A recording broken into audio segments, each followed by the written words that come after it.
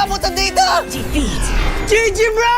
Don't worry. The Only with Smart Power All 99. Hindi bitin with 10 gig data to power your games plus only Facebook or only TikTok. Load now.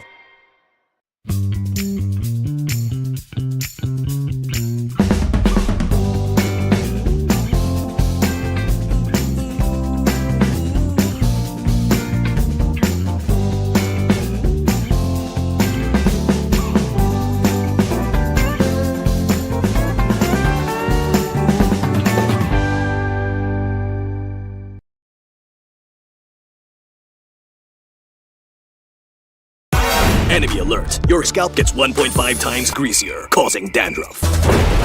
Get triple anti-dandruff power. Supercharged with Clear.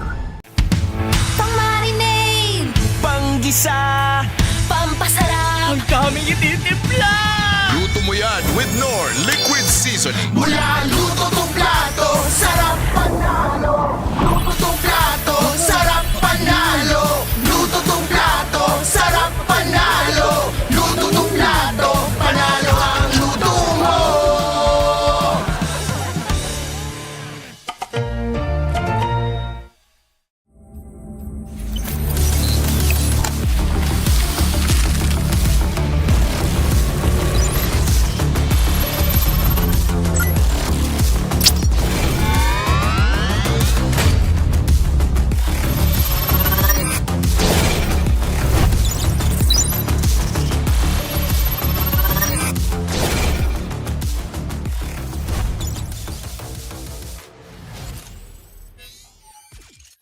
Di abot ang data! Defeat. GG bro! Don't worry. The Only with Smart Power All 99. Hindi bitin with 10 gig data to power your games plus only Facebook or only TikTok. Load now.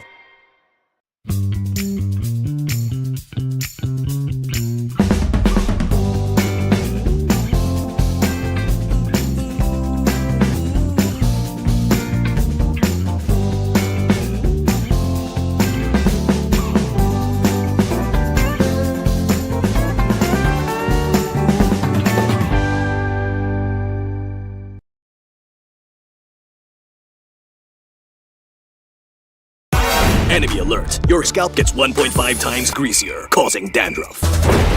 Get triple anti-dandruff power. Supercharged with Clear. pang-marinade, Panggisa. pampasarap, Ang daming ititimpla. Luto mo yan with Knorr Liquid Seasoning. Mula luto tong plato, sarap panalo. Luto tong plato, sarap panalo. Luto tong plato, sarap panalo. Luto tong plato, panalo ang luto mo.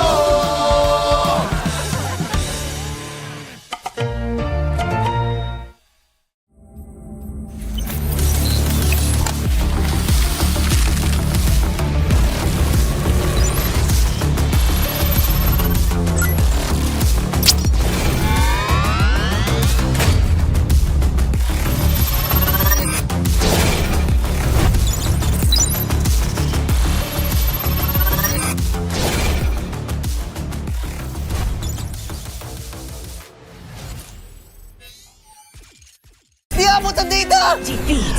GG bro!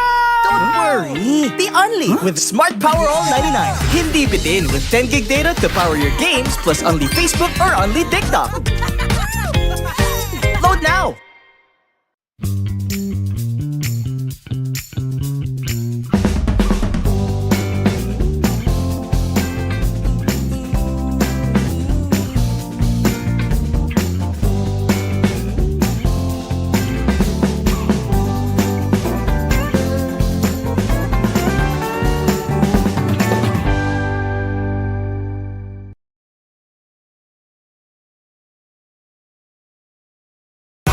Enemy alert. Your scalp gets 1.5 times greasier, causing dandruff. Get triple anti-dandruff power. Supercharged with Clear. pang-marinade, Panggisa. pampasarap, Ang daming ititimpla. Luto mo yan with Knorr Liquid Seasoning. Mula luto tong plato, sarap panalo. Luto tong plato, sarap panalo. Luto tong plato, sarap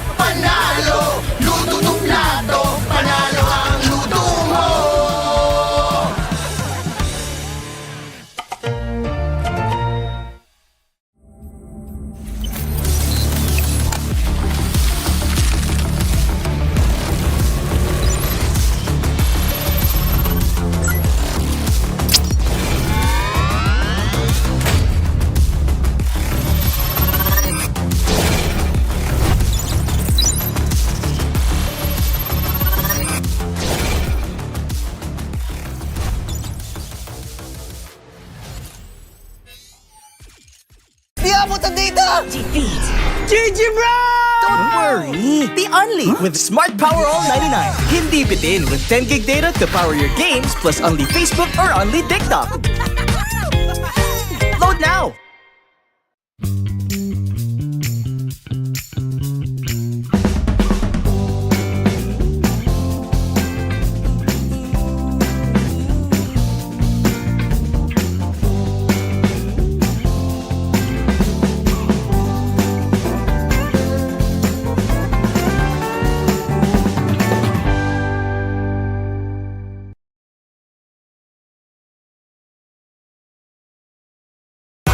Enemy alert. Your scalp gets 1.5 times greasier, causing dandruff.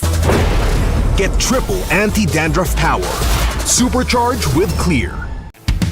Pang-marinade, Panggisa! pampasarap, Ang daming ititimpla!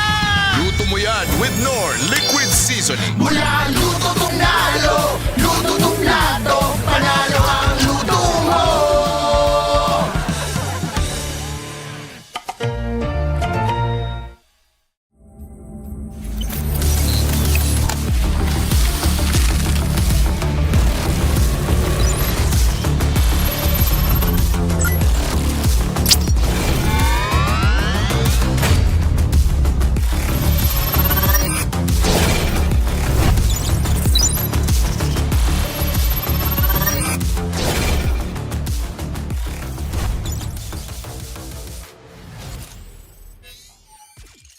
Di abot ang data! defeat, GG bro! Don't worry! The only with Smart Power All 99. Hindi bitin with 10 gig data to power your games plus only Facebook or only TikTok. Load now!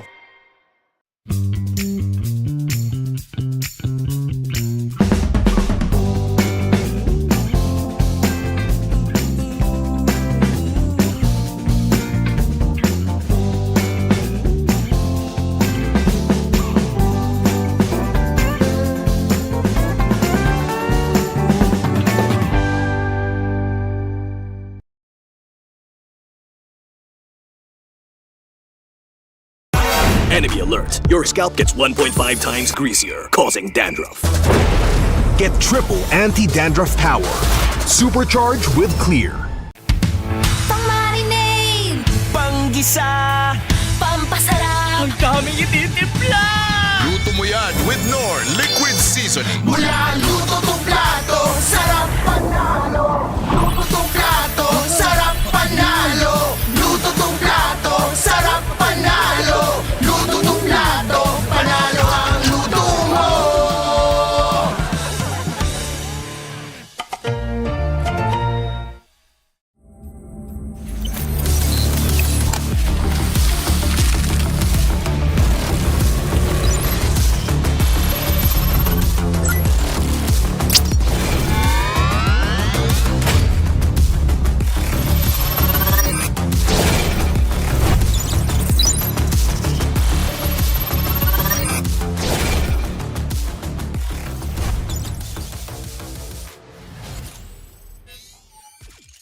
Di abot ang data! defeat, GG bro!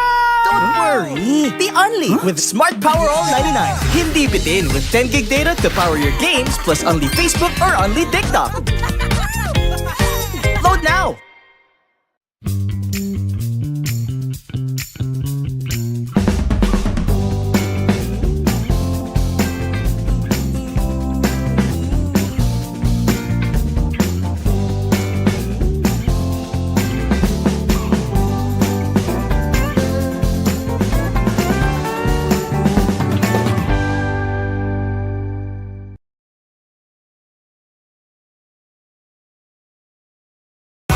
Enemy alert. Your scalp gets 1.5 times greasier, causing dandruff. Get triple anti-dandruff power. Supercharge with Clear.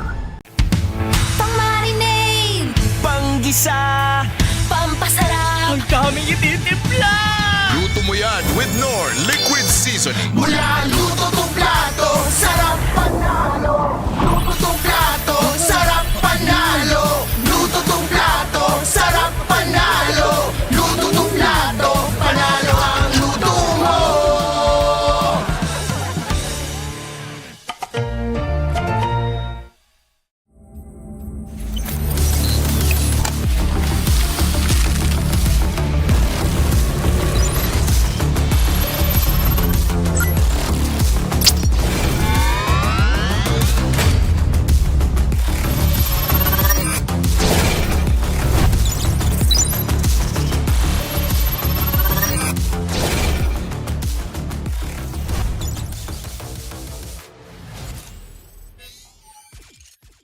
abutan dito! Defeat. GG bro! Don't worry! The Only with Smart Power All 99.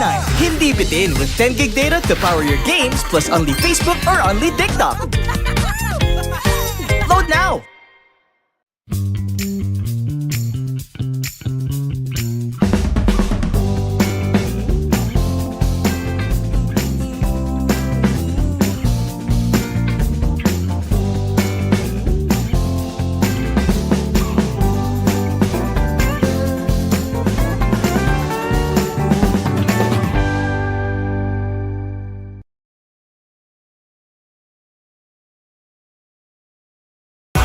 Enemy alert. Your scalp gets 1.5 times greasier, causing dandruff.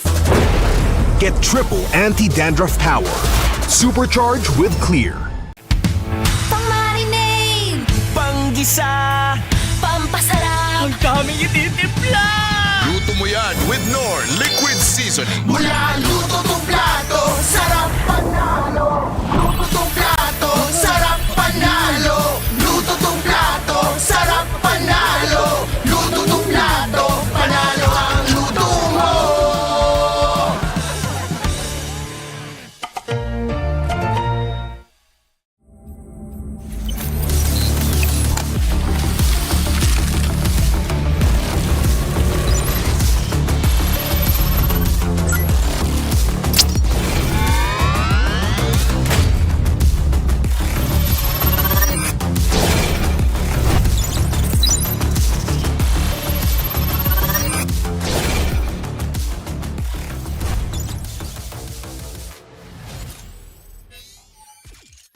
Di abutan dito!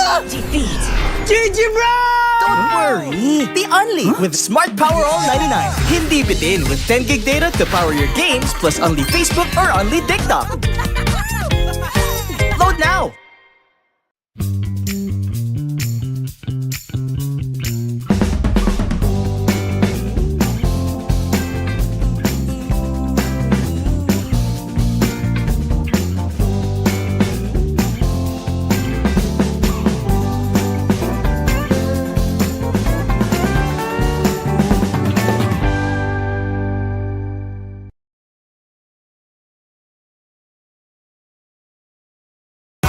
Enemy alert. Your scalp gets 1.5 times greasier, causing dandruff.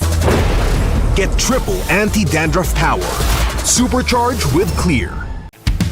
Pang-marinade. Panggisa! Pampasarap. Ang daming ititimpla!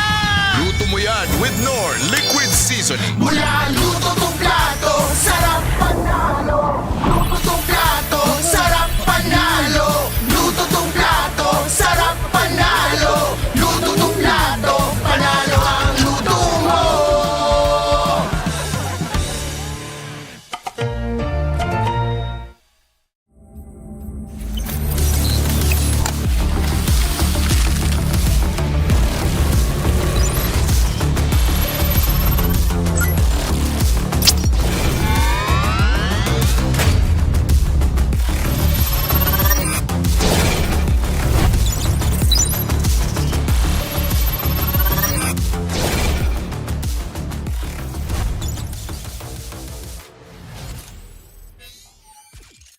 Di abutan dito!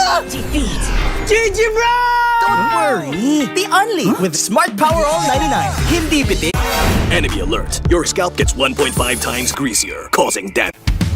Pang-marinade. Enemy alert. Your scalp gets 1.5 times greasier, causing dandruff. Get triple anti-dandruff power. Supercharge with Clear. Pang-marinade. Panggisa! Pampasarap. Ang daming ititimpla!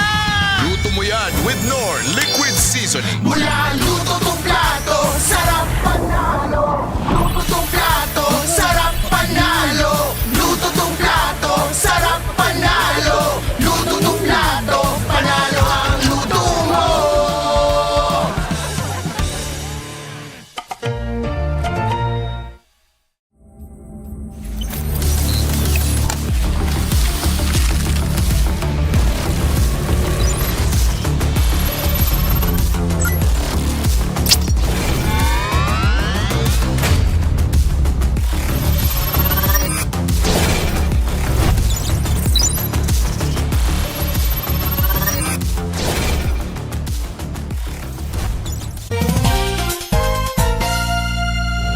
Sunod-sunod na comeback ang nasaksihan natin ngayong week. Ako nga pala si Bentings, ang maghahatid sa inyo ng MPL Hot News. Unahin na natin ang 10k gold lead ng Aurora. Naka-panel strat kasi sila dito, kung saan itong lineup na to ay may expiration kapag hindi mo agad natapos yung game. At dahil nga tumagal na yung game, nakaipon na ng nakaipon ang Team Falcon. At kung makikita nyo nga si Super Marco, halos wala nang aabot sa kanya. Patunay na din to sa kanyang 0 deaths. Bulletproof talaga. Kaya ang nangyari, nakambak pa ng Team Falcon ang 10k gold lead ng Aurora. At ang sumunod naman, itong Team Liquid. Sobrang lamang na ng TNC. Dahil sa tapang ni Carl TC na ituloy lahat ng Lord na nabawasan na ng TNC, nagawa pa nila na baliktarin yung game. At dahilan yun para masarado nila yung series ng 2-0. At yun lang, kung gusto nyo mapanood yung MPL ng live na live, huwag nyo kalimutan bumili ng ticket. At magkita-kita tayo sa Green Sun Makati.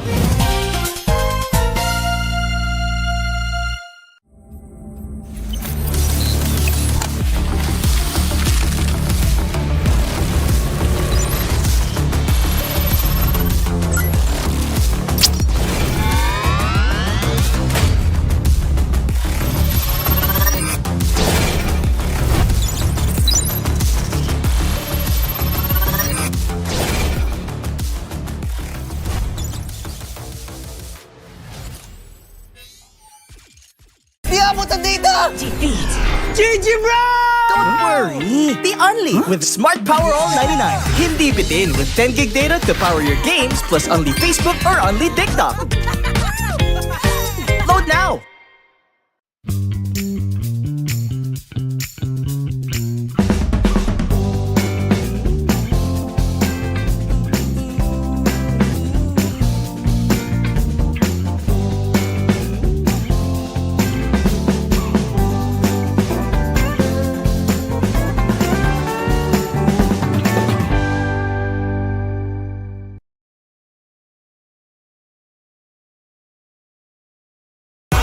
Enemy alert. Your scalp gets 1.5 times greasier, causing dandruff. Get triple anti-dandruff power. Supercharge with Clear. Pang-marinade. Panggisa! Pampasarap. Ang daming ititimpla! Luto mo yan with Knorr Liquid Seasoning. Mula luto to plato, sarap panalo.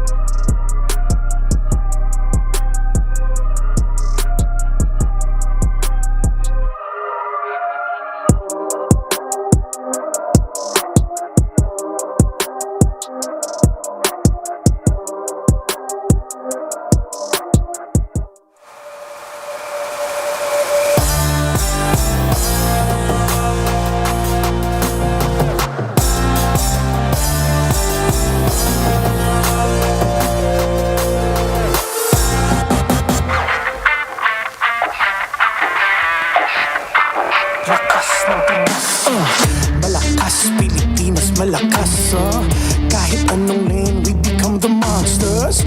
Malakas, Pilipinas, malakas Face the golden sun and repping for the 3 stars. Look at us, to the top, no ifs, no buts. Winning any game, para to sa PIN na yes.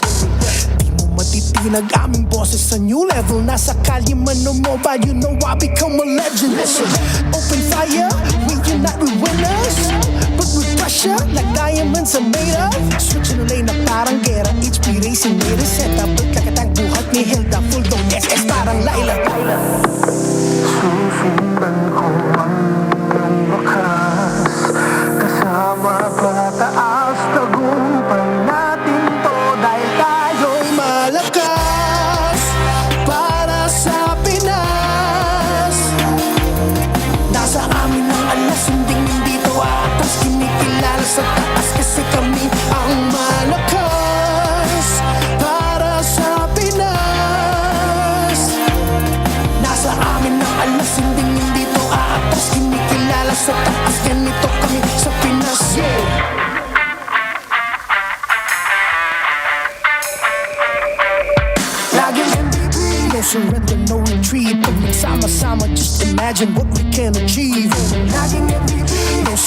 no retreat. Giving 100 on my all, cause we just cannot be defeated. We are unstoppable, immune and invulnerable. Ready ang equipment, lahat frozen, mala, crowd control. Pakito on the jab, east to the southeast. Taas ang matawag, proud and loud, cause every enemy we devour. Susundan ko ang iyong wakas, kasama pataas, tagumpay natin to dahil tayo'y malakas para sa Pinas. Nasa amin ang alas, hindi to atas, kinikilala sa taas kasi kami ang malakas para sa Pinas. Nasa amin ang alas, hindi to atas, kinikilala sa taas, ganito kami sa Pinas. Lakas, Pinas malakas, kahit anong malakas, Pilipinas malakas, face the golden sun and repping for the free stars.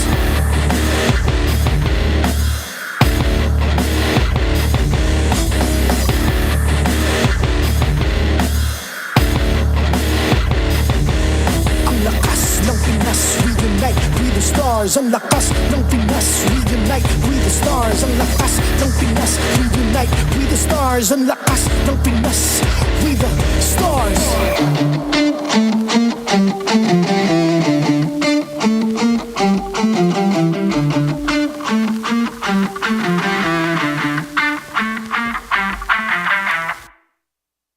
The 16th season of MPL Philippines is brought to you by the following sponsors. Infinix, the MPL official tournament phone. Infinite plays, infinite wins. Victories you can count on. Smart, the simply reliable telco partner of the MPL. BPI, the official bank partner of MPL Philippines. Mas magandang bukas, buksan sa BPI. Our partner in Esports, Clear Men. Power up your dandruff-free scalp. Supercharge with Clear. And Nor. Pang-marinade, panggisa at pampasarap. Basta may Nor liquid seasoning, kaya mong iluto yan. Don't miss any MPL action by following our official Facebook and subscribing to our YouTube channel. Follow MPLPH on TikTok for more content. Experience the lakas ng Pinas of MPLPH Season 16 action live at Green Sun Hotel. Grab your tickets now via the official MPLPH website. MPL Philippines is monitored and supervised by the Games and Amusements Board.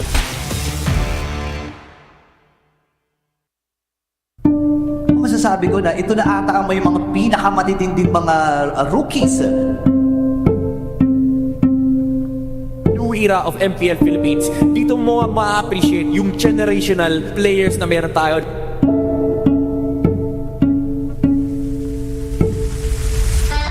Ibang klase ang nakita natin from all of the teams. May mga nagpasiklab.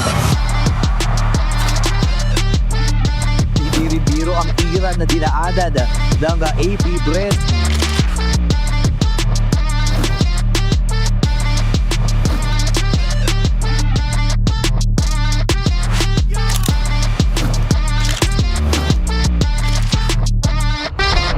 Dito talaga nag-start yung new age ng MPL.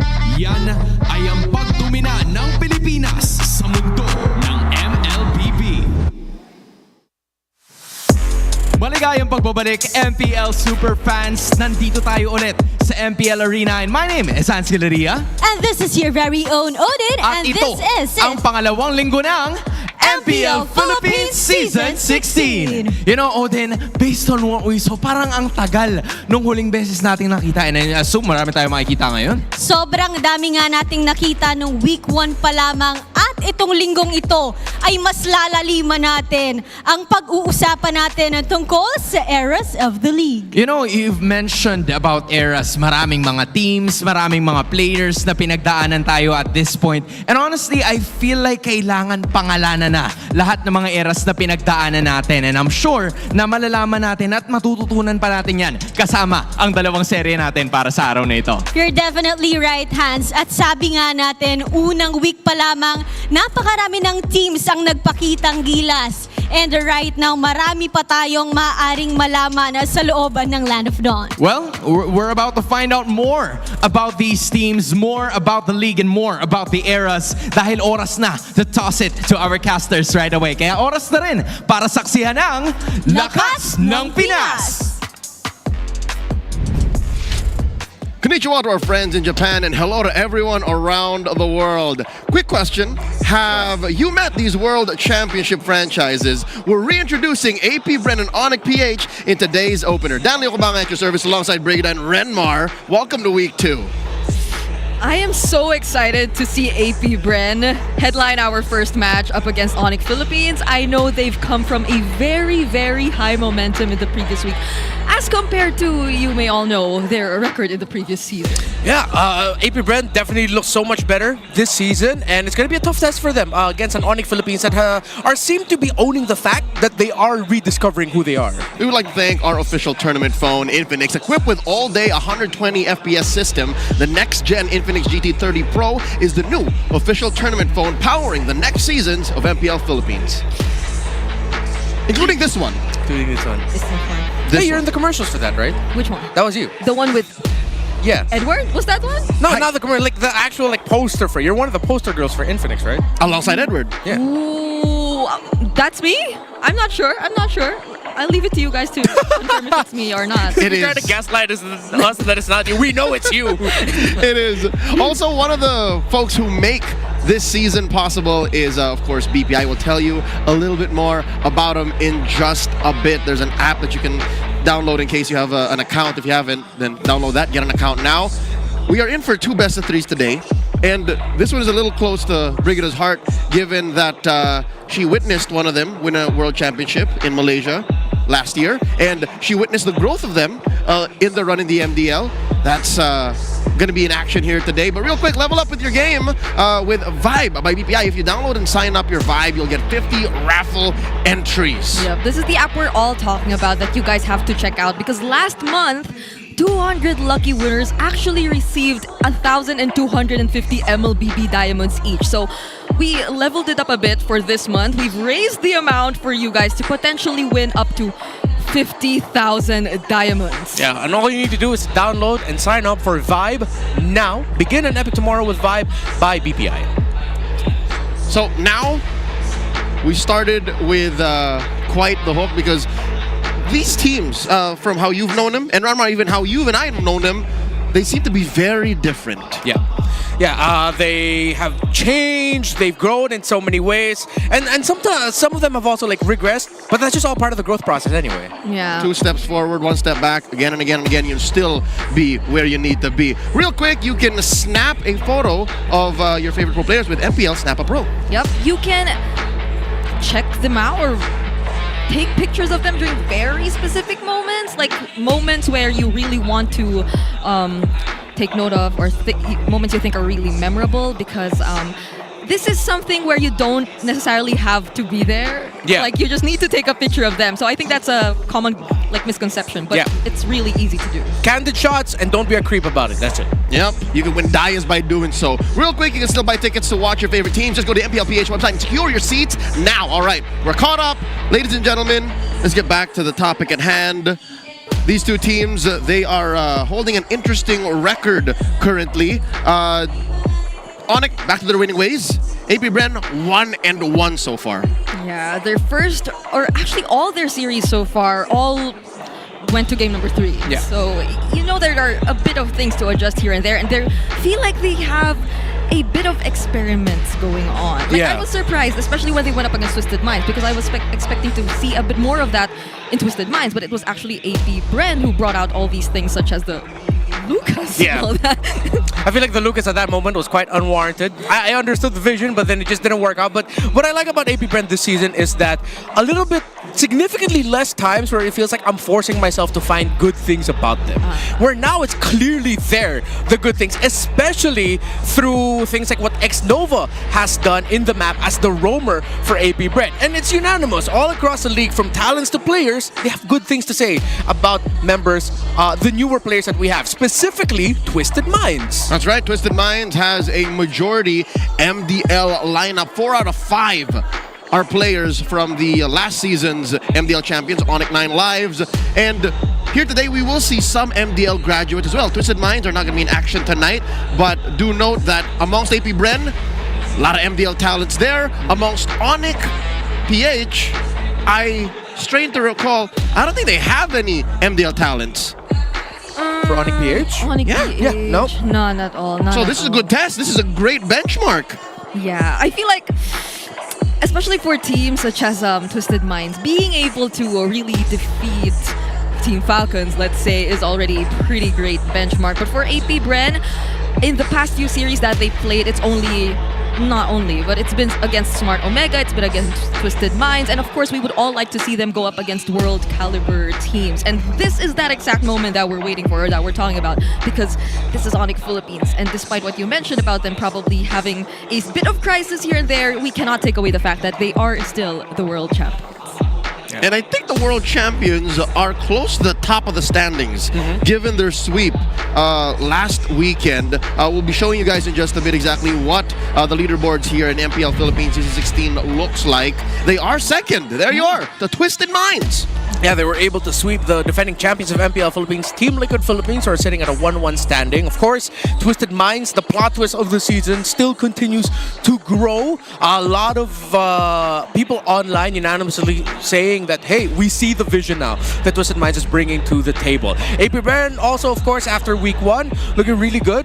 But I think to get away from the topic just a little bit, as we are looking at the standings, Aurora and TNC have had less than stellar starts to the season. And Aurora will be in action later on tonight. And boy, oh boy, do they have quite the opposition facing them. It's a doubleheader tonight.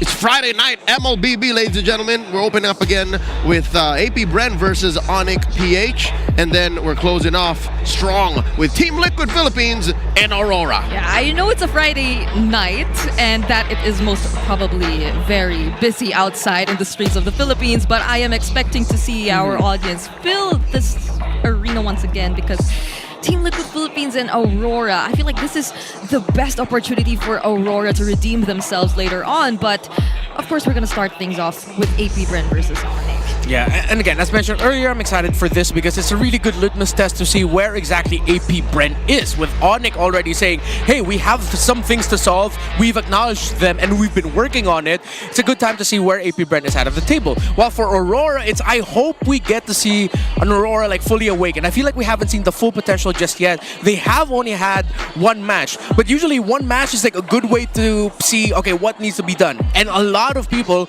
online, and all of us here, have agreed that Aurora, it seems like they're still trying to find that chemistry with their new roamer in Light. Tis a good reality check to get O2'd in your opener. Ladies and gentlemen, these are the players you'll be seeing in action leading their squads. Aqua, recently called out of retirement by AP Bren, and Super Prince, the up-and-coming face and team captain of ONIC PH. They both have quite the record in MPL. One of them, a product of the Filipino amateur scene, that's Super Prince, the young Prince Ramirez. And then Aqua, Arvin Resho, amazing at just building himself up through the years. We'll show you stats in just a bit. He had quite the run and still kept a good KDA. Yeah, I agree. And the fact that we mentioned them being the leaders for their respective squads or their respective teams in this match, it really makes you wonder, like, how does Aqua carry this name or title of being a leader? Because we all know him to be a very quiet person. I think I've been talking to his former team manager when he was also still part of RSG, that he really is someone who's quiet. She honestly can't imagine how he is being the leader right now as part of AP Bren, but we do see or feel just how big of a role this is, because he's guiding sophomores, and they're sophomores, which means that they're not entirely new to this anymore, but it feels as if there's just a lot to address, like chemistry-wise, and in the way they're able to carry out the ideas that they bring out to the table. There's a reason why they call RV Calderon Dad. Yeah. Even when he was at RSG, they called him Dad. I never got it up until this point. Yeah, there really is just sometimes that the dads in our lives are usually like the more quiet type.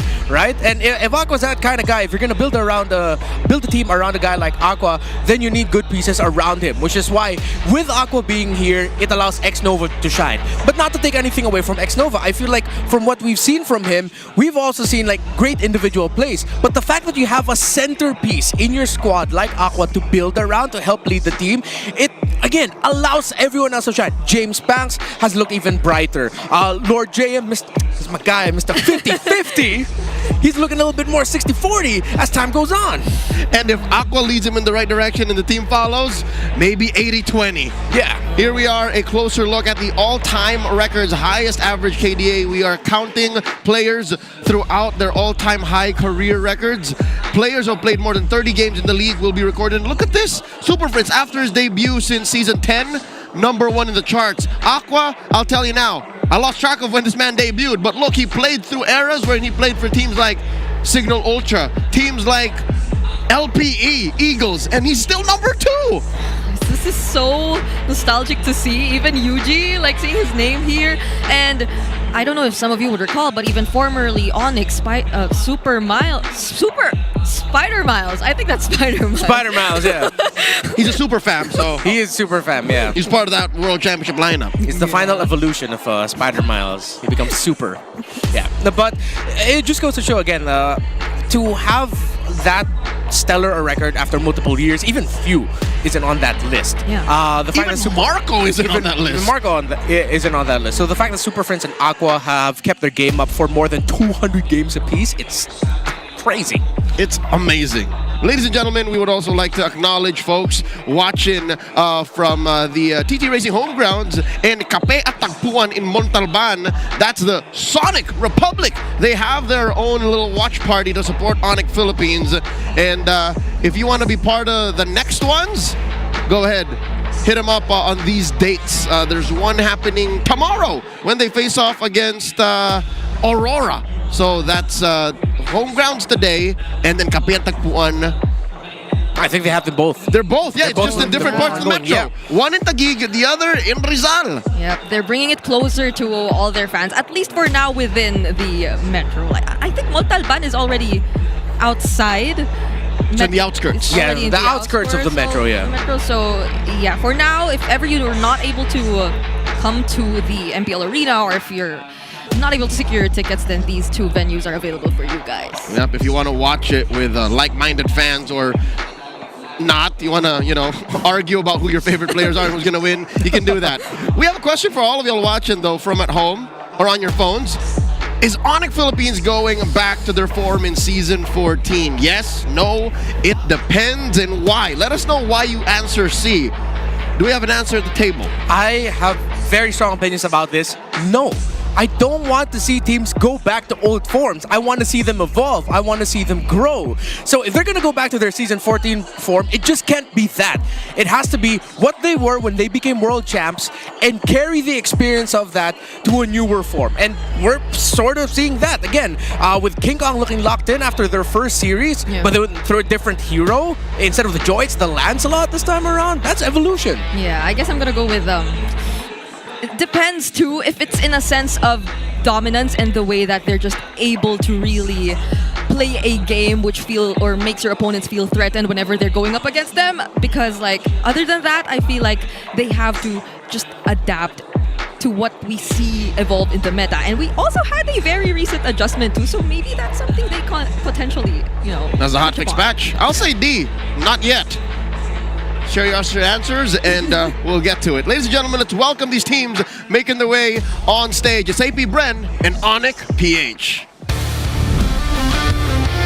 It's time to kickstart the second week of MPL PH with Lord JM, James Banks, Aqua, X-Nova, and Shizo.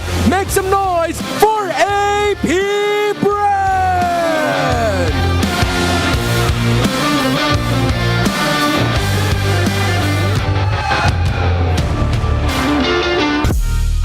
The Sonics have swept the defending champions last week, and they carry that momentum in week 2. Kirk, King Kong, Super Friends, Brusco, and Kelra, ONIC Philippines!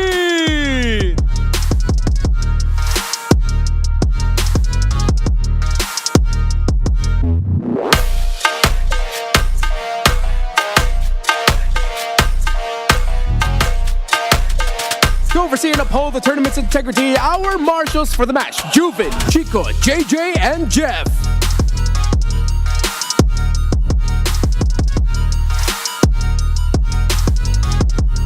And our coaches, not the marshal, it's Coach Jeff and Coach Wynot. MPL Arena, welcome to Week 2! AP Brandon ONIC, let's go! First up, let's get to know AP Bren. This roster's looking strong after what happened in Season 15. They made a few tweaks here and there, and they called Aqua back. Yep.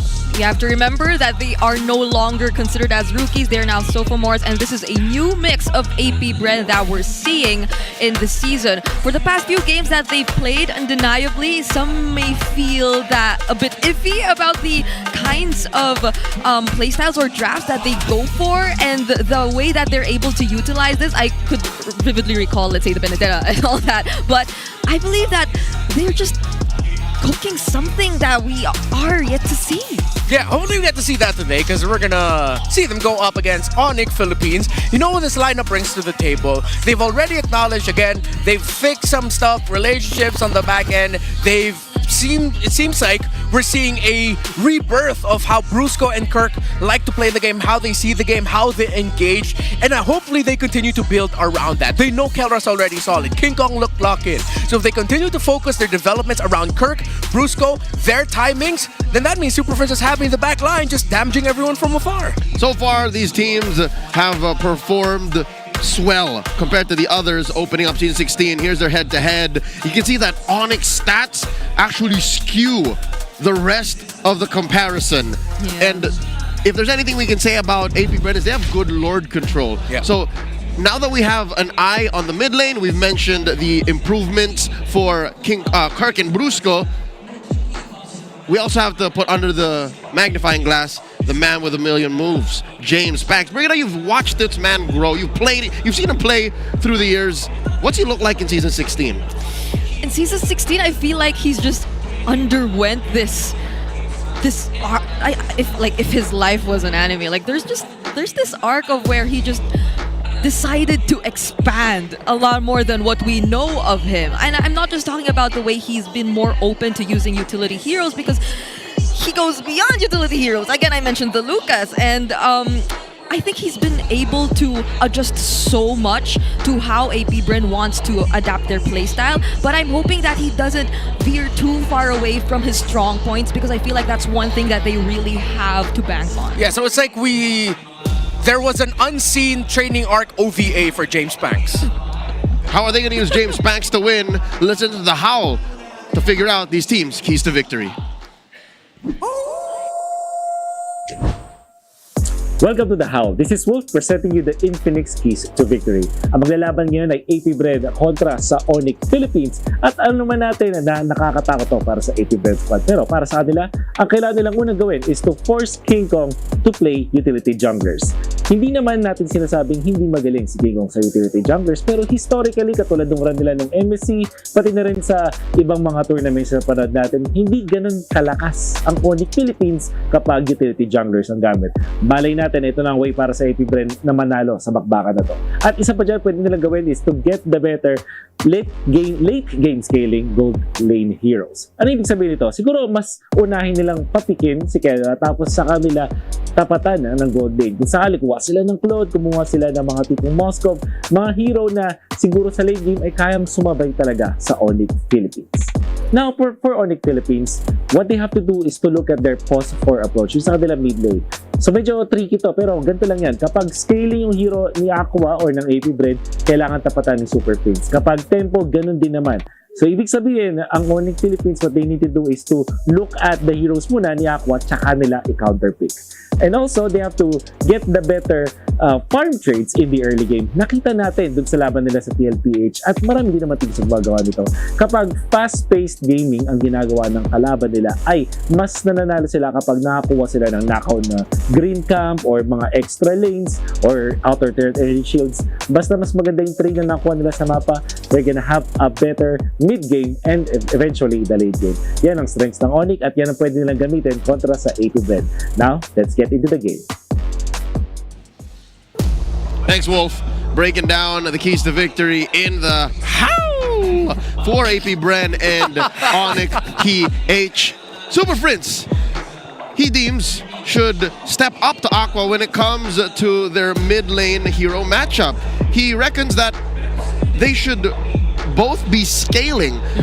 Do you agree with this, Bring It Up? Because they're both very good damage mid laners. Look, they share the Selena and the Farsa. Yeah, I feel like that mostly applies especially for ONIC too, because AP Bren, the way that they are right now, it feels as if you're able to take away the lead for them, if they're even able to establish it in the early game, or if you're just able to drag it out long enough to confuse them, then I feel like that's where they could potentially crumble. So this might be a great response from ONIC Philippines if we're talking about especially mid to late game presence or decision making. Yeah, the good thing about that point though is that in the meta right now, majority of mid laners, like the ones that you're really fighting for, are so good in the early they get going, and they do naturally scale really well. Like for example, you don't usually think of Juicin as like a scaling mid laner, but imagine if that was a Juicin that got a good early game, got Sky Piercer stacks early, so that's another option you have to look at outside of the Selena Farsa trade between Aqua and Super Friends.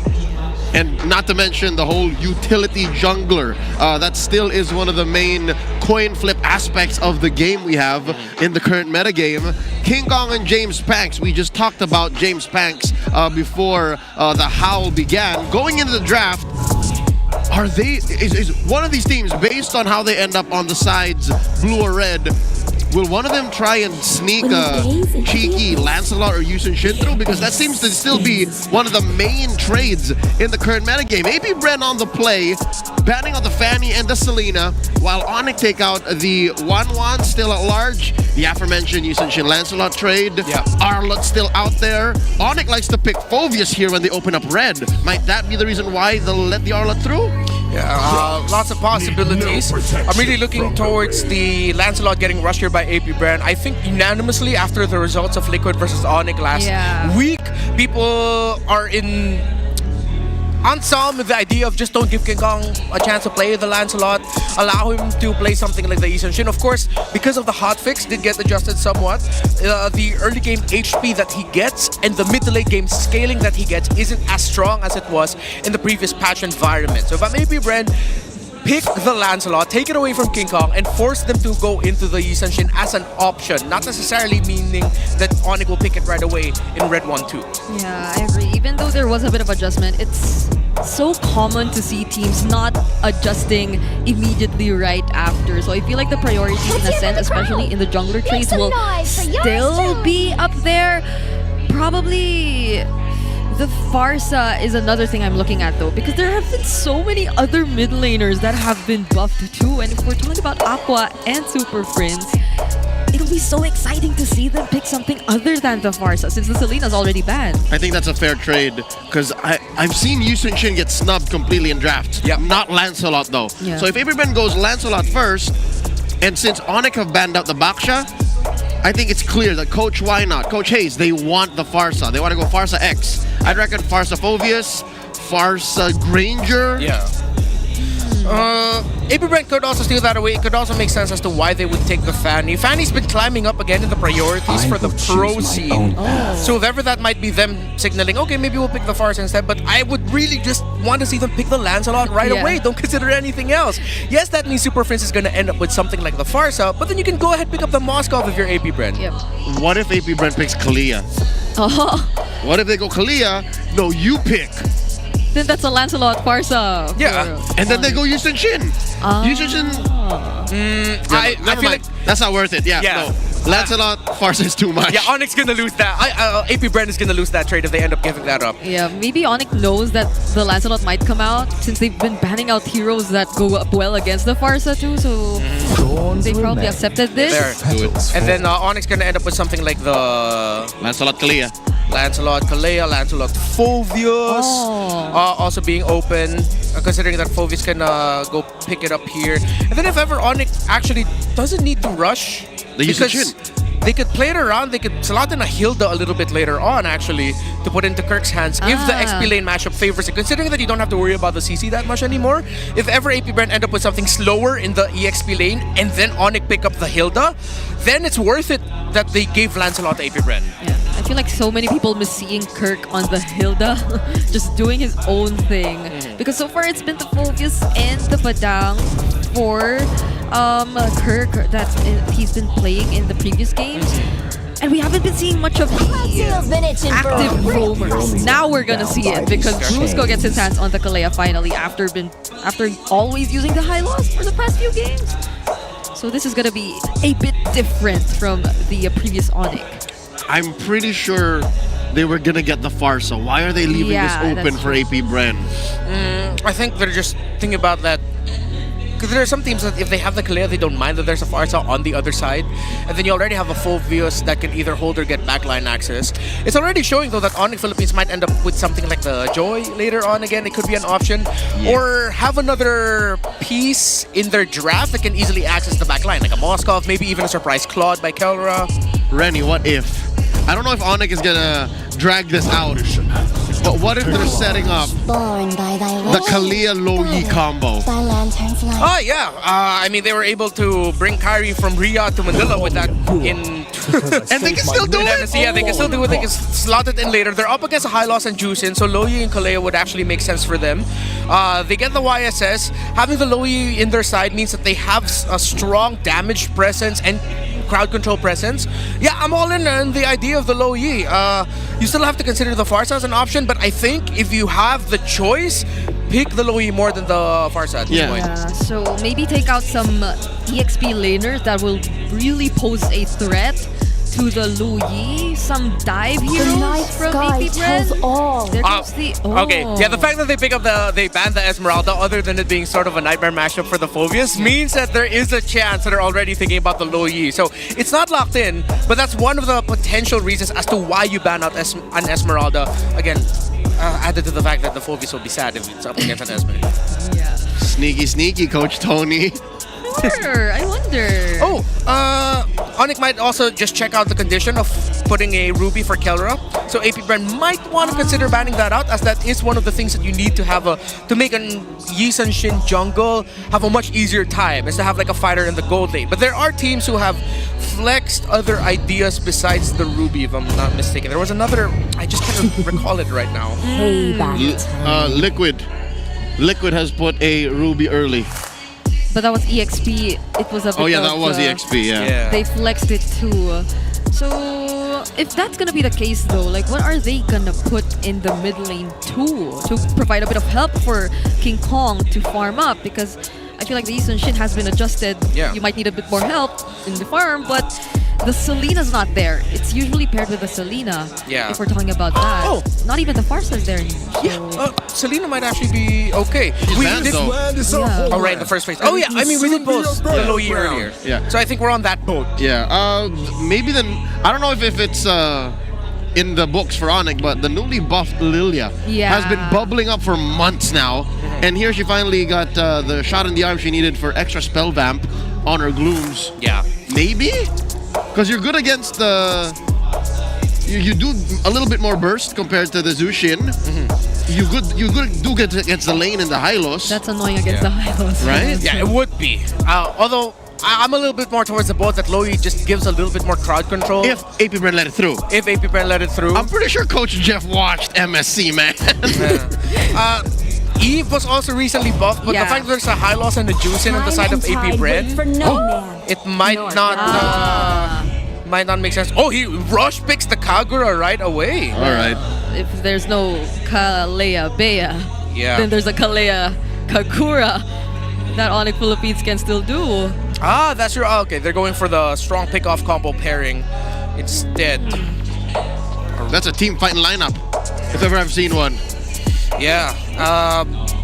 The only thing I'm seeing, ONIC Philippines seems to have leaned in a little bit more with a very strong fighting lineup that if it doesn't go well for AP Bren, then yeah, it's going to snowball out of control. But AP Bren also might just be okay with eating damage while also consistently pushing forward, because that high loss is going to have revitalized for sure. And mind you, we haven't really seen where that high loss is going. Yeah, so maybe there's a room for a Gatot here. Yeah. Because we don't also know what Kelra's playing. So it might be a soft gold laner that can just straight up get jumped. With all of the burst in the field, though, AP Bren might consider picking up a Uranus in the EXP lane, and then they put the high loss in the roam. Considering that, they're all burst-based. Yeah. Uranus would be okay with this, but then you don't see the pick yet from Kelra. That if they do go down that route, if Keller goes for something basic attack heavy, then it could... Oh, there it is. Okay. Yeah. So it's already locked in. That's literally a lineup that's okay with tanking so much damage, but... Lunox gold! Here we go! Okay, so overload with burst damage. It's like, alright, you have a Uranus, we're okay. We're just gonna go with burst on burst. And they love the extra HP on those chunky frontliners. And I've asked several pro players in the past week. One such name is Finding Heat of TNC. I asked him, hey, who's the first player you think about when I say Lunox? He says Kelra. That's gonna be scary. Oh yeah, he did score Savage in the 7th game of the MPL Philippines Season 7 Grand Finals against then Blacklist International when he was still in Execration. So maybe that's why it's iconic for Hito. Lunox equals Kelra. I mean, that's just so much damage you could expect. The burst from the Kagura and the Lunox. But oh my goodness. Because of ONIC PH's draft, they have put AP Bren in such a position that they drafted battle spells that are super defensive. Revitalizes, purifies everywhere. All the while, the super fam are all rocking flickers. Ladies and gentlemen, welcome to game number 1, the opener for week number 2. It's AP Bren versus ONIC PH. Yeah, I like this draft that we're seeing from the side of ONIC Philippines. For AP Bren, they just really need to temper their aggression, not like this, Lord JM. We saw this in MSC. He might get caught out here, he might be able to get away. Nope, not looking good. That's the first blood for Brusco. Oh my goodness. We were expecting the damage from ONIC, but indeed it will take time. So that was such an aggressive start from AP Bren here, or for ONIC.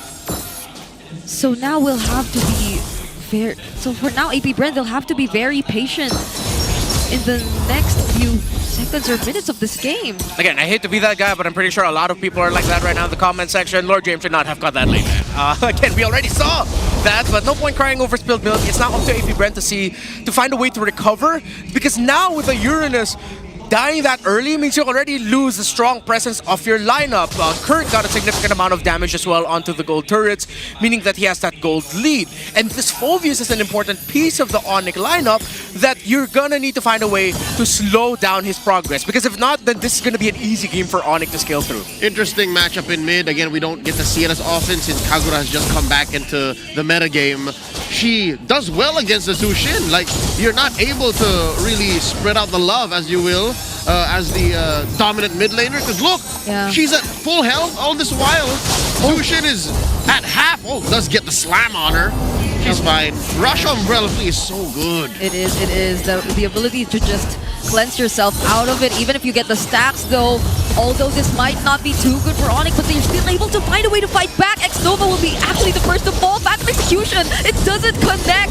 Brusco will be traded out, however, and still, James Pax, he gets to survive and get away, but they'll have to let go of this turtle, and Kirk is still going for it. Up against two, he still finds the kill on Aqua. Yeah, that's exactly what I was talking about earlier. Because of that early game start, Kirk is having a great time. He's 2-0-1, and AP Bren need to solve that Phoveus problem right away. If they're not going to answer it directly, they're going to have to trade it in another part of a map. But with how fast ONIC Philippines are rotating so far right now, it seems like they're not going to give AP Bren that opportunity. Very much represented by that mid lane matchup. AP Bren have a huge problem. Vision. They are so dive heavy that they can't see past 6 feet in front of them. And this is all the more made worse, exacerbated by the fact that ONIC can see the whole map once King Kong says it's go time.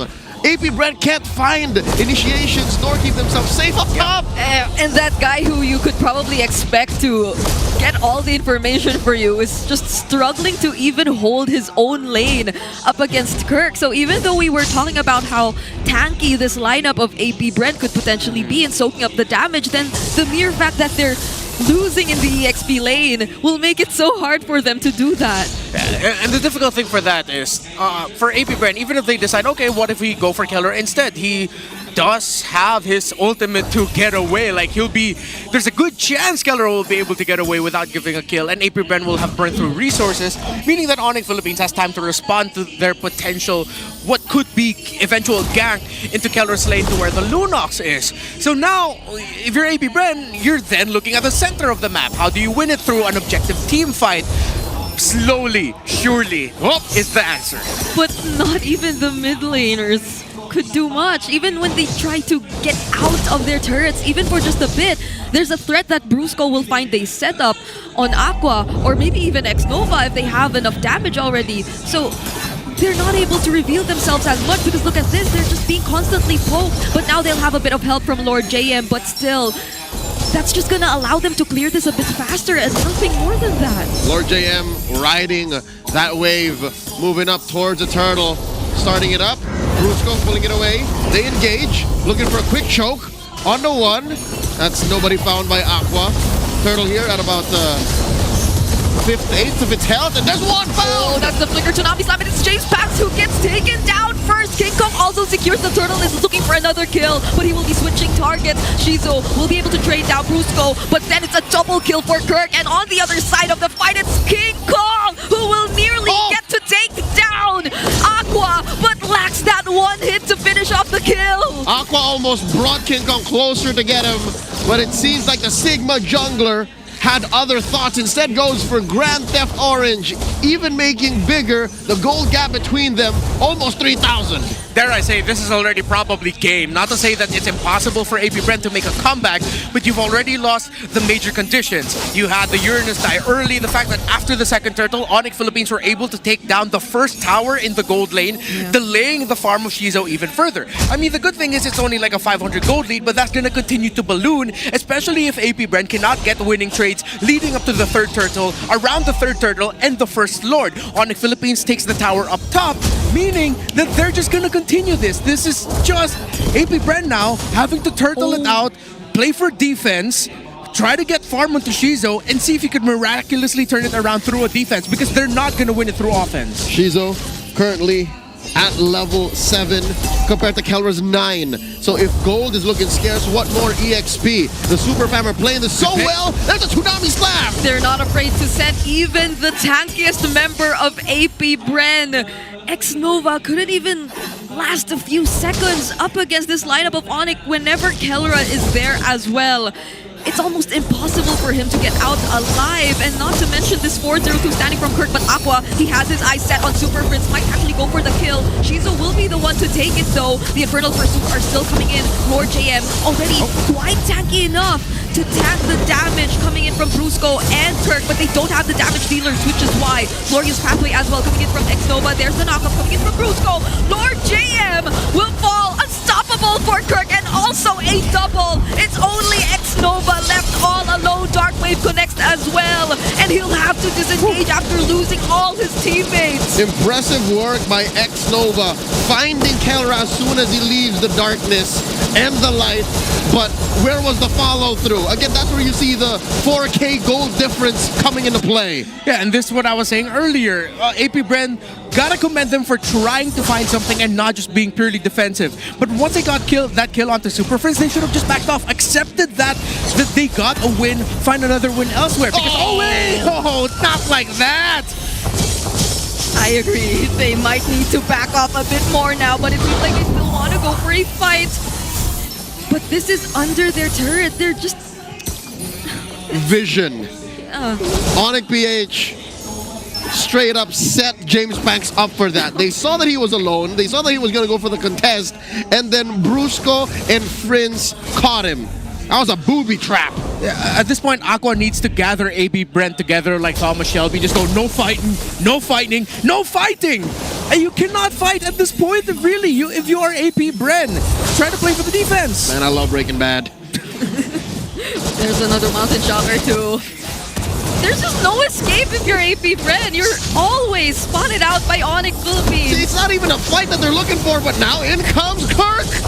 Glorious Pathway up top, but X-Nova, just look at how he gets shredded down. And and Kirk gets the last hit. Now he's currently got like another Dark Wave landing on to Lord JM. Yin Yang overturn catches up to him, but he still survives. See how slow and telegraphed that fight was, and APBR couldn't do anything about it?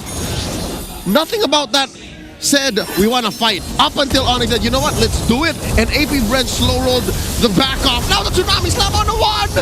Super Prince diving in. It's a killing spree for Kellera. And look at just how the stun catches up to James Vance. And King Kong is still able to take the kill.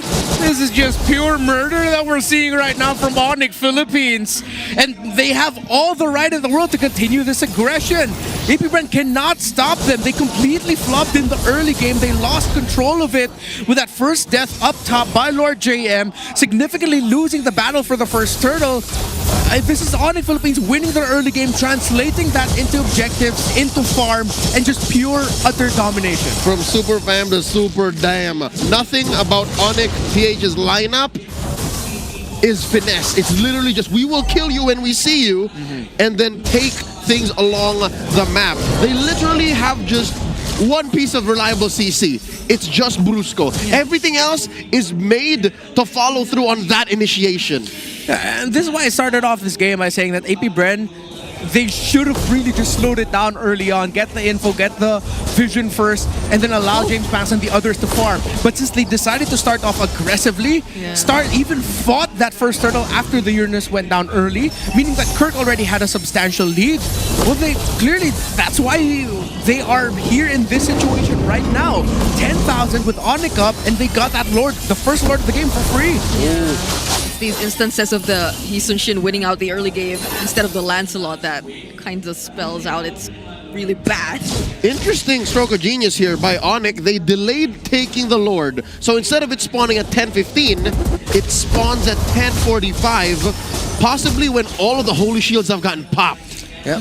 It buys them a little bit more time. The minion waves weren't completely set up, and delaying that Lord a little bit more allows them. And here it comes out now, and with the minion waves going out with the Lord and everything else, they'll be able to pop Holy Shields, probably get a turret or two. Yeah, James Vance denied them of that Holy Shield up top though. Yeah. So at least they still have that, but this ONIC, this lineup has all flickers intact. So there is a very high chance that they can go for a very aggressive setup because they have the tools to burst out whoever they want to go for anyway. Throw bodies. Here we go, Mount Shocker started up by King Kong. They know where everyone is. They're inside the base, breaking it down in mid. Oh my goodness, they didn't even have to use any sorts of ground control. They nearly take out Lord JM with just Kellera and the Chaos Assault, and they gain access to the base. It might be actually ending here. APBR doing their best just to defend, but their base is a few hits away from being taken down. Now ONIC takes on the fight. Kirk is legendary, and this is looking to be it. The Super Fab takeaway game number 1.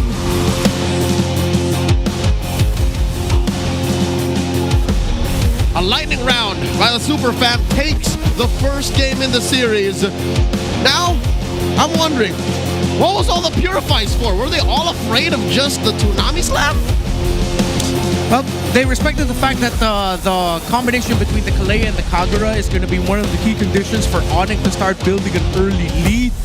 But again, they forgot one simple thing. Just don't cut that lane in the EXP lane, man. It's the moment I saw Lord JM behind enemy lines, it was like, I've already seen this. We saw this in Riyadh. It's not going to work in Manila. Yeah, it happened too many times in Riyadh. Like, I think it was even for teams like SRG.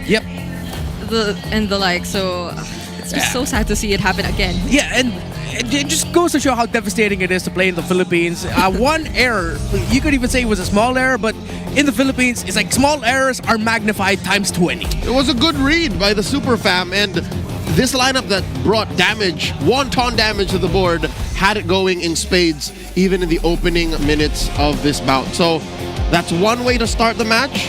Very good for Super Fam. I think trouble also was found in APBR's recovery, in their efforts to try and do that, because they were very, very, I don't want to say greedy, but they were taking fights and looking for opportunities where they shouldn't have, and they got punished hard by Kirk, because he would love to see you dive deep. Yeah, and you're gonna have to give all the respect to Kirk. 8-0-5 on Phobius after everything that was thrown at him. After what happened in MSC, his performance in MSC. It's good to see now, for 3 games consistently, Kirk has been an absolute presence for ONIC. Undeniable. It looks like Kirk is 100% back. And that's all he's going to do to all the haters. Turn his back because his eyes are on the prize. Getting Superfam back in shape. Better than ever. Here's some highlights. Look back at this game.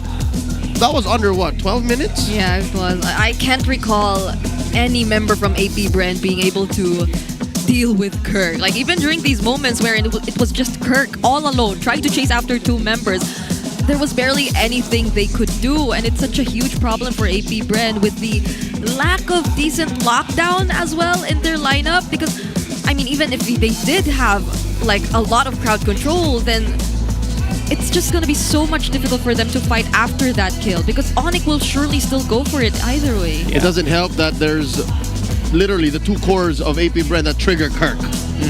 And it really looked like AP Brand, even though we mentioned that they're out of their rookie season, them taking that fight heavily in the first turtle felt like a rookie mistake. It looked like a failure to acknowledge what has already been a Phobius with an advantage. Again, he got gold from being able to push into the energy shielding of the first turret in the EXP lane. You know there's an advantage for that Phobius already, who has Festival of Blood, who went for Thrill also, meaning that he'll be able to sustain that fight for a long time. And the Uranus can only do so much.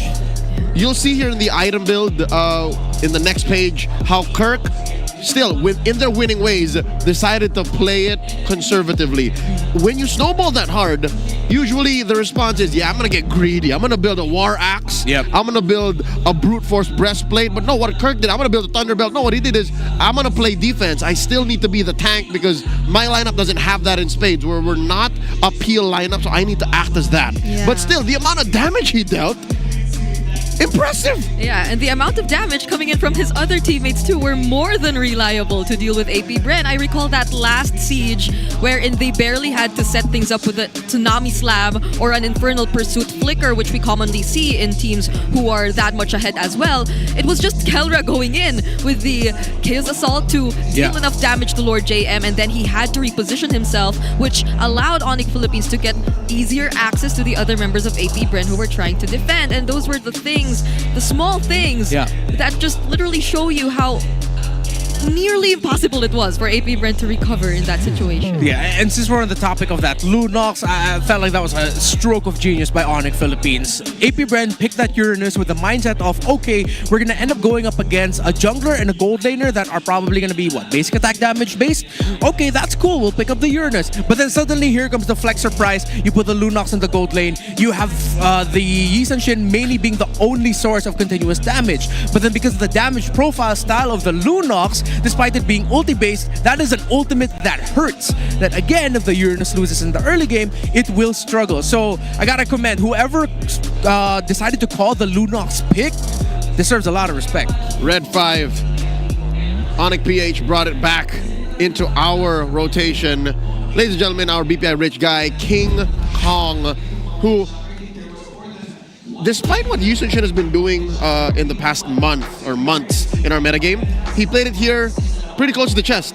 His Mountain Shockers were one of the reasons why Kelra had such a great go, and how Brusco and Super Friends were able to often find their targets is because vision. All right, go everybody if you need to. And it also tells Kirk how deep he can go because they know where all the members of AP Brand are. Yeah, I believe the mid to late game damage was the adjustment that we saw also for Yi Sun-shin in the recent patch, but I just think that the quote-unquote late game came a bit too early. Yeah, exactly. for ONIC Philippines. So yeah, we haven't really felt the impact of this adjustment to the Yi Sun-shin just yet. No, I think what the nerf did to Lancel on Yi Sun-shin was to help slow down snowballs. But I think one of the major problems with these heroes is, at least for Yi Sun-shin, is I think Mount Shocker is just too good. The stun is painful, which we saw here now, and in hindsight, maybe that's also what the Purify is used for. So now, back to the question of who are they now? What is the reintroduction to AP Brand and ONIC PH looking like? Because it's clear that ONIC PH are better than ever. They have found their place in Season 16. How about AP Bren? Yeah. Let me bring up one possible answer. They have one major change, their leadership. Aqua now calling the shots. Where did that call for Mr. 50-50 to go deep come from? Yeah, that is the biggest question. And maybe that's something that we'll be able to learn more about through the interviews that they have post-series. Hopefully we do get to find out, because clearly that became such a big... and it's not just us. You could really see it in game. Uranus cut early, died early, meaning that it reduced its presence in the first turtle team fight, allowing Kirk to go crazy because Kirk was able to get farmed. Simple as that. Snowballing into everything else. And AP Bren, what Aqua said here in his quote is that they are hungrier to win and they have a lot more different things to show. Hopefully, it's more good different things, not different things that make us scratch our heads and question why they did that. Yep, I really love what Super Prince mentioned as well in the quote, because we were constantly on the topic of ONIC rediscovering themselves and trying to figure things out. And the way that he mentioned how they're just trying to be a bit more disciplined compared to before was something we have definitely observed in that previous game. Even just talking about that build which Kirk went by in that Phoveus who was snowballing. So I'm liking how ONIC is seemingly taking things one step at a time. And one more step towards victory. They're at match point. Ladies and gentlemen, let's check out the ping test, how these teams prepped for the match at hand. Okay, nasa akin, Mike. Mike, check. Gulo na ng buhok ko, di ko pa naayos eh. James Punks versus King Kong. ONIC versus ONIC. Paano pag nangyari ka kay James Punks? Losing your pre, sabi mo, di ba? Na-burning yung red ka na, pre. Like I'll never know. Losing you will not really love enough. Oh! Oh, yeah, James talaga. Nag-aapoy. Ito na. Paisa nga ya, mga kasonics. Paasi naman mga kasonic. Nag-aapoy.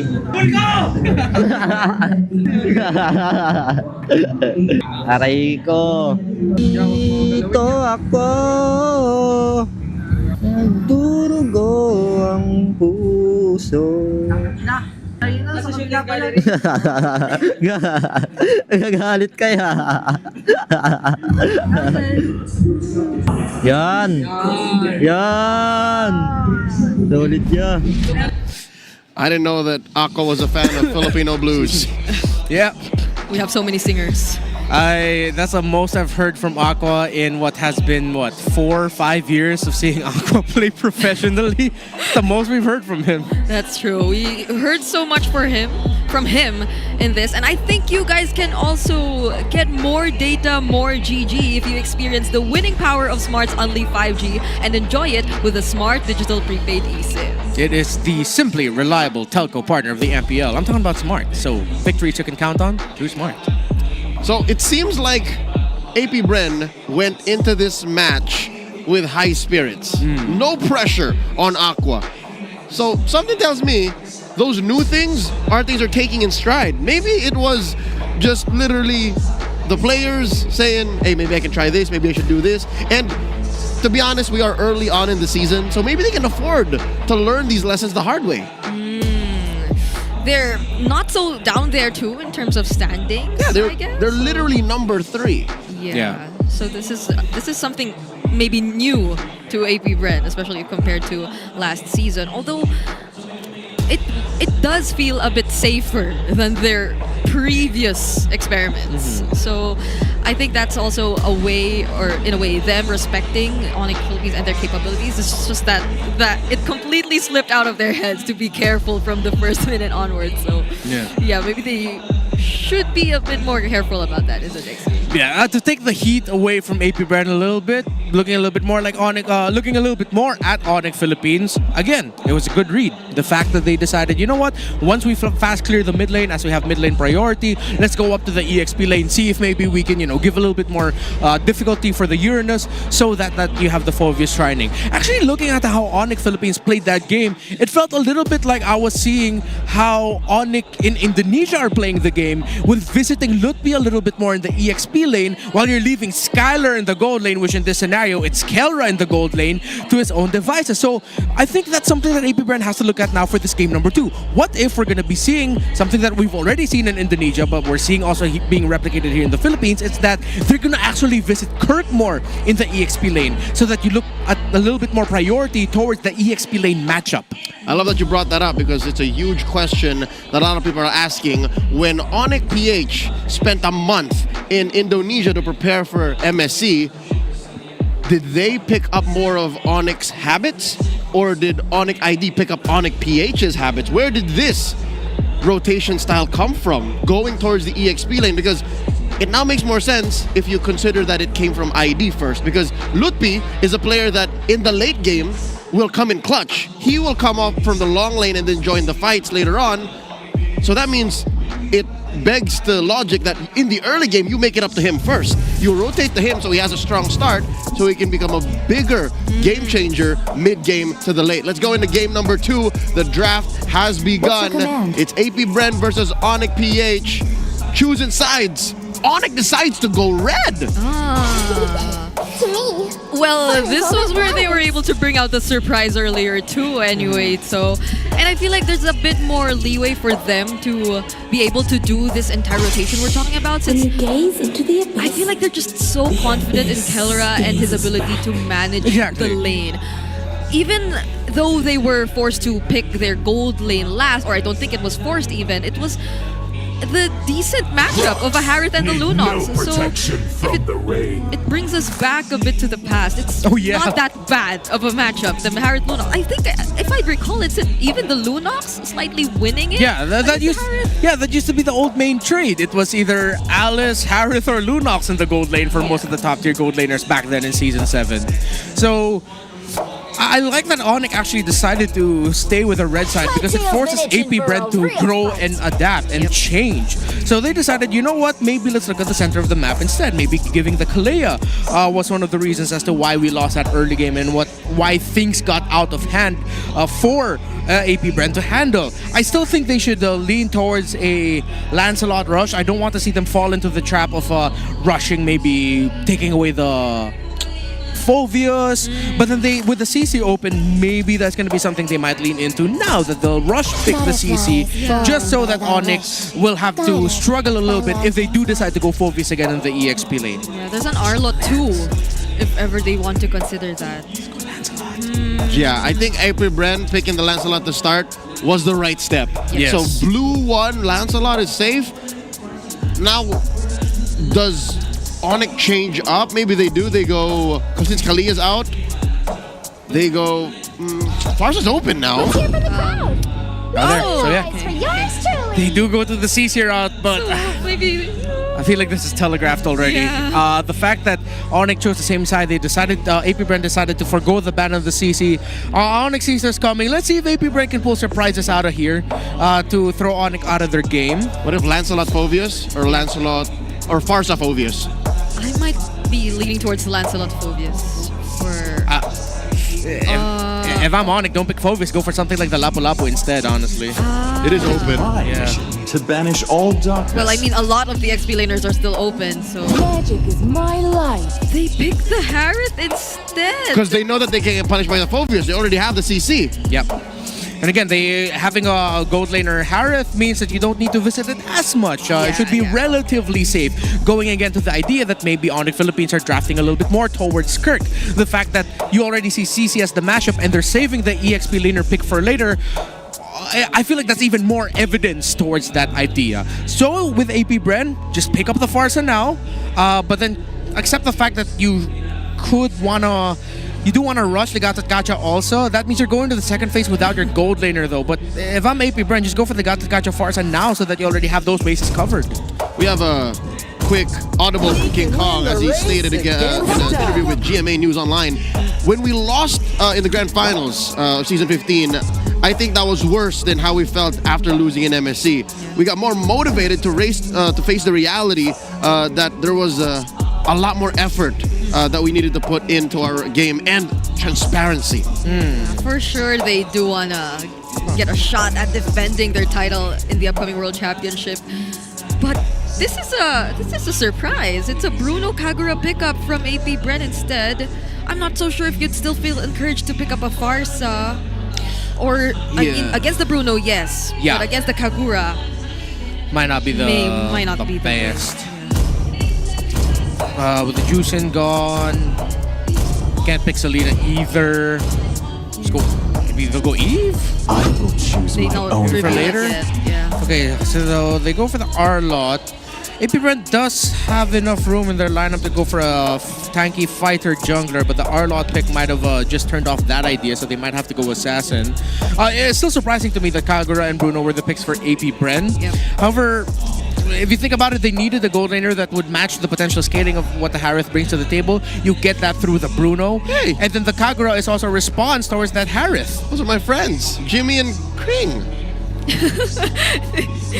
How come you never introduced them to us, huh? Yeah. They just got in. Are you ashamed of us? They just got in. I love that they're enjoying AP Brent vs ONIC. They actually wanted to meet the world champions. So hopefully your friends do get a chance to meet them later on. Okay, so ONIC also taking away another potential assassin pickup here for James Pass, which I think means AP Bren are going to be forced to go for the tanky fighter jungler. Considering that you are up against an R-Lot and Harith, I'm going to be that guy. Please consider picking up an Akai. But then, if ONIC picks up a Valentina, that's GG. Hey, the Akai R-Lot. Then that means AP Brent should just ban the Valentina here. Yep. After the Farsa. That's the only good way that they can set that up for James Banks. Because you're not going to be a slow front to back. It's not like there's a room for an X-Borg in any of these two drafts. Yeah, what's good as well is if they ban the Valentina, they can also kind of set up the Lucas. Since there's, it's one of their go-to picks anyways. Try it again. That sounded like a dare, Brigida. Okay. I mean, challenge. If they want to. Brigida's challenging you. Because it's usually the Lucas up against the Fredrin and all that. That's true. It's a Lancelot here that they're going up against. So if they want to pick up the Lucas still, then that's going to be, I don't know. Yeah. And the fact that even if AP Bren go for something like the Joy, that's going to be really greedy considering you're playing up against the Kagura and Bruno. Although with all that burst, there is a chance you might be able to punish an engagement by ONIC early on and then you snowball through that. But that's such a strong dependency on that idea that it might be way too risky. Is it going to be a Super Prince ban still? Hope will find a way, even when It's been a while since I saw that. It has been, but this is Coach Jeff acknowledging the buff on Vexana in the recent patch. She now has vision when she hits her second skill, and then her stats on the Eternal Guard is just so much better. Yeah, excuse me, it's a vision that was taken away. Yeah. Oh, there you go, it's removed. Yeah, it was removed, but yes, it's the Soul Guard that now is optimized to be a little bit less clunky. So the first attack of the Soul Guard coming in comes out faster now once it finally lands, and they optimize the mana cost and enhance the damage potential. So yeah, I still don't know how to feel about the ban though on the Vexana. Yes, acknowledging the buff and the Bruno Kagrush. I feel like this just signals that AP Bren is going to go tanky in the jungle, because one of the things you don't want to go up against if you're a tanky jungler is someone that can just instantly just say stop, your crowd control, you get bursted, and then suddenly your tanky fighter jungler is just sad. But the high loss pickup seems like a great response to what can potentially be that approach from AP Bren too. So they'll have ways to answer back through their front lines. But if it really is gonna be a tanky jungler for AP Bren, maybe the Akai is gonna come out. As we mentioned earlier, it could be Akai Gacha here, then a Valentina last pick later on for ONIC. But we did also pose the potential of the Joy. This has to be a Gacha. You need something tanky, but I don't like this. It's way too risky against the high loss, against the Harith, the Lancelot, everything. It demands such perfect execution by AP Bren that whatever you slot in here for ONIC, most likely a Valentina, it's fine, honestly. This is too difficult to draft that AP Bren pulled off. If they do pull it off, you have to commend them. Now what do they do to just enhance the thread that is already existing in their first 4 picks so far? What could they pair with the... I don't know if the Kimi will still be an option here. I wouldn't. But I don't... Yeah. It's too dangerous. AP Bren can dive you so many ways. So maybe the likes of... What if they bring out the the Lily. Where there is light. Oh! Now there's the low you were asking for earlier. Okay. Finally. No need for fancy tricks like literally kidnapping one of your opponents. Nah. They'll just find AP Bren's blindside. Again, this is Redmar, what you were talking about, how it's a very specific approach to this lineup that could make it work. But if ONIC can catch you off guard, again, a simple flank. It's not even like literally a blindside. Yeah. They don't have to take you from the back. They can just take you from the side. Yep, without demanding the lineup of AP Bren. Again, if they manage to eke out this win, it's because someone popped off and played the hell out of this game. Because looking at the lineup of ONIC with the Joy, with what it's up against, I'm seeing this could be a star-making game for James Banks or a I told you so, we shouldn't have picked a Joy moment for AP Bren. One more look at the lineup by these two squads. Again, it's dire straits for AP Bren in the series because they are one loss away from conceding the series. A sweep over to the Super Fam, who is looking great. Game 2 is upon us. Into the land of Dawn we go. I've yet to see why the Kagura was rushed here by AP Bren. I want this to make sense, and soon. Yeah, now it slightly does with the presence of Aluyi, since you have a bit more ways to gain vision and info in terms of what their diversion plays might be later on. But other than that, I feel like we were more used to seeing big AoE mid laners to respond up against these kinds of diversion plays, or even the final slashes that can come in from Kirk. Yeah. So that might be the problem. Maybe a bit too reliant on the AOGs? A little bit. However, what I like about the Kagura pick in this regard is, again, as we saw, the Kagura did give the Harith of Shizo in game number 1 a little bit more difficulty to maneuver it, because you throw the umbrella wherever the Zaman force is, and then suddenly, wait, where am I going to dash? Where am I going to dance around? And it does have that built-in Purify that if ever you do get caught out, there's a chance for you to get away, to respond just in case you don't get bursted. You do have a flicker with it as well. Yeah. So I'm still holding my opinion on this Kagura pickup. It could come out really good for them, but again, it's such a mechanically demanding lineup that they decided to play. And both teams seems to be rotating a bit more towards the EXP now. It's not just ONIC doing or going for that plan. Xnova seems to be providing a bit more assistance to Lord JM as well. They absolutely cannot let the same thing happen all over again. And now it might actually be an opening. AP Bren gets first blood, might actually get another one. That's a Phantom Execution coming in from King Kong, but the mid duo are already down. Kirk trying to survive, but it instead becomes a double kill for James Banks. I'll tell you now, that seemed like AP Bren baited ONIC into the engage more than ONIC making a mistake. ONIC, the coast was clear for all they know, but AP Bren was ready to welcome them with open arms. Yeah, a great adjustment by AP Bren. That's exactly what we were looking for here. What they needed to get in the early game for that first turtle, they got it. So that's one condition check. Now, because AP Bren were able to do that, it's up to ONIC Philippines to try and find the answer. Because now with Aqua hitting level 4, Brusco Super Friends, they weren't level 4 just yet at that moment. Oh, wait. JM, Phantom Execution needs just one hit and he won't get away from that. Gets to use the curtain call though, but King Kong just needed to step out. Yeah, I feel like we saw that exact same rotation by ONIC against Team Liquid last week. I feel like I saw this already with King Kong on the Lancelot. With after the first turtle, once it's open, they go ahead and dive, which last week it was Sanford, now it's Lord JM. Someone put that in a clip for social media to put side by side, and I think it was roughly at around the same time earlier.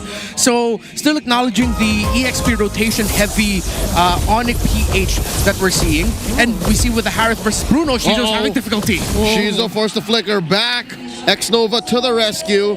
Gotta give credit where credit is due. The MDL graduate in Xnova, former RQ Kaito, is doing well to actually set up these lane-to-lane, coast-to-coast rotations. AP Bren able to keep up a 500, 600 gold lead here 3.5 minutes in. There's a diversion play too, but Lord JM senses it. Will be instead trying to keep himself safe because there's an upcoming objective as well. Again, very XP heavy rotations. Renmar, you set this up in the pre-game for game number 2. ONIC are still setting it up, and I guess it just is byproduct that the turtle is in the same lane. Yeah, so put a lot of pressure there. I mean, considering what CEC brings to the table, you do want to pressure it as much as possible. And I think APBREN are going to be giving up the second turtle of the game. They're going to slow things down, meaning that later on they might have to find a win rotation. Oh! That's a surprise coming in from Kirk, and it's Kellera who will be taking down Shizu. The EXP and the gold lane do something just to take down the Silent Kid, but they might have to let go of this turtle in exchange. The silence in the EXP lane should have been a clue, but it wasn't as ringing, as glaring, as loud as that rotation in the turtle. I think APBREN could have sworn that ONIC was going to be there, but wait. Oh, there's another final slash. The vengeance is in for Lord JM, but that's not going to be able to save him. Super Prince picks up the kill. Kirk's a monster. Kirk's a monster. 4 games in a row now on point. He just used the final slash at the bottom lane. Kellera able to get away just in time from Aqua, and then he was able to join in with the diversion up top, had the final slash again, securing the kill onto Lord JM. The 2 kills we saw around the second turtle spawn, before and after, came from Kirk. Here we go. Finally, APBREN able to push that tier 1 down bottom. They're making up for lost time. Yes, they did score the turtle, but ONIC PH have been getting big ticket kills on him, mostly in the EXP lane. Looking at these builds so far, King Kong only down about 400, 500 gold. Very respectable. But still, Lord JM, despite what's been happening to him, again, his second death happened about a minute ago, still builds the War Axe first, so he still wants to fight. Yeah, him acknowledging that he really just needs to get his curtain call up, try to get some damage through the yo-yo blitz, and then you've already done your job as a CC. Let's see what he decides to build into the defense item route. Maybe Athena Shield or Radiant Armor Rush would be good for him at this moment, because you need to survive the burst damage you're going to be getting from that low Yi most likely, who will be poking you down. Even the damage from the high loss once you get spotted out by ONIC. Lord JM is not giving up. He wants to hold down this EXP lane, set up the final turtle take for his squad. Same spot, 3 turtles in a row. APBREN can go ahead and get this. They still have the gold advantage. Quick rotation down bottom. Again, ONIC can just turn this. They'll just want to get a bit of the turret. HP down, but was close. But so far, it's been APBREN who's just able to take the objectives. Lord JM, though, gets caught by the final slash, but X-Nova in the middle of 5 members gets to land the AOG and allows James Pass to actually secure the retribution. Aqua picks up a kill as well, but Kellera takes down Aqua, and X-Nova left all alone. It's a double kill for Kellera. 100% turtle take rate for the Hive, but ONIC punish and still win fights. Nobody saw that, Kirk. That's fine. You've been doing a good job. I think it was used to zone to be able to keep up the pressure elsewhere. Zaman Force dropped in by Kellera. ONIC just can't convert as quickly, though. Like with all the things in life, you need balance. If you're gonna get hella highlights, give us at least one low light to clown on. But yeah, Kirk has been stellar. He's 0-1 and 5. The rotations of ONIC Philippines are sharp around the diversion of the low Yi. And let's look at the CC. Yeah, still at the war. Still going for a BFB. Okay. Already a house gloss for the Bruno. Shizo not that far off in terms of the gold against Kellera. APBREN are still most definitely in this, but I think they're getting somewhat outplayed by all of the fast rotations that ONIC can do in the map. That even though APBREN can dance with ONIC when it comes into the team fights, into the skirmishes, they're losing the macro game little by little. Yeah, I think the final slash is disrupting so much for APBREN. And speaking of, once again, we are about to see a pickoff coming in from ONIC as they take down Lord JM and potentially a turret as well, but there's a flicker from Super Prince keeping him safe, and APBREN will try to defend this as much as they can. They don't let go of that tier 1 turret. ONIC PH wanted to sledgehammer their way through a fight, even without their minions. They send over Brusco, but no one falls. Down bottom, though, great slow push by James Panks, leaving that siege minion. ONIC have to respond this is such a close game that neither team is clearly the beatdown. Yeah, we did say that the lineup that APBR brought to the table means a lot of legwork is going to come through from James Banks. And it's not just in the team fights, it comes into the macro as well. How much is he pushing the side lanes whenever APBR are deciding to commit a 4 towards one side when you don't really see where the other members of ONIC are, so all you can do as James Banks is to actually just push out the side lane, see if you can push out get some vision from ONIC. Force a response, Kirk again! There you go again, and the burst damage, will it actually make it? Kellera takes the kill, AOG landed by Xnova, and James Banks from behind will actually get to spot Kellera. Currently on a killing spree and also picks up a double. Shizu as well takes the kill for himself. That's 3 members taken down from the Super Fam. Devastating flank by James Banks. He takes the Super Fam from the back. No one saw him coming. Xnova with the taunt to set it up, and it was just the perfect timing. I think ONIC Philippines are looking at what APBR did there and say, hey, that looks kind of familiar. In the mid lane, though, Super Friends doesn't get to diversion away. He gets caught by James Banks under the tower. We said it, we set it up, and James Banks met this challenge head on and said, I will take it. 5-0-3 for the man with a million moves. Super Prince was cutting that close. He risked it. He played at the knife's edge and got cut. ONIC now to defend against his lord. It's marching down bottom. King Kong doing just what you could when you're down this bad against a team like APBR who found their footing, split pushing. It's not too late.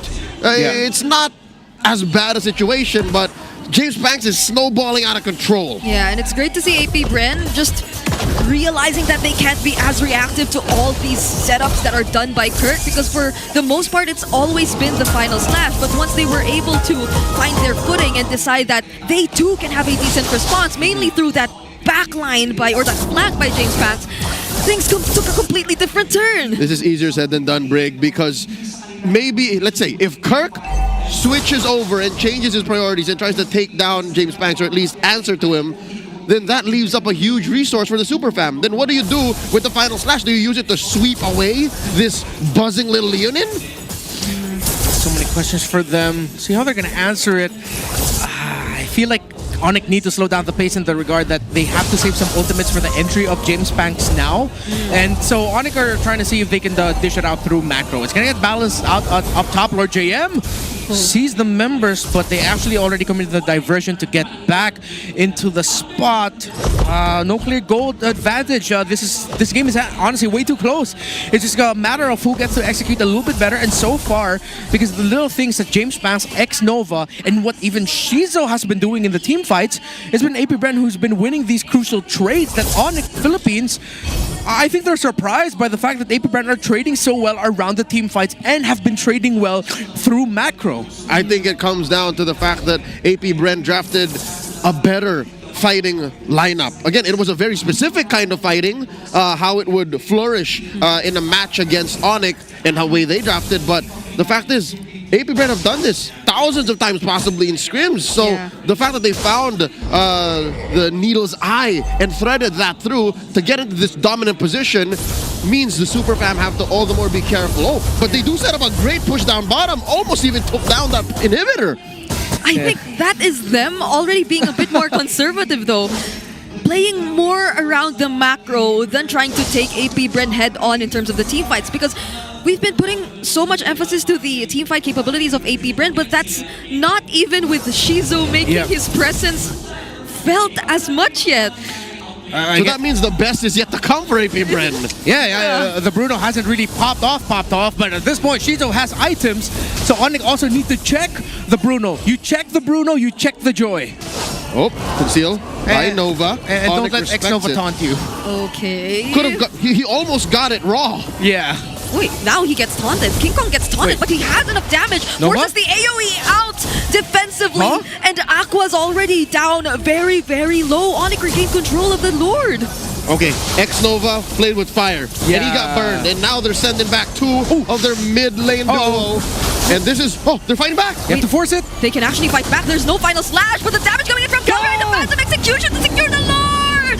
ONIC win that fight for now, but will APBR be able to fight back? Shizo still going on with the free hits, but it's a disengage. stage by AP Bren. Oh, heartbreaking rookie mistakes. X-Nova. He showed himself too early, took all that damage. Aqua decided to help cover, but then King Kong, who was in the shrub that was unchecked because X-Nova was going to the purple buff, that is anticlimactic and heartbreaking to see from the side of AP Bren. But then you see the veterancy for ONIC, smelling blood in the water right away, responding to it perfectly. The moment they brought down the Gatakacha and the Kagura low, they said, you know what, let's fight for this Lord. Even though AP Bren also looked at Kirk's missed final slash. Another kill, by the way, for ONIC Philippines. They found Lord JM in the middle. AP Bren need to get their marbles back together here because they are falling apart. I'll tell you now, Renmar, that first check by Nova after the conceal, already something was amiss. King Kong forced to use his whole kit to get away. And now in mid, there's the glorious pathway dropped in. Finally, ONIC are in the base, up 4K. There has to be some way AP Bren finds separation between these waves and the rest of the super fam, because I think ONIC see an end angle. AOG! Two-man final slash set, and Shizu's the first to fall. Now they lose their damage, and it's gonna be a sweep for ONIC Philippines. 2-0 for the super fam, making quick work of AP Bren under 15. AP Bren drafted a lineup that demanded perfection in micro and macro. And the moment where they slipped in the Lord dance, that's where they got taken out. Great call by ONIC to just say, you know what, let's play that 50-50, even though Kirk missed that final slash. For a while it was pristine. Yeah. For a while it was porcelain. And then it started to show cracks, and I'd hate to say it, but there has to be better communication between the mid trio. Yeah. James Banks wasn't ready for it. X-Nova and Aqua, they came back from the retreat and then rushed into a fight that they weren't ready to face. GG well played. The AP Bren, the super fam, are in great shape. Yeah, I like how Keller took some even more time there to what seemingly looks like giving a bit more words of encouragement for James Banks. It was a good showing. The errors that AP Bren showed here are definitely fixable. They could have won that game number 2 to force a game number 3, but what happened there in the end, definitely you can work on. That was such a great showing from AP Bren, despite the struggles we saw, especially in game number 1. There are things that are a bit too evident, but not as bad. You know that they're fixable if you're AP Bren, and we're just hoping to see them regroup and improve from this point onwards. There was something to behold there, and I'm glad that there was something to watch for the Sonic Republic. Let's go to stage with Hans and Odin. Starting off week 2 ng season 16 with a strong win, your winners, ONIC Philippines! Gentlemen, again, I think you still haven't given a single game. What a way to kick things off in S16. You're right, Hans. And friends, nabanggit mo last time na gusto mong makilala yung ONIC Philippines bilang disciplined team. Ikaw, gusto namin malaman, ano ba yung gusto mong ipakita or ipakilala as Super Friends this season 16? Hindi na maasim. Hindi na maasim. Hindi na maasim sa laro. Pero alam mo, sa sobrang idol kita, naging IGN ko pa yung Super Princess ha. And friends, parang sabi nila, mas gumagwapo ka daw sa paningin namin. Ano masasabi mo sa mga supporters mo? Ako yun, si Kelra yun. Si Kelra yun? Ano daw? Parang may mga nakakapansin kasi na mas gumagwapo rin si Super Friends ngayon eh. Oo nga. Parang iba ang... Parang iba yung aura mo ngayon. Ano masasabi mo sa mga supporters mo? Sa mga sumusuporta sa akin tsaka sa ONIC, thank you. Wow! You know, we're talking about... Ano daw? Nag-rosy chick siya. Oo nga. I like it. You know, the confidence is there, but the humbleness also is. I want to know more about this specific, moment na meron kayo. Sige, friends, you can keep that mic dahil itong tanong na to ay para sa'yo rin. Considering na ito, ang dami ng mga bagong players, bagong teams na nagpapakilala ngayon dito sa MPL Philippines, AP Bren was composed of at least one of those new rookies na pumasok ngayon. What do you think of the new players? What do you think of the season 16 rookies na ngayon nandito sa liga? Do you feel like they're gonna be a major threat to ONIC Philippines? Anong i-expect namin? Tingin ko sa mga rookies ngayong season matatapang sila Matatapang sila. And I guess we're gonna keep it at that, right? Because right beside me is the person that I need to ask this time. King Kong, you know, reality-wise, it was such a solid game para sa inyo. Nakita namin yung developments all throughout. You were able to say, sabi nga ni Prince, hindi na siya maasim. Ikaw, ano bang dapat namin nasahan ngayon mula kay King Kong? Mas hindi maasim kay Super Friends na playstyle. So patanggalan ng asim to. Sino pinakamaasim sa ONIC PH ngayon? Si King Kong. Si King Kong pa rin. Ikaw pa rin. Alright. So I wonder how, Coach, kasi tinanong ka na ano ba to? Is there, kasi we're talking about like different changes here for this specific team. Is there a specific era ng ONIC Philippines na gusto mong balikan with this form na meron ngayon ang team mo? Or are you trying to build on something else? Something that could potentially be bigger than what you've achieved from before? Siyempre, something bigger. Pero kung meron man, gusto kong balikan yung Prime Hate. Yung Prime Hate? Yung support niya lang si Kyrie. Yung? Support niya lang si Kyrie. Yung Siya yung carry nun eh. Siya ang carry ni Kyrie? Oo nga eh.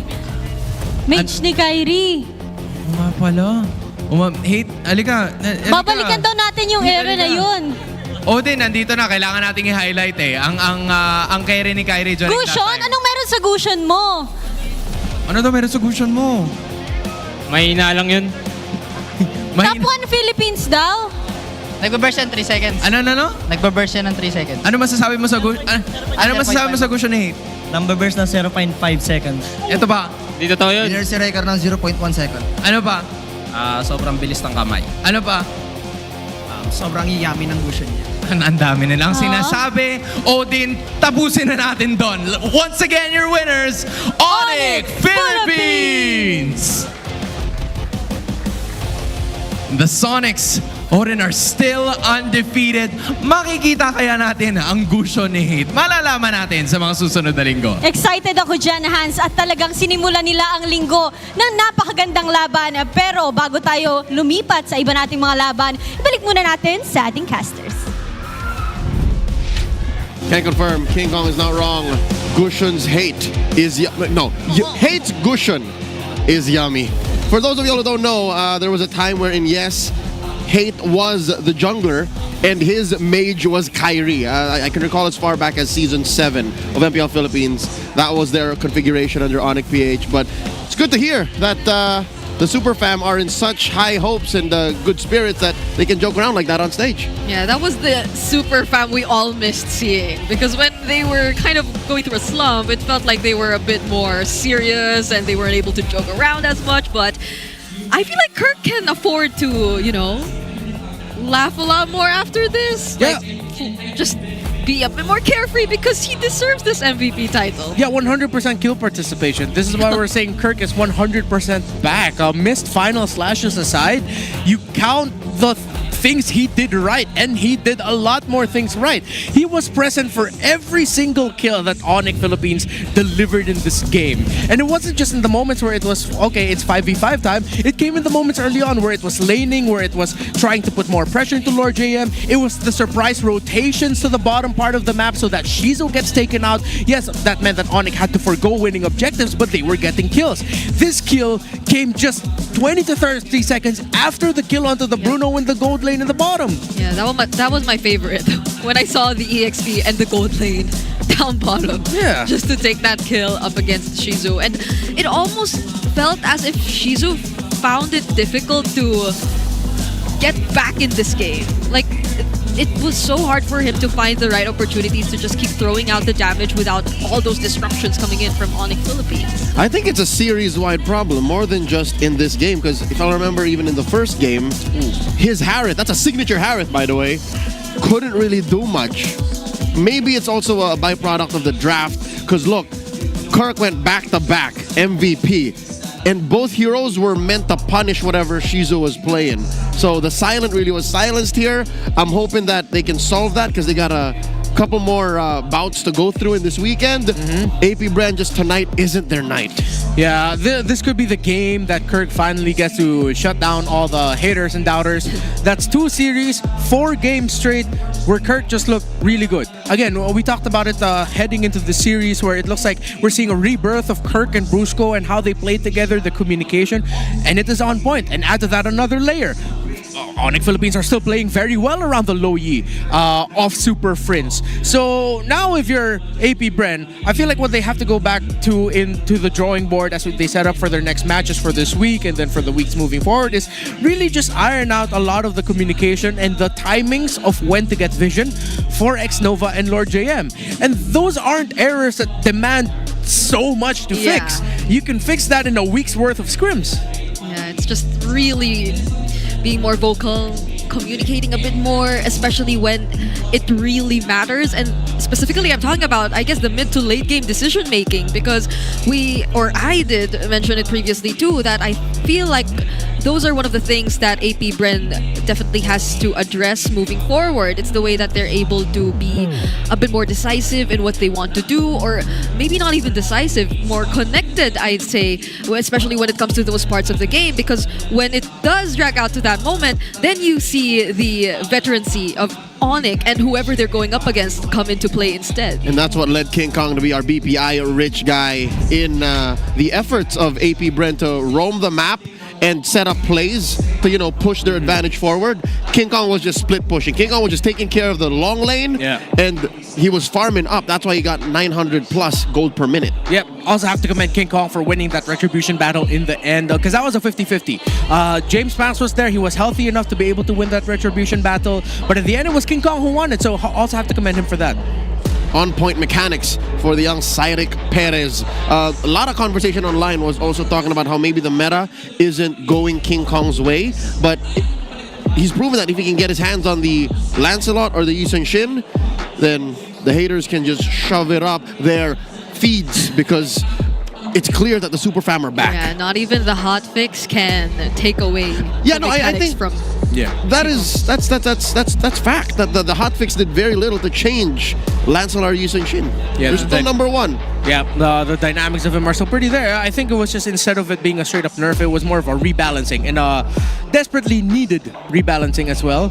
But I think we're gonna look at the numbers a little bit closer with a week's worth of competitions that we're getting all over the globe, and then maybe just a little bit we might get another hotfix on top of the hotfix onto Lancelot, because I did not feel that hotfix today. Not at all. It's all their fault. Like, why we're getting all of these adjustments, it's all their fault. So if you guys love playing these heroes in rank, then you feel the difference, you know who to blame. I love that Lancelot is back in the metagame. What is it, 2 to 3 months ago, where people were saying, "Oh, Lancelot's not real," you know? It was ONIC who first brought it in the playoffs of season 15. More than Carl TZ. More than it was always ONIC. And here it is now, nerfed and still very strong. Let's go ahead and listen to the mic check here of this match to get a little more insight about ONIC's win.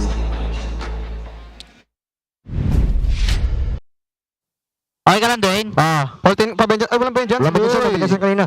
Okay na, bawi na tayo. Farm lang ni King, Titignan sila. Kalma, hindi ko na-stun. Okay lang. Tali tayo, Dwayne. Dito, Dwayne. Okay, sasabayan kita lakad, Dwayne. Laban lang. Kahit mamatay dyan, mamatay. Harap lang. Huwag kang garap, pre. Meron tayo. Yo, pre. Nastan ko. Nice. Walang tayo. Ito muna. Bumers na. Ako, Bruno. Ngayon lang sa akin. Walang burst kagura. Tingin. Bruno. Nice, Kurt. Nice. Clean. That is... Nice, Kurt. I find it difficult to find the words to describe it, because it's both succinct, descriptive, and just very chill. Yeah. And I think we may be seeing here a little bit of a glimpse as to what could have been the communication holes for ONIC recently, especially during MSC, is that a lot of the early fights a lot of the clips we kept hearing the same theme of no one's backing out. Just believe, just fight. Force it. Go for it, force it. That was the theme present in every single clip that we saw.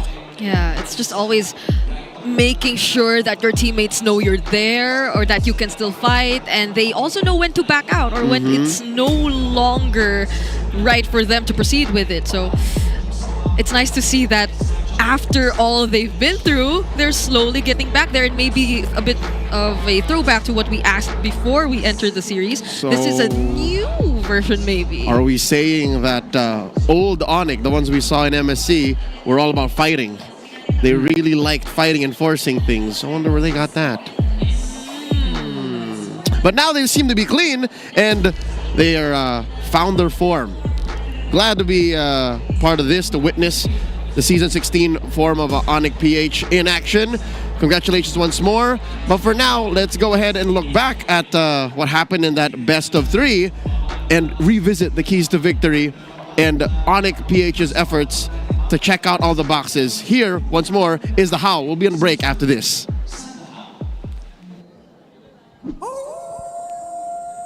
Thank you so much, casters. At isang mabilis mula sa ONIC Philippines. Nakita nating serye na yon. Pero meron tayong dalawang natutunan. Ang pinakauna dyan is, pag nilast week mo yung hero ni Kelra, ito yung Deus Ex Machina ng ONIC.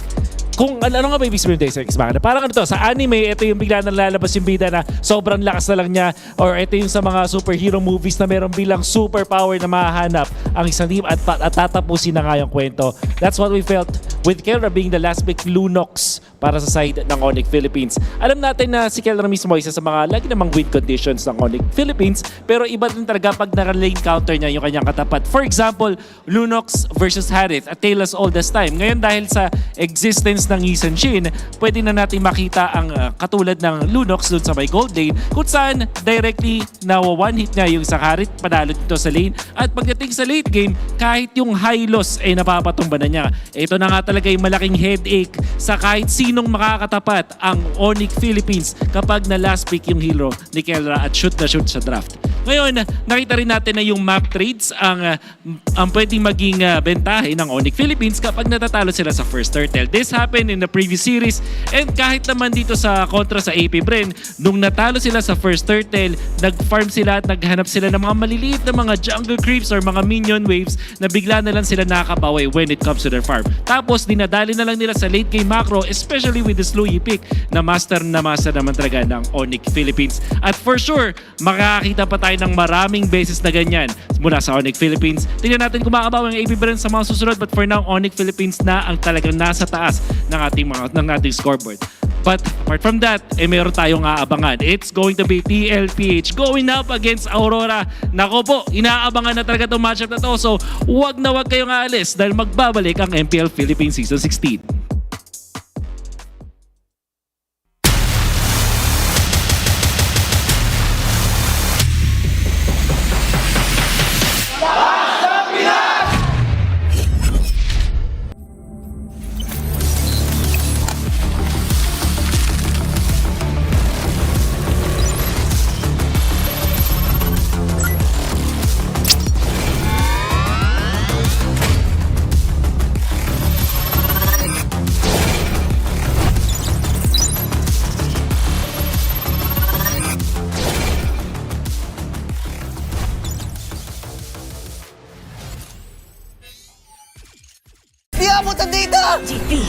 GG bro!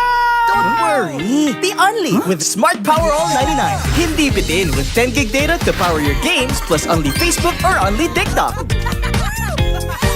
Load now!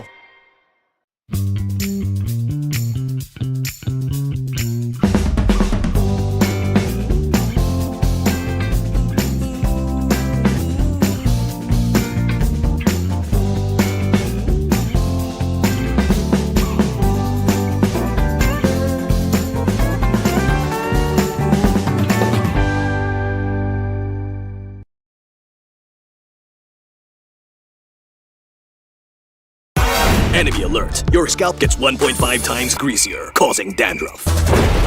Get triple anti-dandruff power. Supercharge with Clear. Pang-marinade, Panggisa, pampasarap, ang daming ititimpla! Luto mo yan with Knorr Liquid Seasoning. mula luto tong plato, sarap panalo. Luto tong plato, sarap panalo. Luto tong plato, sarap panalo. Luto tong plato, panalo ang luto mo.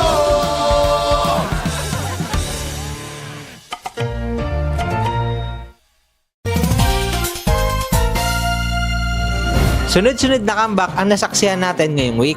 Ako nga pala si Bentings, ang maghahatid sa inyo ng MPL Hot News. Unahin na natin ang 10k gold lead ng Aurora. Naka-panel strat kasi sila dito, kung saan itong lineup na to ay may expiration kapag hindi mo agad natapos yung game. At dahil nga tumagal na yung game, nakaipon na ng nakaipon ang Team Falcon. At kung makikita nyo nga si Super Marco, halos wala nang aabot sa kanya. Patunay na din to sa kanyang 0 deaths. Bulletproof talaga. Kaya ang nangyari, nakambak pa ng Team Falcon ang 10k gold lead ng Aurora. At ang sumunod naman, itong Team Liquid. Sobrang lamang na ng TNC. Dahil sa tapang ni Carl TC na ituloy lahat ng Lord na nabawasan na ng TNC, nagawa pa nila na baliktarin yung game. At dahilan yun para masarado nila yung series ng 2-0. At yun lang, kung gusto nyo mapanood yung MPL ng live na live, huwag nyo kalimutan bumili ng ticket. At magkita-kita tayo sa Greensan, Makati. Okay, nasa akin, Mike. Mike, check. Gulo na ka ng buhok ko eh, di ko pa naayos eh. James Punks versus King Kong. ONIC versus ONIC. Paano pag nagyari ka kay James Punks? Losing your pre, sabi mo, di ba? Na-burning yung red ka na, pre. Like I'll never know. Losing you, not really love enough. Oh! Oh, yeah, James talaga. Nag-aapoy. Ito na. Paisa nga ya. Mga kasonics. Paasi naman mga kasonic. Nag-aapoy.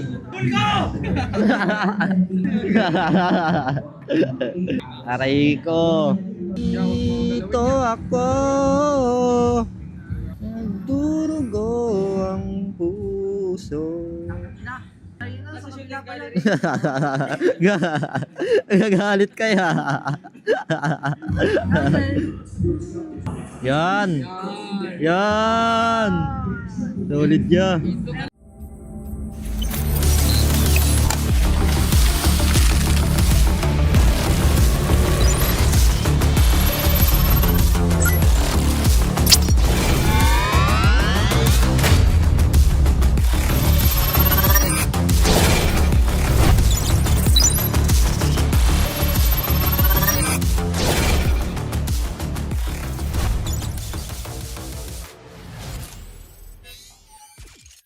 Di abutan dito! Defeat! GG bro! Don't worry! Be only with Smart Power All 99. Hindi bitin with 10 gig data to power your games plus only Facebook or only TikTok. Load now!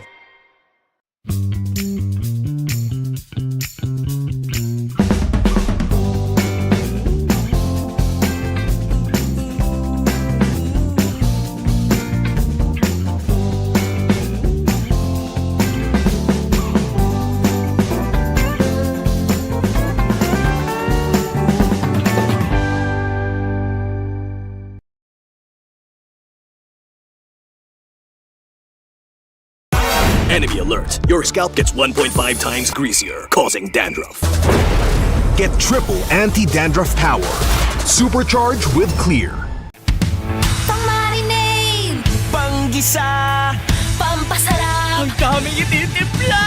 Luto mo yan with Knorr Liquid Seasoning. mula luto tong plato, sarap panalo. Luto tong plato, sarap panalo. Luto tong plato, sarap panalo. Luto tong plato, panalo ang luto mo.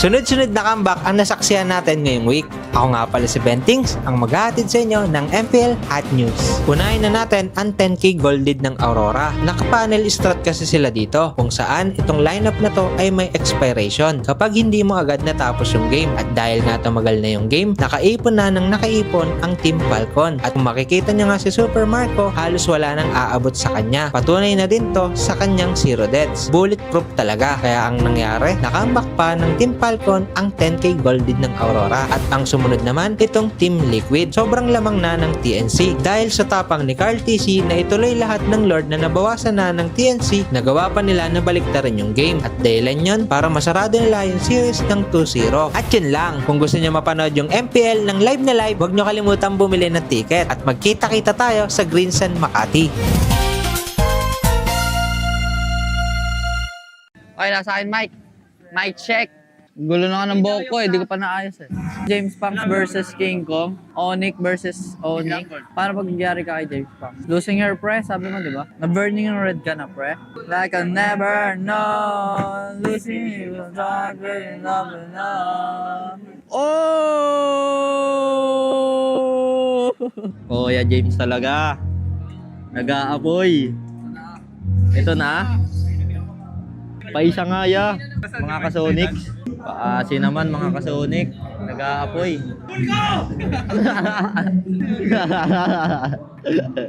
Aray ko. Dito ako. Nagdurugo ang puso. Gagalit kaya. Yan. Yan. Solid ya.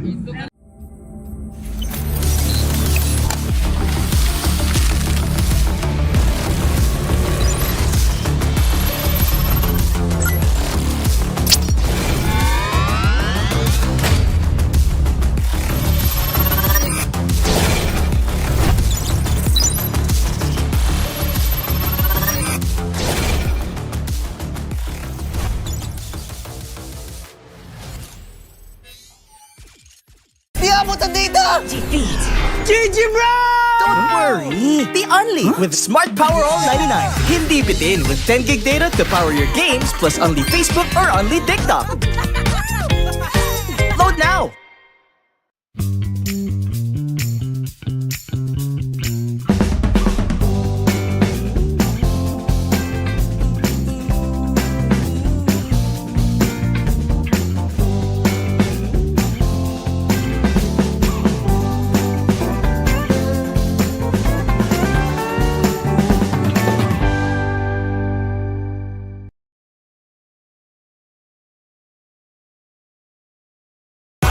Enemy alert. Your scalp gets 1.5 times greasier, causing dandruff. Get triple anti-dandruff power. Supercharge with Clear. Pang-marinade. Panggisa. Pampasarap. Ang daming ititimpla. Luto mo yan with Knorr Liquid Seasoning. Mula luto tong plato, sarap panalo. Luto tong plato, sarap panalo. Luto tong plato, sarap panalo. Luto tong plato, panalo ang luto mo.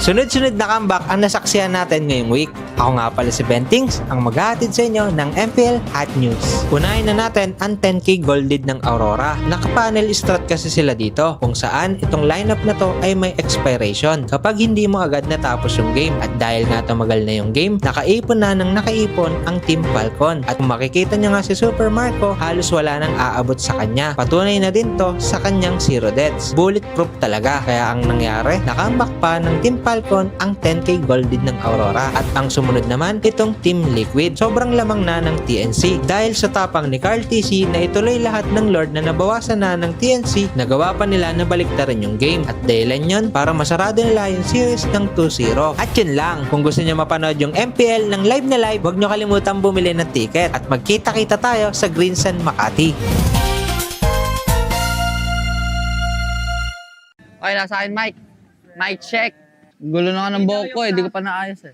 James Punks versus King Kong. ONIC versus ONIC. Paano pag nagyari ka kay James Punks? Losing your pre, sabi mo di ba? Na-burning yung red ka na pre. Like I'll never know. Losing you, not really love enough. Oh! Oh, yeah, James talaga. Nag-aapoy. Ito na. Paisa nga ya, mga kasonics. Paasi naman mga kasonic. Nag-aapoy.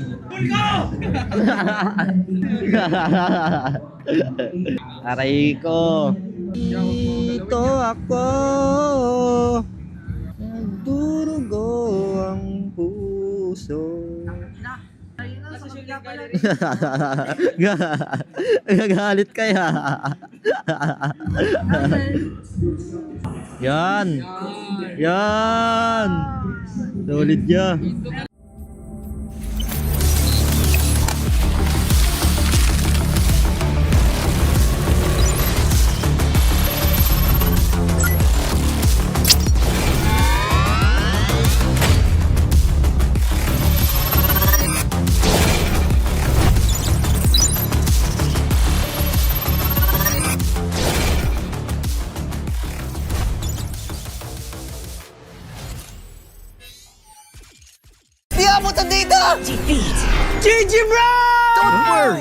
Be only with Smart Power All 99. Hindi bitin with 10 gig data to power your games plus only Facebook or only TikTok. Load now!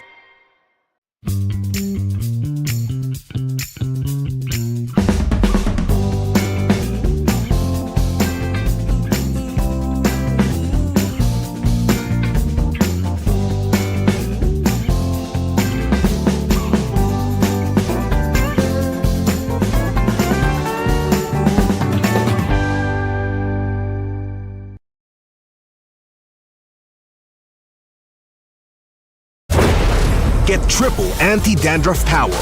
Supercharged with Clear. Pang-marinade, Panggisa, pampasarap, ang daming ititimpla!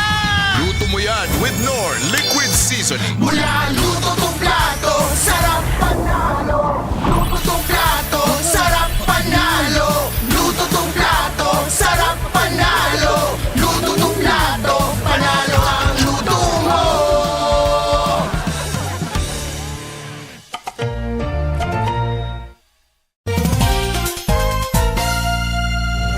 Sunod-sunod na comeback ang nasaksihan natin ngayong week.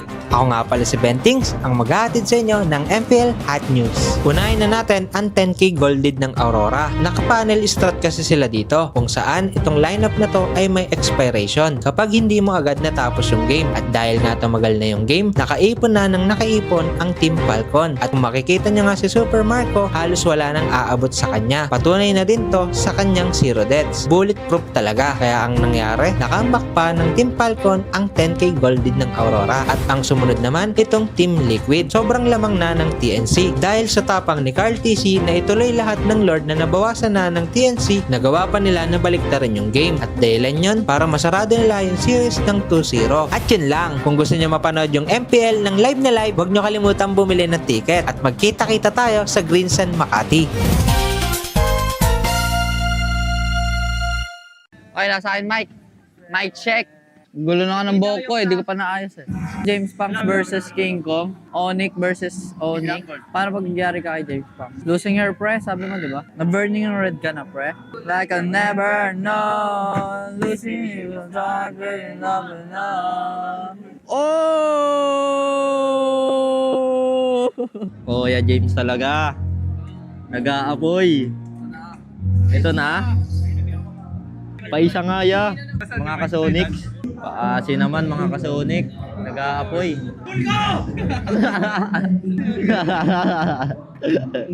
Aray ko. Dito ako. Nagdurugo ang puso. Gagalit kaya. Yan. Yan. Solid ya.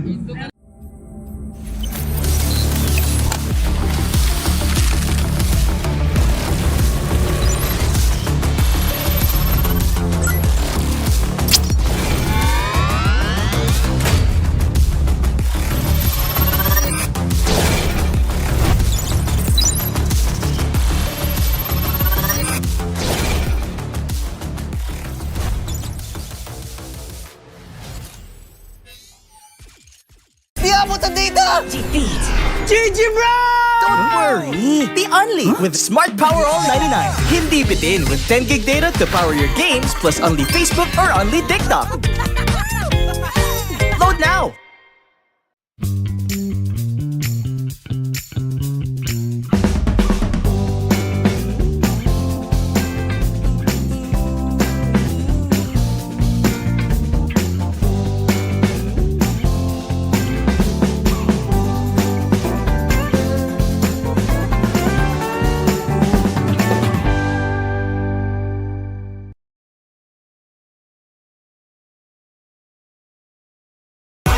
Enemy alert. Your scalp gets 1.5 times greasier, causing dandruff. Get triple anti-dandruff power. Supercharged with Clear. Pang-marinade, Panggisa, pampasarap, ang daming ititimpla! Luto mo yan with Knorr Liquid Seasoning. mula luto tong plato, sarap panalo. Luto tong plato, sarap panalo. Luto tong plato.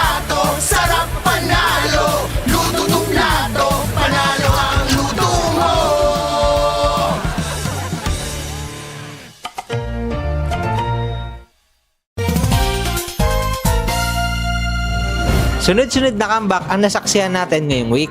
Ako nga pala si Bentings, ang maghahatid sa inyo ng MPL Hot News. Unahin na natin ang 10k gold lead ng Aurora. Naka-panel strat kasi sila dito, kung saan itong lineup na to ay may expiration kapag hindi mo agad natapos yung game. At dahil nga tumagal na yung game, nakaipon na ng nakaipon ang Team Falcon. At kung makikita nyo nga si Super Marco, halos wala nang aabot sa kanya. Patunay na din to sa kanyang 0 deaths. Bulletproof talaga. Kaya ang nangyari, nakambak pa ng Team Falcon ang 10k gold lead ng Aurora. At ang sumunod naman, itong Team Liquid. Sobrang lamang na ng TNC. Dahil sa tapang ni Carl TC na ituloy lahat ng Lord na nabawasan na ng TNC, nagawa pa nila na baliktarin yung game. At dahilan yun para masarado nila yung series ng 2-0. At yun lang, kung gusto nyo mapanood yung MPL ng live na live, huwag nyo kalimutan bumili ng ticket. At magkita-kita tayo sa Green Sun Makati.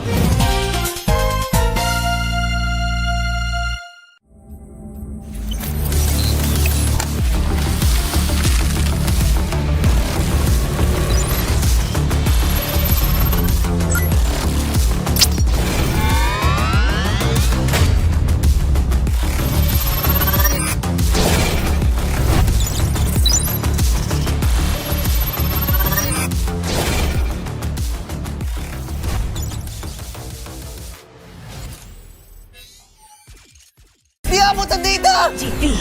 GG bro! Don't worry! The Only with Smart Power All 99. Hindi bitin with 10 gig data to power your games plus only Facebook or only TikTok. Load now!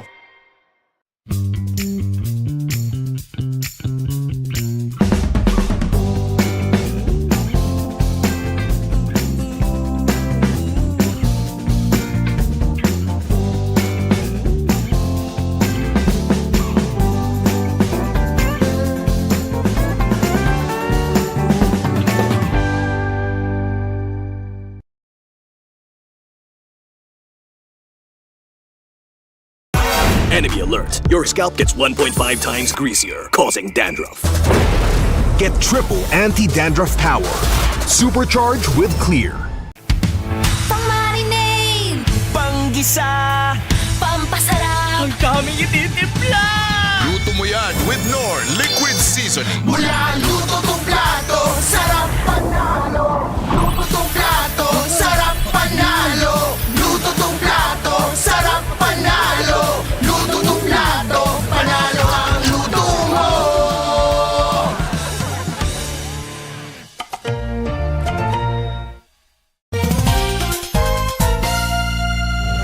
Sunod-sunod na comeback ang nasaksihan natin ngayong week. Ako nga pala si Bentings, ang maghahatid sa inyo ng MPL Hot News. Unahin na natin ang 10k gold lead ng Aurora. Naka-panel strat kasi sila dito, kung saan itong lineup na to ay may expiration kapag hindi mo agad natapos yung game. At dahil nga tumagal na yung game, nakaipon na ng nakaipon ang Team Falcon. At kung makikita nyo nga si Super Marco, halos wala nang aabot sa kanya. Patunay na din to sa kanyang 0 deaths. Bulletproof talaga. Kaya ang nangyari, nakambak pa ng Team Falcon ang 10k gold lead ng Aurora. At ang sumunod naman, itong Team Liquid. Sobrang lamang na ng TNC. Dahil sa tapang ni Carl TC na ituloy lahat ng Lord na nabawasan na ng TNC, nagawa pa nila na baliktarin yung game. At dahilan yun para masarado nila yung series ng 2-0. At yun lang, kung gusto nyo mapanood yung MPL ng live na live, huwag nyo kalimutan bumili ng ticket. At magkita-kita tayo sa Green Sun Makati.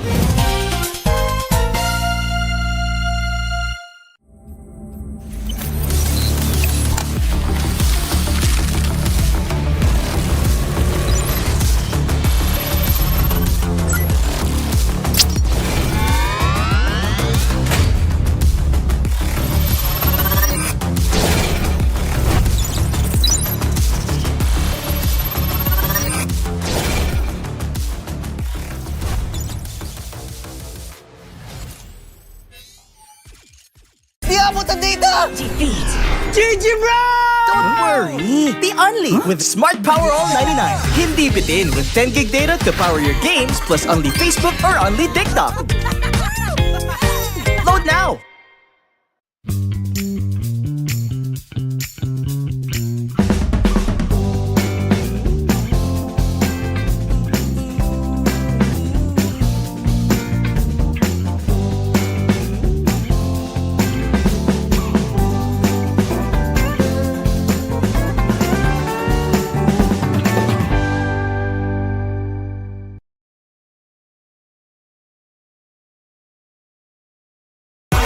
Enemy alert. Your scalp gets 1.5 times greasier, causing dandruff. Get triple anti-dandruff power. Supercharged with Clear. Pang-marinade, Panggisa, pampasarap, ang daming ititimpla. Luto mo yan with Knorr Liquid Seasoning. mula luto tong plato, sarap panalo. Luto tong plato, sarap panalo. Luto tong plato, sarap panalo. Luto tong plato, panalo ang luto mo.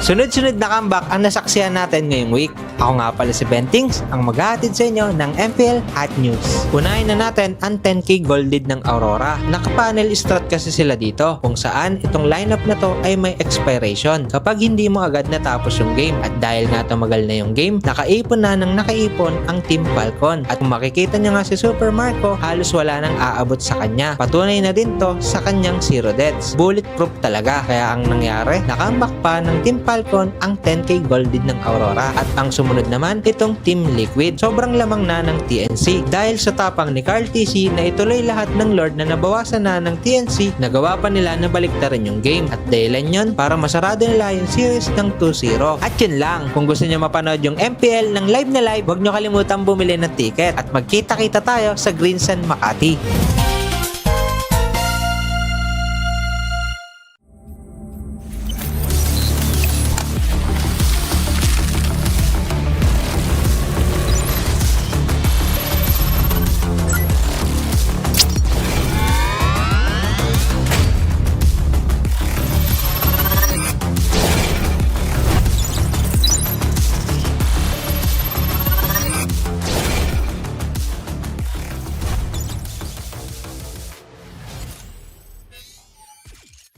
Di abutan dito! GG bro! Don't worry! Be only with Smart Power All 99. Hindi bitin with 10 gig data to power your games plus only Facebook or only TikTok. Load now!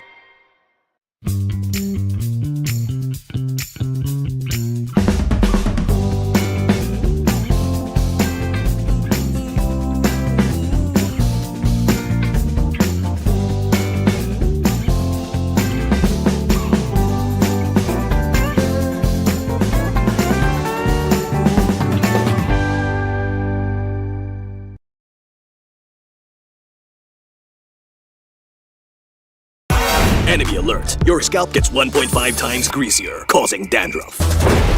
Get triple anti-dandruff power. Supercharged with Clear. Pang-marinade, Panggisa, pampasarap, ang daming ititimpla.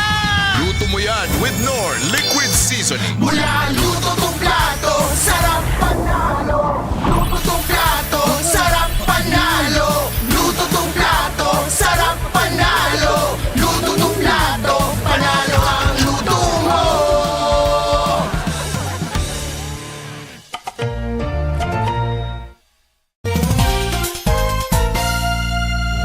Sunod-sunod na comeback ang nasaksihan natin ngayong week. Ako nga pala si Bentings, ang maghahatid sa inyo ng MPL Hot News. Unahin na natin ang 10K gold lead ng Aurora. Naka-panel strat kasi sila dito, kung saan itong lineup na to ay may expiration kapag hindi mo agad natapos yung game. At dahil nga tumagal na yung game, nakaipon na ng nakaipon ang Team Falcon. At kung makikita nyo nga si Super Marco, halos wala nang aabot sa kanya. Patunay na din to sa kanyang 0 deaths. Bulletproof talaga. Kaya ang nangyari, nakambak pa ng Team Falcon ang 10K gold lead ng Aurora. At ang sumunod naman, itong Team Liquid. Sobrang lamang na ng TNC. Dahil sa tapang ni Carl TC na ituloy lahat ng Lord na nabawasan na ng TNC, nagawa pa nila na baliktarin yung game. At dahilan yun para masarado nila yung series ng 2-0. At yun lang, kung gusto nyo mapanood yung MPL ng live na live, huwag nyo kalimutan bumili ng ticket. At magkita-kita tayo sa Greensan, Makati.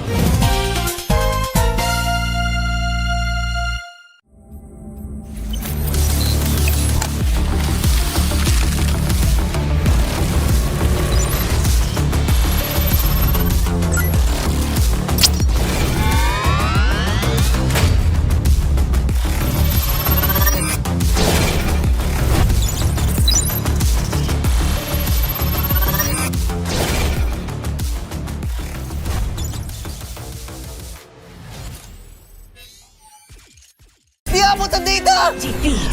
GG bro! Don't worry! The Only with Smart Power All 99. Hindi bitin with 10 gig data to power your games plus only Facebook or only TikTok. Load now!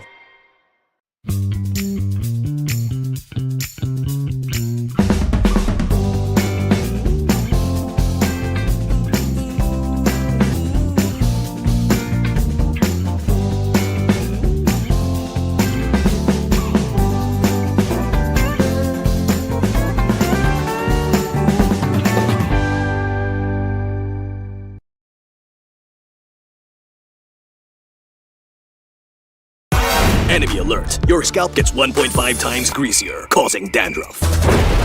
Get triple anti-dandruff power. Supercharge with Clear. Pang-marinade! Panggisa! Pampasarap! Ang daming ititimpla! Luto mo yan with Knorr Liquid Seasoning. Mula luto tong plato, sarap panalo! Luto tong plato, sarap panalo! Luto tong plato, sarap panalo! Luto tong plato, panalo ang luto mo!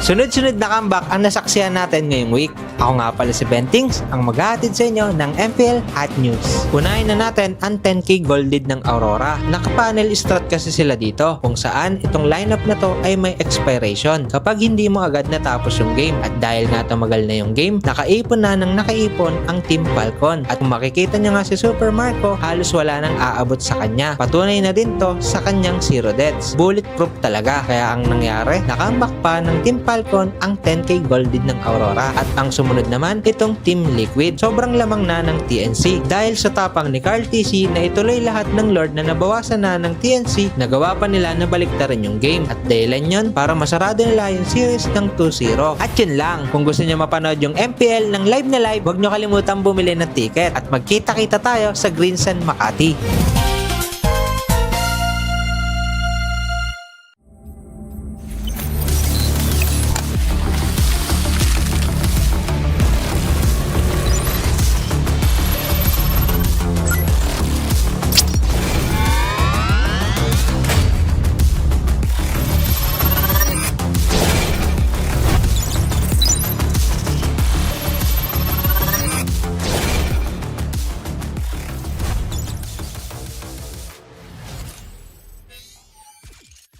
Di abutan dito!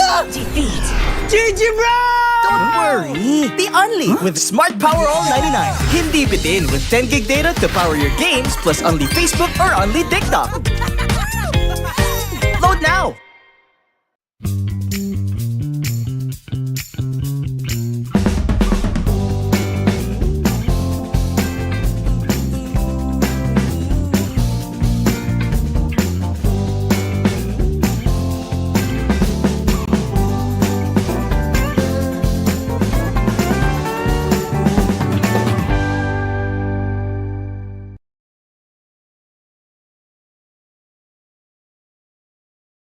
Enemy alert. Your scalp gets 1.5 times greasier, causing dandruff.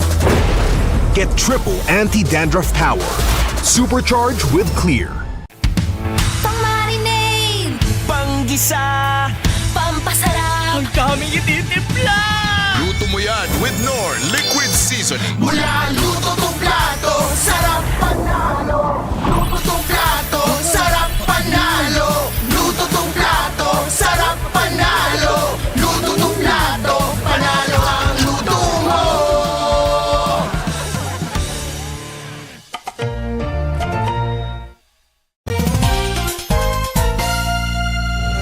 Sunod-sunod na comeback ang nasaksihan natin ngayong week. Ako nga pala si Bentings, ang maghahatid sa inyo ng MPL Hot News. Unahin na natin ang 10k golded ng Aurora. Naka-panel strat kasi sila dito, kung saan itong lineup na to ay may expiration kapag hindi mo agad natapos yung game. At dahil nga tumagal na yung game, nakaipon na ng nakaipon ang Team Falcon. At kung makikita nyo nga si Super Marco, halos wala nang aabot sa kanya. Patunay na din to sa kanyang 0 deaths. Bulletproof talaga. Kaya ang nangyari, nakambak pa ng Team Falcon ang 10k golded ng Aurora. At ang sumunod sumunod naman itong Team Liquid. Sobrang lamang na ng TNC dahil sa tapang ni Carl TC na ituloy lahat ng Lord na nabawasan na ng TNC, nagawa pa nila na baliktarin yung game. At dahilan yun para masarado nila yung series ng 2-0. At yun lang, kung gusto nyo mapanood yung MPL ng live na live, huwag nyo kalimutan bumili ng ticket at magkita-kita tayo sa Green Sun Makati.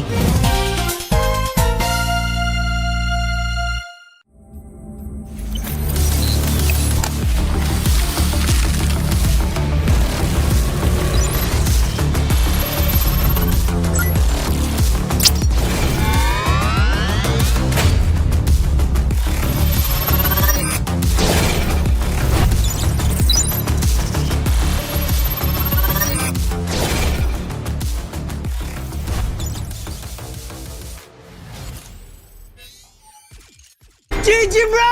Don't worry! Be only with Smart Power All 99. Hindi bitin with 10 gig data to power your games plus only Facebook or only TikTok. Load now!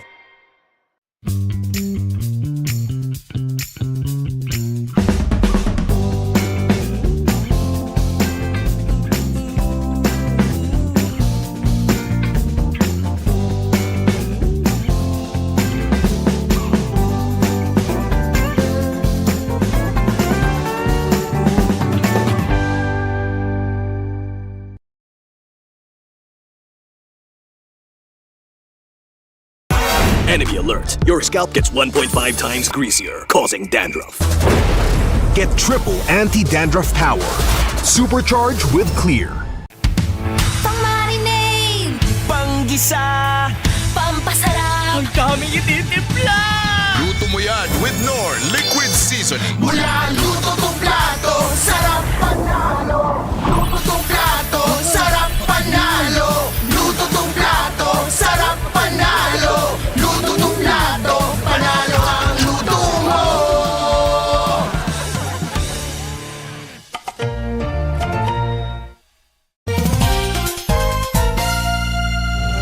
Sunod-sunod na comeback ang nasaksihan natin ngayong week. Ako nga pala si Bentings, ang maghahatid sa inyo ng MPL Hot News. Unahin na natin ang 10k gold lead ng Aurora. Naka-panel strat kasi sila dito, kung saan itong lineup na to ay may expiration kapag hindi mo agad natapos yung game. At dahil nga tumagal na yung game, nakaipon na ng nakaipon ang Team Falcon. At kung makikita nyo nga si Super Marco, halos wala nang aabot sa kanya. Patunay na din to sa kanyang 0 deaths. Bulletproof talaga. Kaya ang nangyari, nakambak pa ng Team Falcon ang 10k gold lead ng Aurora. At ang sumunod naman itong Team Liquid. Sobrang lamang na ng TNC dahil sa tapang ni Carl TC na ituloy lahat ng Lord na nabawasan na ng TNC, nagawa pa nila na baliktarin yung game. At dahilan yun para masarado nila yung series ng 2-0. At yun lang, kung gusto nyo mapanood yung MPL ng live na live, huwag nyo kalimutan bumili ng ticket at magkita-kita tayo sa Green Sun Makati.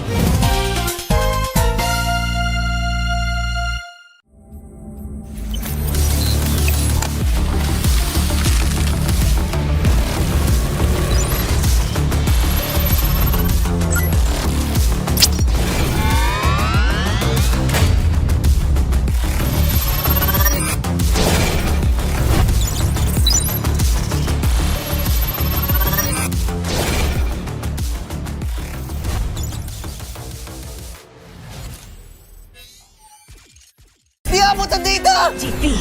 GG bro! Don't worry! Be only with Smart Power All 99. Hindi bitin with 10 gig data to power your games plus only Facebook or only TikTok.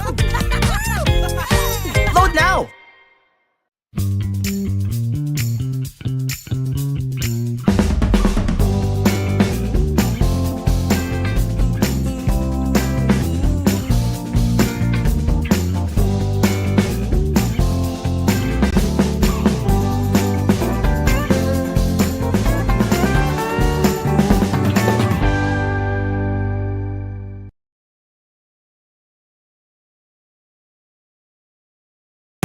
Enemy alert. Your scalp gets 1.5 times greasier, causing dandruff.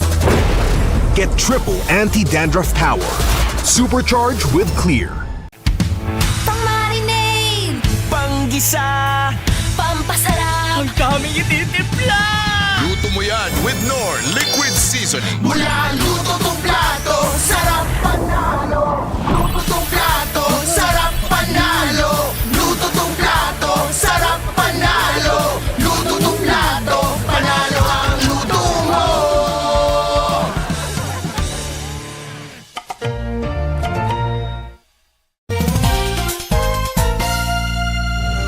Sunod-sunod na comeback ang nasaksihan natin ngayong week. Ako nga pala si Bentings, ang maghahatid sa inyo ng MPL Hot News. Unahin na natin ang 10k gold lead ng Aurora. Naka-panel strat kasi sila dito, kung saan itong lineup na to ay may expiration kapag hindi mo agad natapos yung game. At dahil nga tumagal na yung game, nakaipon na ng nakaipon ang Team Falcon. At kung makikita nyo nga si Super Marco, halos wala nang aabot sa kanya. Patunay na din to sa kanyang 0 deaths. Bulletproof talaga. Kaya ang nangyari, nakambak pa ng Team Falcon ang 10k gold lead ng Aurora. At ang sumunod naman, itong Team Liquid. Sobrang lamang na ng TNC. Dahil sa tapang ni Carl TC na ituloy lahat ng Lord na nabawasan na ng TNC, nagawa pa nila na baliktarin yung game. At dahilan yun para masarado nila yung series ng 2-0. At yun lang, kung gusto nyo mapanood yung MPL ng live na live, huwag nyo kalimutan bumili ng ticket. At magkita-kita tayo sa Green Sun Makati.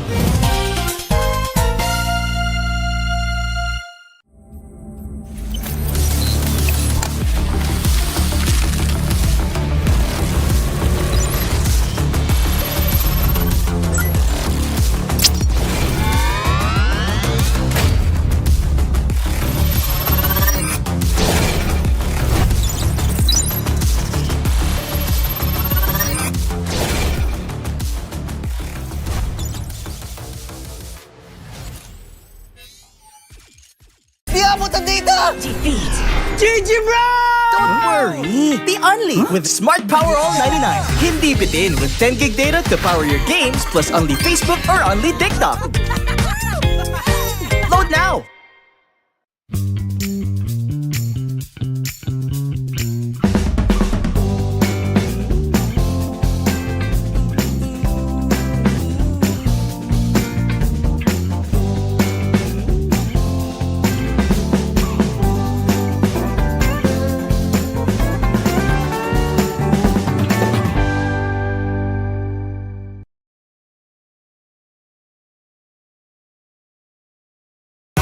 Enemy alert. Your scalp gets 1.5 times greasier, causing dandruff.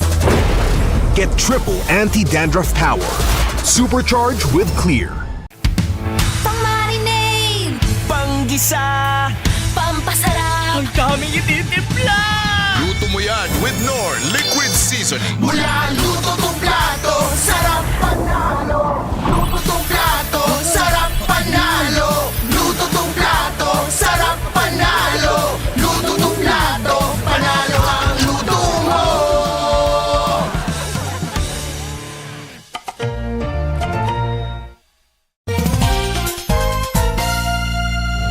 Sunod-sunod na comeback ang nasaksihan natin ngayong week. Ako nga pala si Bentings, ang maghahatid sa inyo ng MPL Hot News. Unahin na natin ang 10k gold lead ng Aurora. Naka-panel strat kasi sila dito, kung saan itong lineup na to ay may expiration kapag hindi mo agad natapos yung game. At dahil nga tumagal na yung game, nakaipon na ng nakaipon ang Team Falcon. At kung makikita nyo nga si Super Marco, halos wala nang aabot sa kanya. Patunay na din to sa kanyang 0 deaths. Bulletproof talaga. Kaya ang nangyari, nakambak pa ng Team Falcon ang 10k gold lead ng Aurora. At ang sumunod naman, itong Team Liquid. Sobrang lamang na ng TNC. Dahil sa tapang ni Carl TC na ituloy lahat ng Lord na nabawasan na ng TNC, nagawa pa nila na baliktarin yung game. At dahilan yun para masarado nila yung series ng 2-0. At yun lang, kung gusto nyo mapanood yung MPL ng live na live, huwag nyo kalimutan bumili ng ticket. At magkita-kita tayo sa Green Sun Makati.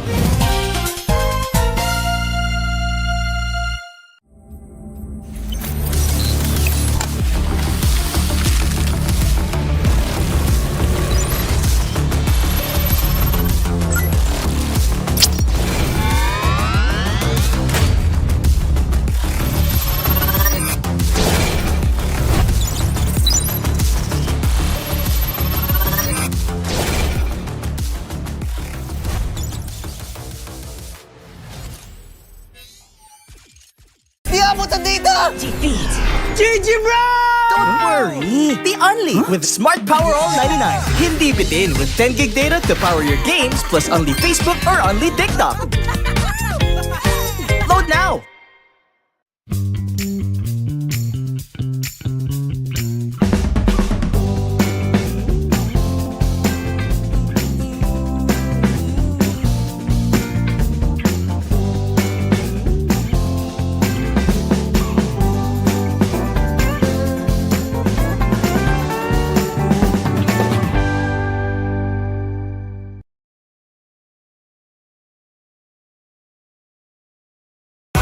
Enemy alert. Your scalp gets 1.5 times greasier, causing dandruff.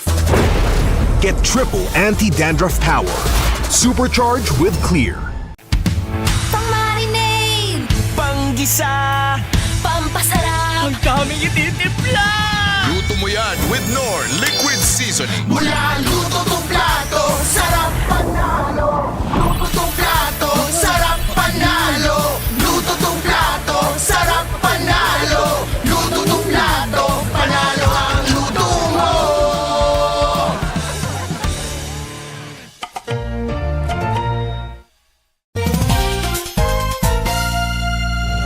Sunod-sunod na comeback ang nasaksihan natin ngayong week. Ako nga pala si Bentings, ang maghahatid sa inyo ng MPL Hot News. Unahin na natin ang 10k gold lead ng Aurora. Naka-panel strat kasi sila dito, kung saan itong lineup na to ay may expiration kapag hindi mo agad natapos yung game. At dahil nga tumagal na yung game, nakaipon na ng nakaipon ang Team Falcon. At kung makikita nyo nga si Super Marco, halos wala nang aabot sa kanya. Patunay na din to sa kanyang 0 deaths. Bulletproof talaga. Kaya ang nangyari, nakambak pa ng Team Falcon ang 10k gold lead ng Aurora. At ang sumunod naman, itong Team Liquid. Sobrang lamang na ng TNC. Dahil sa tapang ni Carl TC na ituloy lahat ng Lord na nabawasan na ng TNC, nagawa pa nila na baliktarin yung game. At dahilan yun para masarado nila yung series ng 2-0. At yun lang, kung gusto nyo mapanood yung MPL ng live na live, huwag nyo kalimutan bumili ng ticket. At magkita-kita tayo sa Greensun Makati.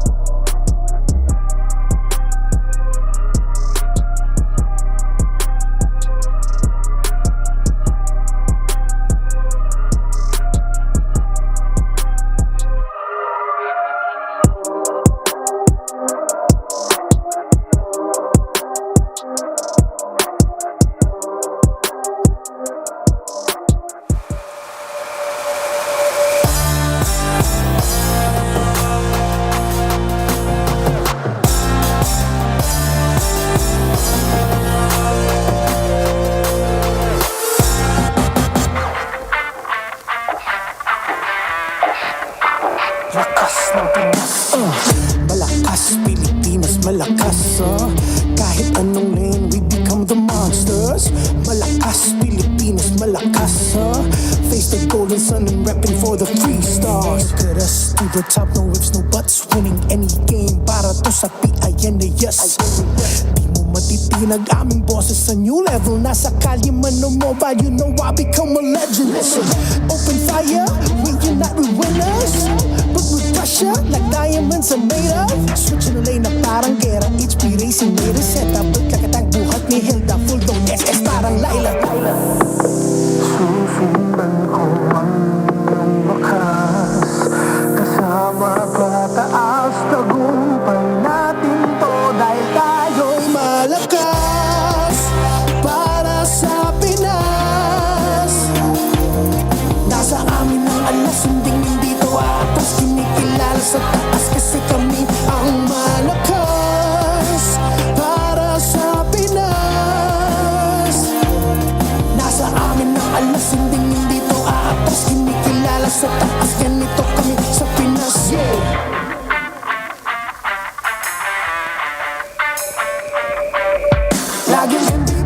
surrender, no retreat. Pag nagsama-sama, just imagine what we can achieve. Laging MVP, no surrender, no retreat. Giving 100 on my all, cause we just cannot be defeated. We are unstoppable, immune and invulnerable. Ready ang equipment, lahat frozen, mala, crowd control. Pakito on the jab, east to the southeast. Taas ang matawa, proud and loud, cause every enemy we devour. Susundan ko ang iyong wakas, kasama pataas, tagumpay natin to. Dahil tayo'y malakas para sa Pinas. Nasa amin ang alas, hindi to atas. Kinikilala sa taas kasi kami ang malakas para sa Pinas. Nasa amin ang alas, hindi to atas. Kinikilala sa taas, ganito kami sa Pinas. Lakas, Pinas malakas. Kahit anong tumas, malakas, Pilipinas malakas. Face the golden sun and repping for the free stars.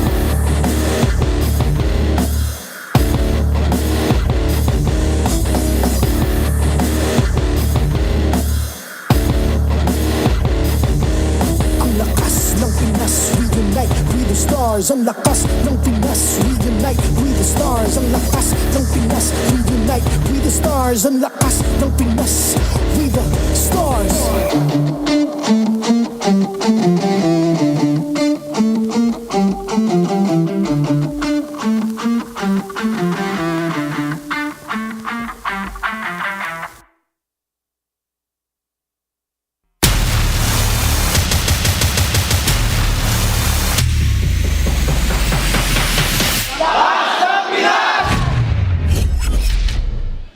These athletes and Filipino MLBB greatness have one thing in common. Both are timeless. You're tuned in to MPL Philippines Season 16. Welcome to week due day number 1. The closer features Team Liquid Philippines and Aurora Gaming. At your service, my name is Leo, joined by Brigida and Renmar Santa Cruz. It's a best of 3 match to close off tonight's bout.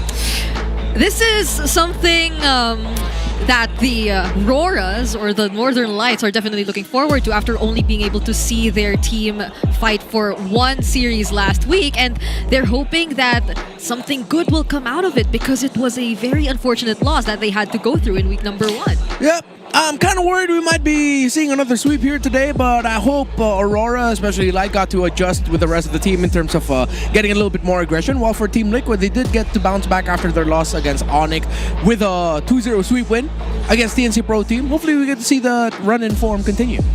We don't hold our punches here. We only speak the truth, and Aurora are walking into quite a difficult situation, facing off against defending champions. Real quick, an update in case you missed the first match of tonight. ONIC PH, the super fam, are back to their winning ways, sweeping APBR.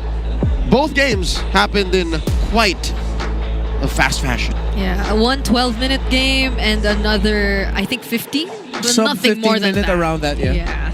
So it was really, really fast for the first series. I wonder what will happen for the second series, though. There was plenty for both Sonics and members of the Hive to watch. In case you wanted to be one of them, you can be featured as the next MPLPH Super Fan of the Month. All you need to do is join the MPL Philippines official group, engage with the community, and just keep those interactions positive. Share any MPL-related news and updates in the group for your chance to be named as the MPLPH Super Fan of the Month. That's so special. It sounds so special because it's of the month. Yeah, it's like your employee of the month, but you don't really need to work for it, and there is no salary involved, but you will get recognized, which sometimes I feel like we severely lack in having in our lives. I do plenty of posts in said official group. Where's my chance to be super fan? We already work here, so I don't think we can be. Maybe we can't be super qualified fan. or something. That's one way to put it. Yeah. Sadly. All right.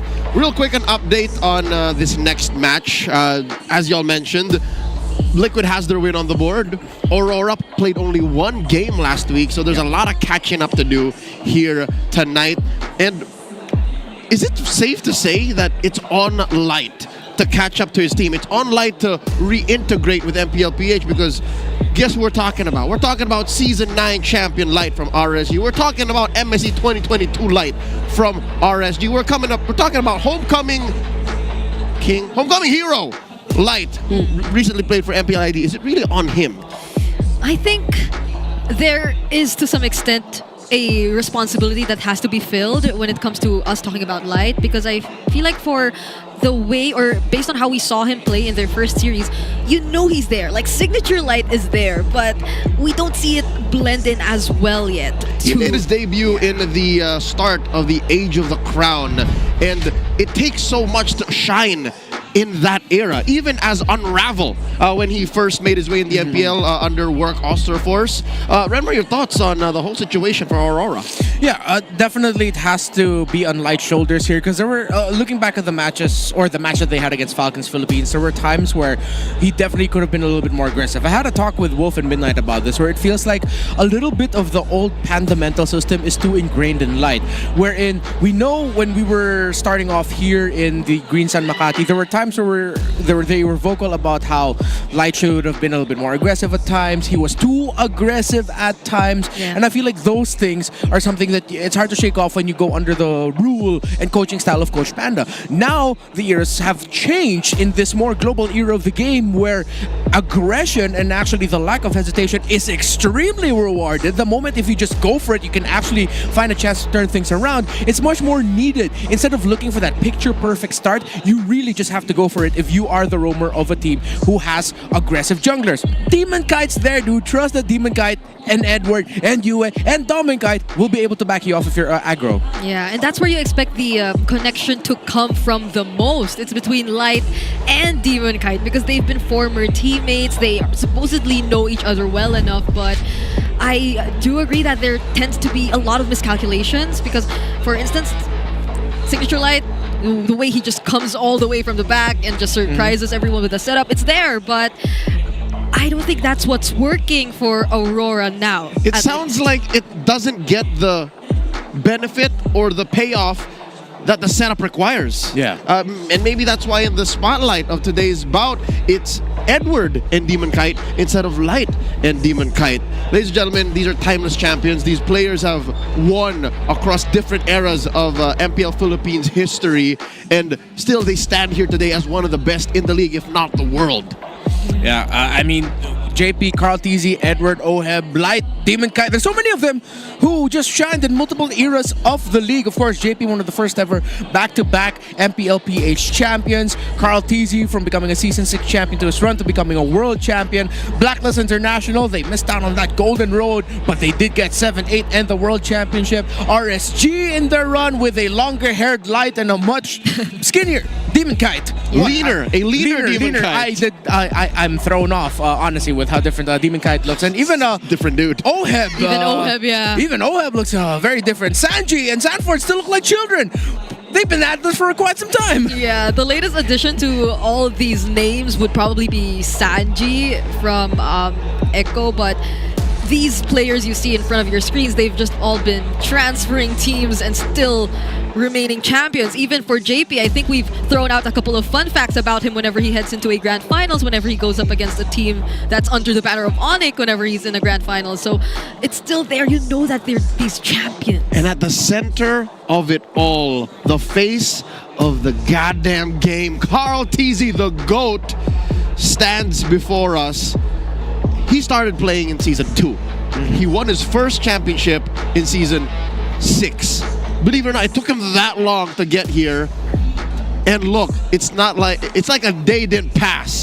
He still loves the game as much as he did the first time he picked up a phone. The way he looks. He just needs to wear some jeans, and he's really starting to look more like Magnus Carlsen as the days go on. Fellow Team Liquid member, Magnus Carlsen. But yeah, he shined in multiple eras of the league. Brawl era from Season 1 to 3, the Age of Dreamers starting from 4 to 6, the Age of the Crown when Blacklist International, RSG rose, the triangle of power between Bren, Blacklist, and Echo/Liquid, and then now where we are at the global era, where the game has taken completely different new heights with how much it shines in the EWC.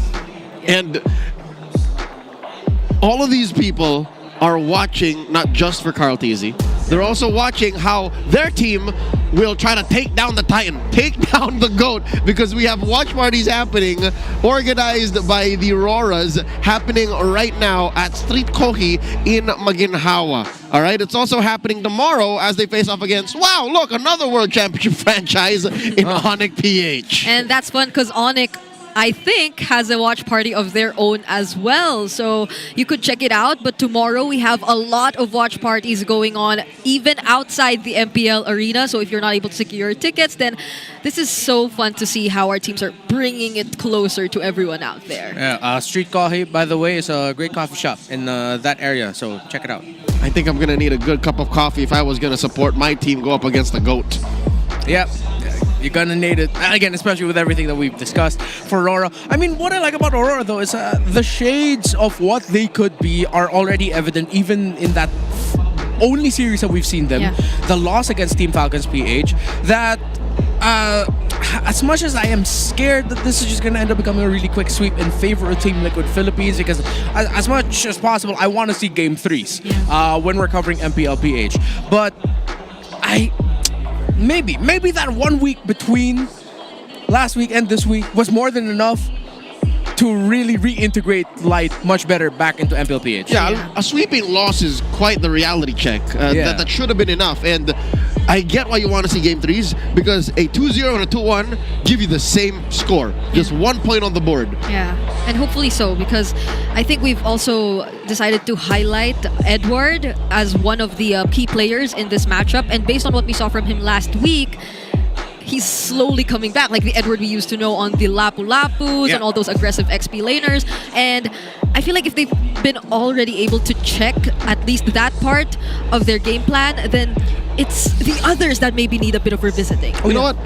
Brigida, you're right. The heroes that Edward love, and we have had reps on him win championships with these heroes in the meta, more of them are present than heroes that Sanford loves. Yeah. Because when you say Sanford, you're looking for Yu Zhong too. Yeah. Yu Zhong is not even a shadow of this half dragon, half man hero is in our metagame, but you've seen some signs of Paquito show up. So that's why Edward should be poised to win. Now, we're throwing out a question to everyone watching. What is your favorite era?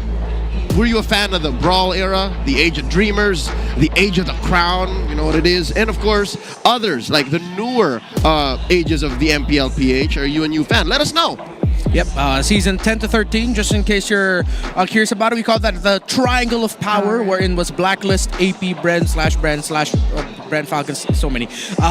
And I'm missing out one more, not RSG, Liquid / Echo. Yeah. They're mostly just Echo. And then the current global era, starting from season 14 onwards. So if those are your choices, you can put in D and then just type those in. Again, Triangle of Power and Global Era are the other two options not available there. If it were me, I would be putting D, because I feel like I've been most part of the era during these times. So you're biased. And I mean, because you're a Liquid girly. That's understandable. That's okay true. too. No, you get it.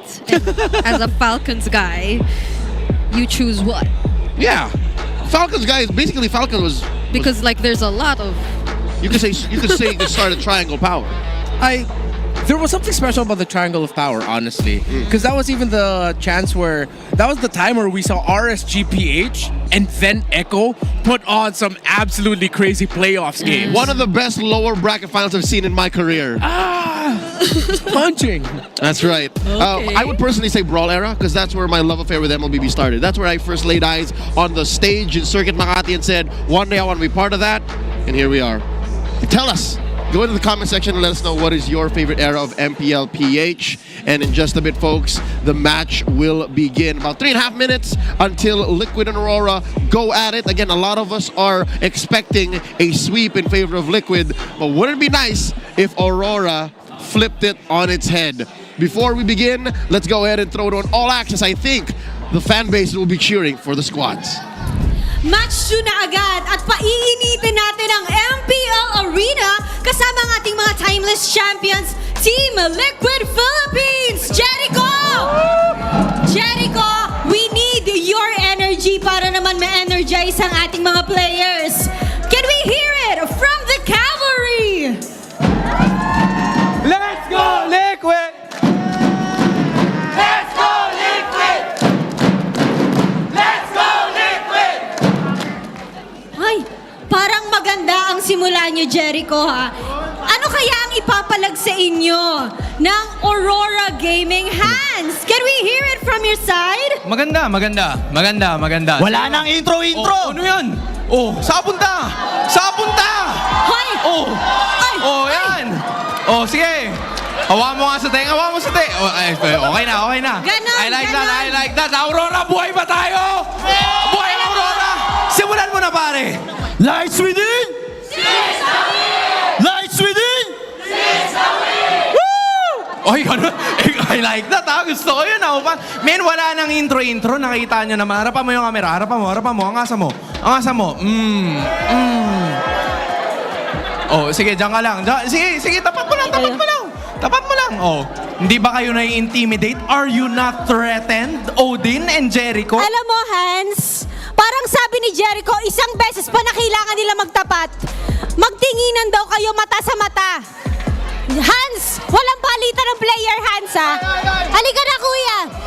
Magtinginan daw kayo mata sa mata. Kailangan pantay. Yan. Okay. Jericho, more energy daw. Parang kailangan pa ng more energy ng The Cavalry. The Cavalry, mag-ingay! Let's go, Liquid! Let's go, Liquid! Let's go, Liquid! Let's go, Liquid! Mukhang alam na namin kung sino ang mas malakas mag-cheer. Mas malakas ka ba, Jericho? Oo, syempre naman. Syempre naman daw. And we can't wait kung ano na nga ba ang makikita nating labanan sa loob ng Land of Dawn. Pumunta tayo sa ating mga casters. I am afraid of Aurora's community leader. He put the fear of God in me. What is that? He literally went up to like TLPH's representative and It's like a little pit bull. Yeah, he told the host of MPL Philippines, Hans, no, we're not doing it your way, you're doing it my way now. And we are going to cross over here and we're going to go to the other side. This is my chant off. Man terrifies me. And I hope that empowers Aurora going into this bout because, again, in case you were listening to the prior discussion leading up to said chant off, Aurora are underdogs. Aurora had one hell of an opener, got swept by Falcons. Falcons got swept elsewhere, if you know what we're talking about. But tonight, they're facing off against one of the Titans of MLBB, the defending champions of MPL Philippines. This is going to be one hell of a best of three. I've gotten word that the teams are just about to walk in on stage. Did you get a sight of what Liquid is like? As a Liquid girlie, what do they look like stepping into the bout? I actually feel a bit worried myself, like, not gonna lie. I know we have so much expectations about this entire potential sweep, but there's a part of me, it's maybe a gut feeling, but I also feel slightly worried that this might not go exactly the way we expect. I'm gonna say this now, as the true Liquid girlie on the table. 2-0 Team Liquid, I'm kidding. No, I'm feeling what she's feeling. However, my brain just keeps telling me, based on what we've seen so far from that first week, it's looking like it's Team Liquid favored for this one. Yeah, but maybe not a sweep. Because again, Liquid got swept in their opener too. Yeah, gotta acknowledge that. So y'all heard it from TLG, Renmar, and the two of us. ALG. You're all Liquid girlie. He's the Liquid girlie. I still hold hopes that maybe Aurora will put on a show. Because again, you don't get Light back from MPLID and put him back together with Demon Kai for nothing. The expectation is still there. I don't know why the discussion online isn't as hot, but maybe that's just the Northern Lights being patient with their squad. And speaking of which, here they are. Let's welcome Aurora Gaming and Liquid into the MPL arena. Here the stampede of the cavalry. Sanford, Carl, TZ, Sanji, JP, and Oheb. It's Team Liquid Philippines.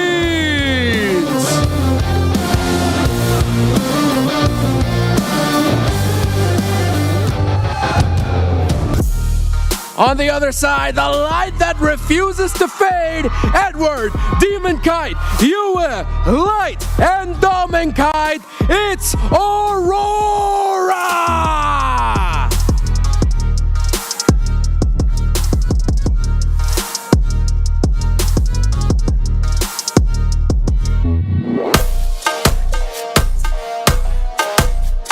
welcome to the stage our marshals for this marquee matchup. It's Joshua, JJ, Patrick, and Jeff. And the coaches, Coach RC and Coach Master the Basics. All right, MPL Arena, you know what to do. Make some noise!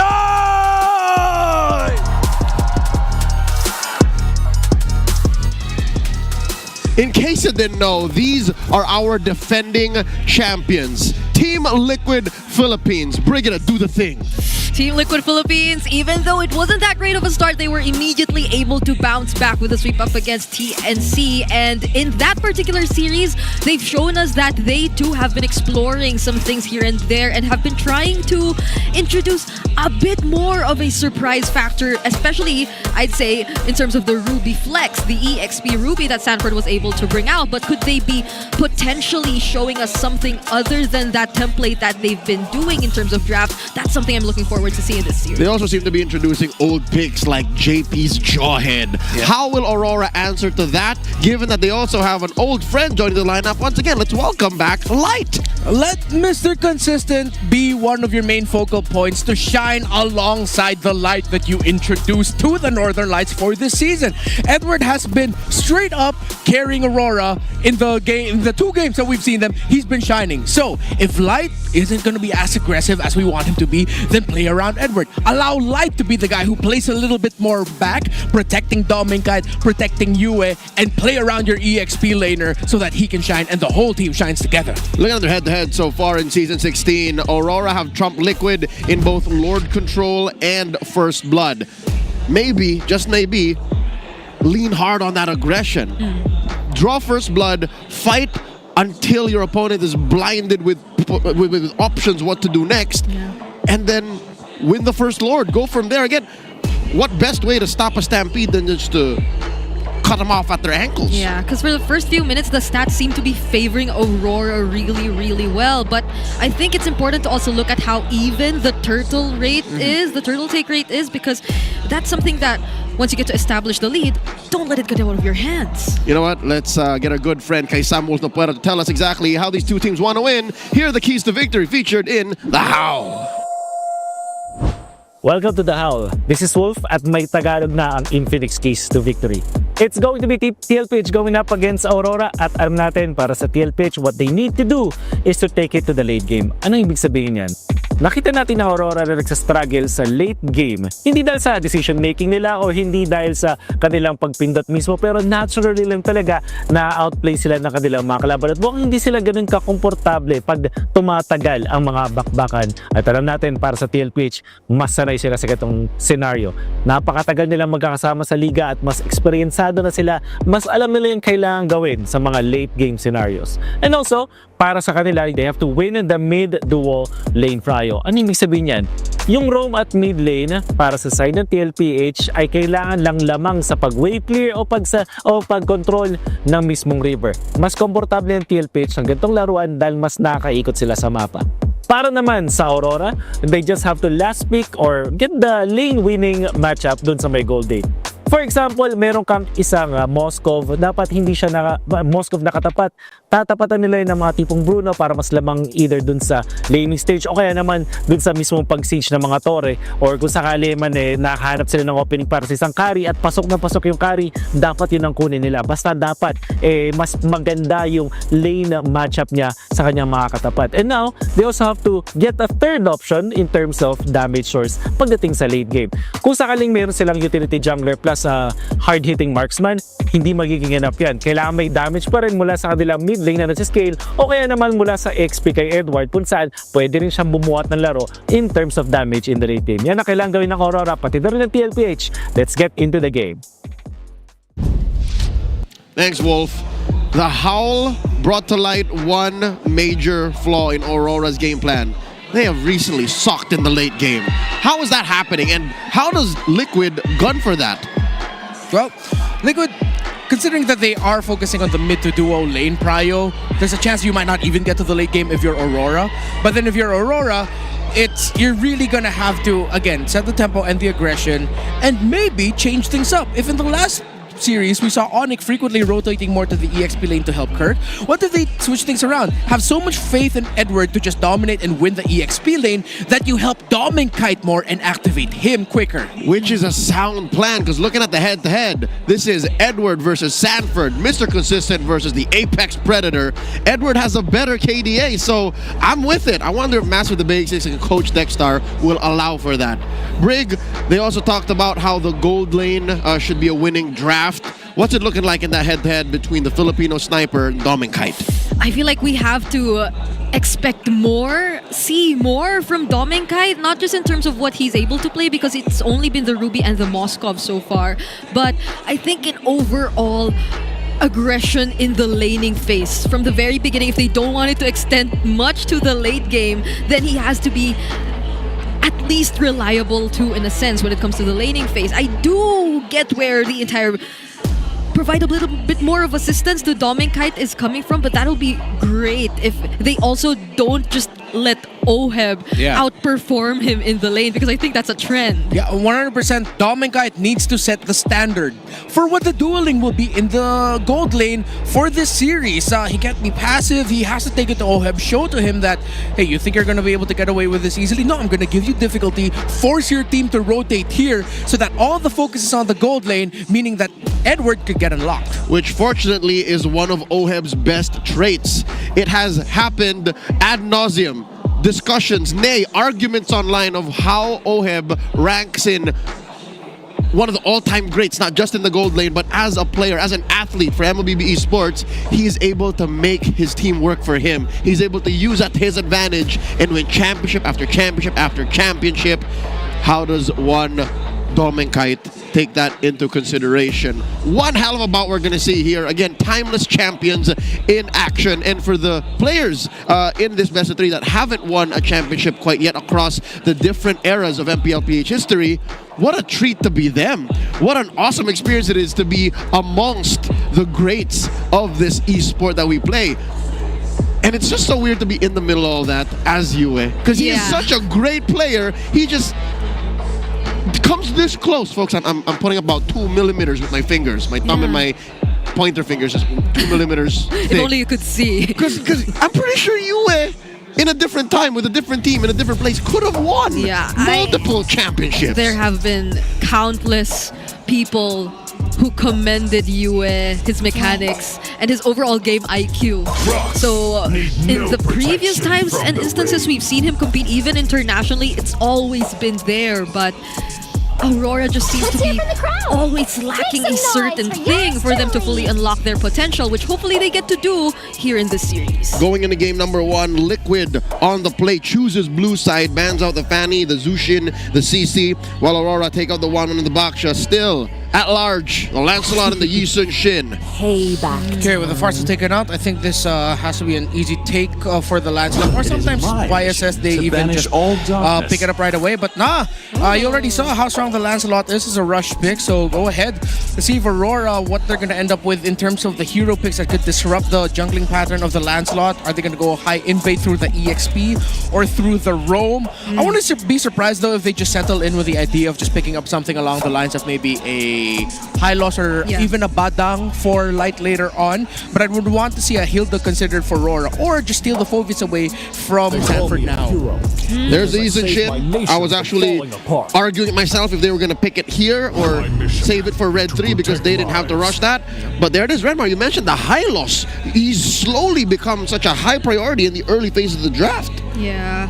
I'm wondering if Team Liquid also, if JP would be considering the Kalea, which is still available. Because I think he's been a bit more on the high losses in their previous matches too. Like, if not mostly on Sanford, the setups would be generally from him, but they do go for the Phoveus Gatot though.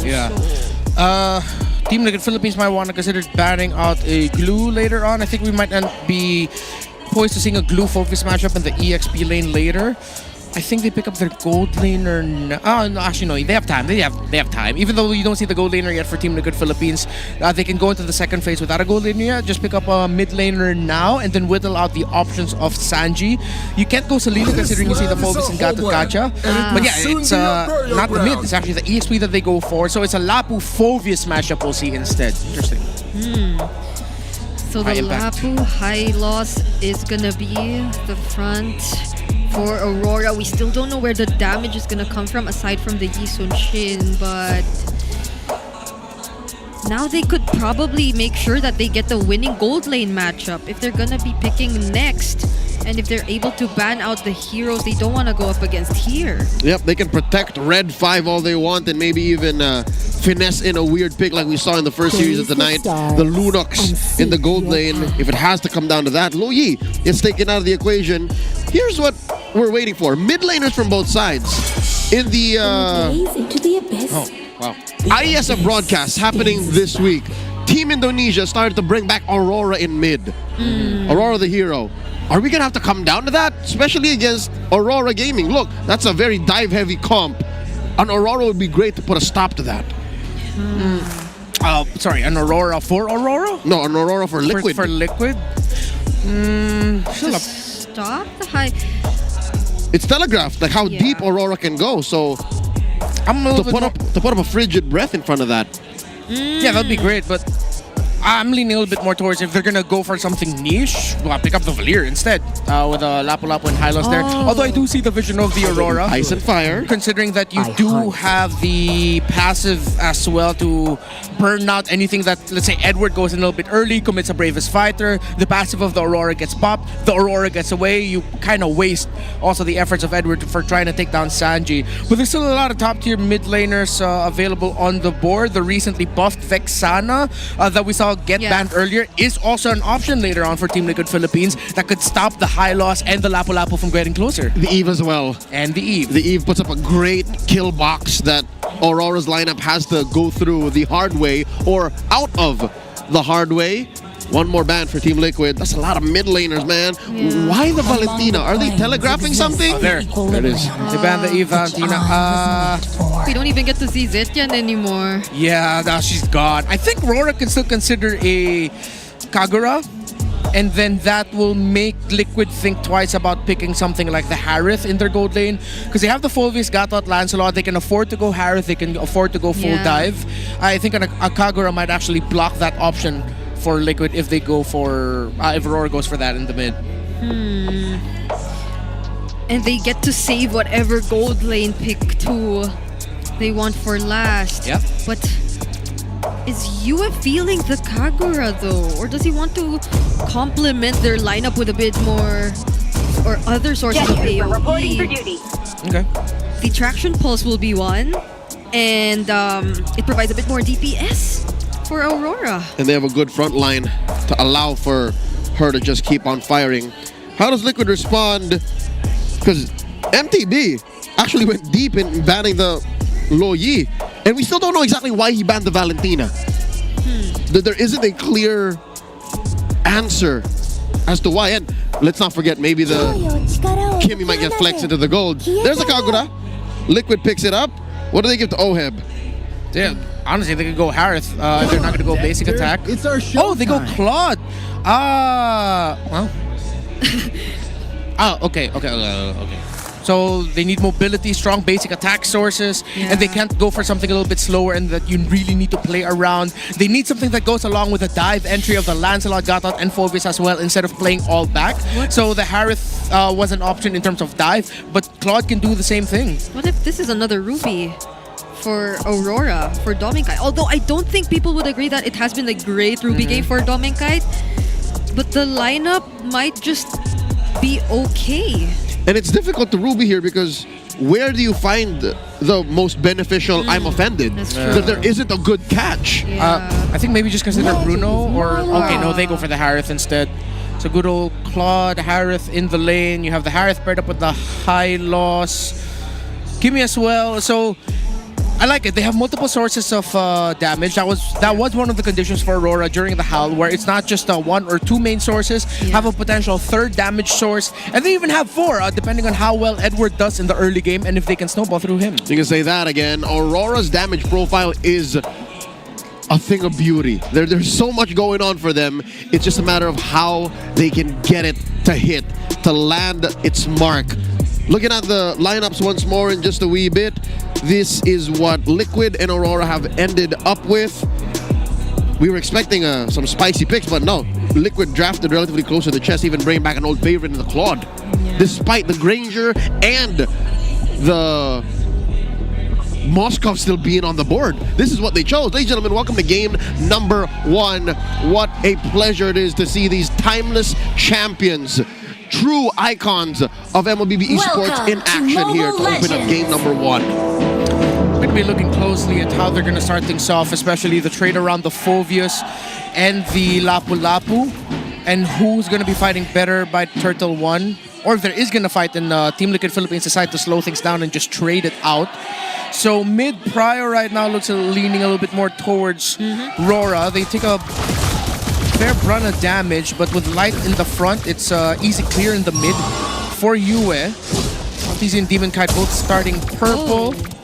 But yeah, early on it's difficult to trade against the Kagura if you get hit by the umbrella. It's a good chunk of damage against that Kimmy. Yeah, there's also the Rupture there that Sanji could rely a bit more on in terms of providing some early sources of damage.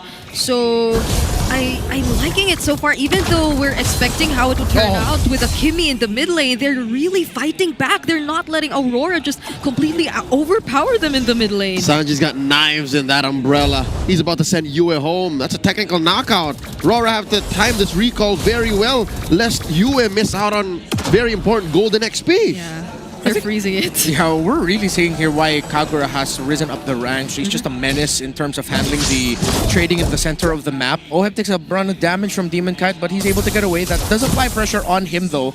As Demon Kite, we did mention he needed to have a pick that wins in the matchup or can just afford to be aggressive and doesn't call for a lot of help to be needed. Yeah. So we're seeing that, at least, being done by Aurora for now. Demon Kite seems to be getting the hang of at least dominating the lane. Yeah, great wave management. Oheb struggling to get close to the final siege minion, but he'll be able to get it. Whoop, that's a duel pending in the Turtle though. Liquid's already started. Turtle at half health. Okay, Sanford goes in, Infernal Pursuits. Oh, gets stunned by the Mountain Shocker. Flickers out though. Carl TZ really secures the Turtle at the expense of Sanji's life. Edward still trying to fight. Traction Pulse also lands onto Sanford. They give over a double kill to Edward. That is expensive. Aurora make Liquid pay 2 lives for the Turtle. Well, that's what I was talking about earlier. We should really look closely at what happens in the first Turtle, and Edward walks away with a double kill. That's one of their multiple early game conditions checked, alongside the fact that Dominkite is dominating Oheb in lane as of this moment. Aurora is controlling the early game very well, despite the difficulty in trading around the center of the map for Yue going up against that Kagura, who now has 1 death under his belt after that loss in the first Turtle fight. Yeah, at least Carl TZ is almost 2 levels ahead of Demon Kite. Yeah. That's that, and they got the Turtle, but that's about it. Because Aurora, they are the ones leading right now in terms of gold, and they got 2 kills who went into the hands of the XP laner. But a majority of this gold is elsewhere. If you're looking at Liquid, their cores are doing good. Yeah. Oheb and Carl TZ, baby cakes, are actually fine. Looking at the items that they're going for with right now, Oheb, as long as he gets JP on him, and if Sanji can visit him too, this whole bullying by Dominkite should come to a halt. And Carl TZ, he's still farming non-stop. Yeah. And I asked him last week, Carl, throughout your career, you've had so many different heroes to highlight. Your JP should be okay here. Yeah. What's your favorite? He still says it's still Lancelot, man. Even despite all of the junglers he's been through, the Fredrin eras. After Akai, Fredrin, Baksha, he's still a Lancelot main. Look at Aurora now though, giving a lot of difficulty for Carl TZ to farm, constantly invading, getting at least 1 camp, getting that Golem. Sanford having difficulty in lane against the Lapu Lapu. So right now, Team Liquid Philippines needs to start showing some aggression towards the side lanes because they're not winning anywhere else. This could be a turnaround for them though, if they can get it. But so far, it looks like Aurora might be able to get this without that much of a problem. Turtle at half health gets soft reset. Sanford gets spotted out by Light. Mountain Shocker set up. Aurora, they're crossing the threshold.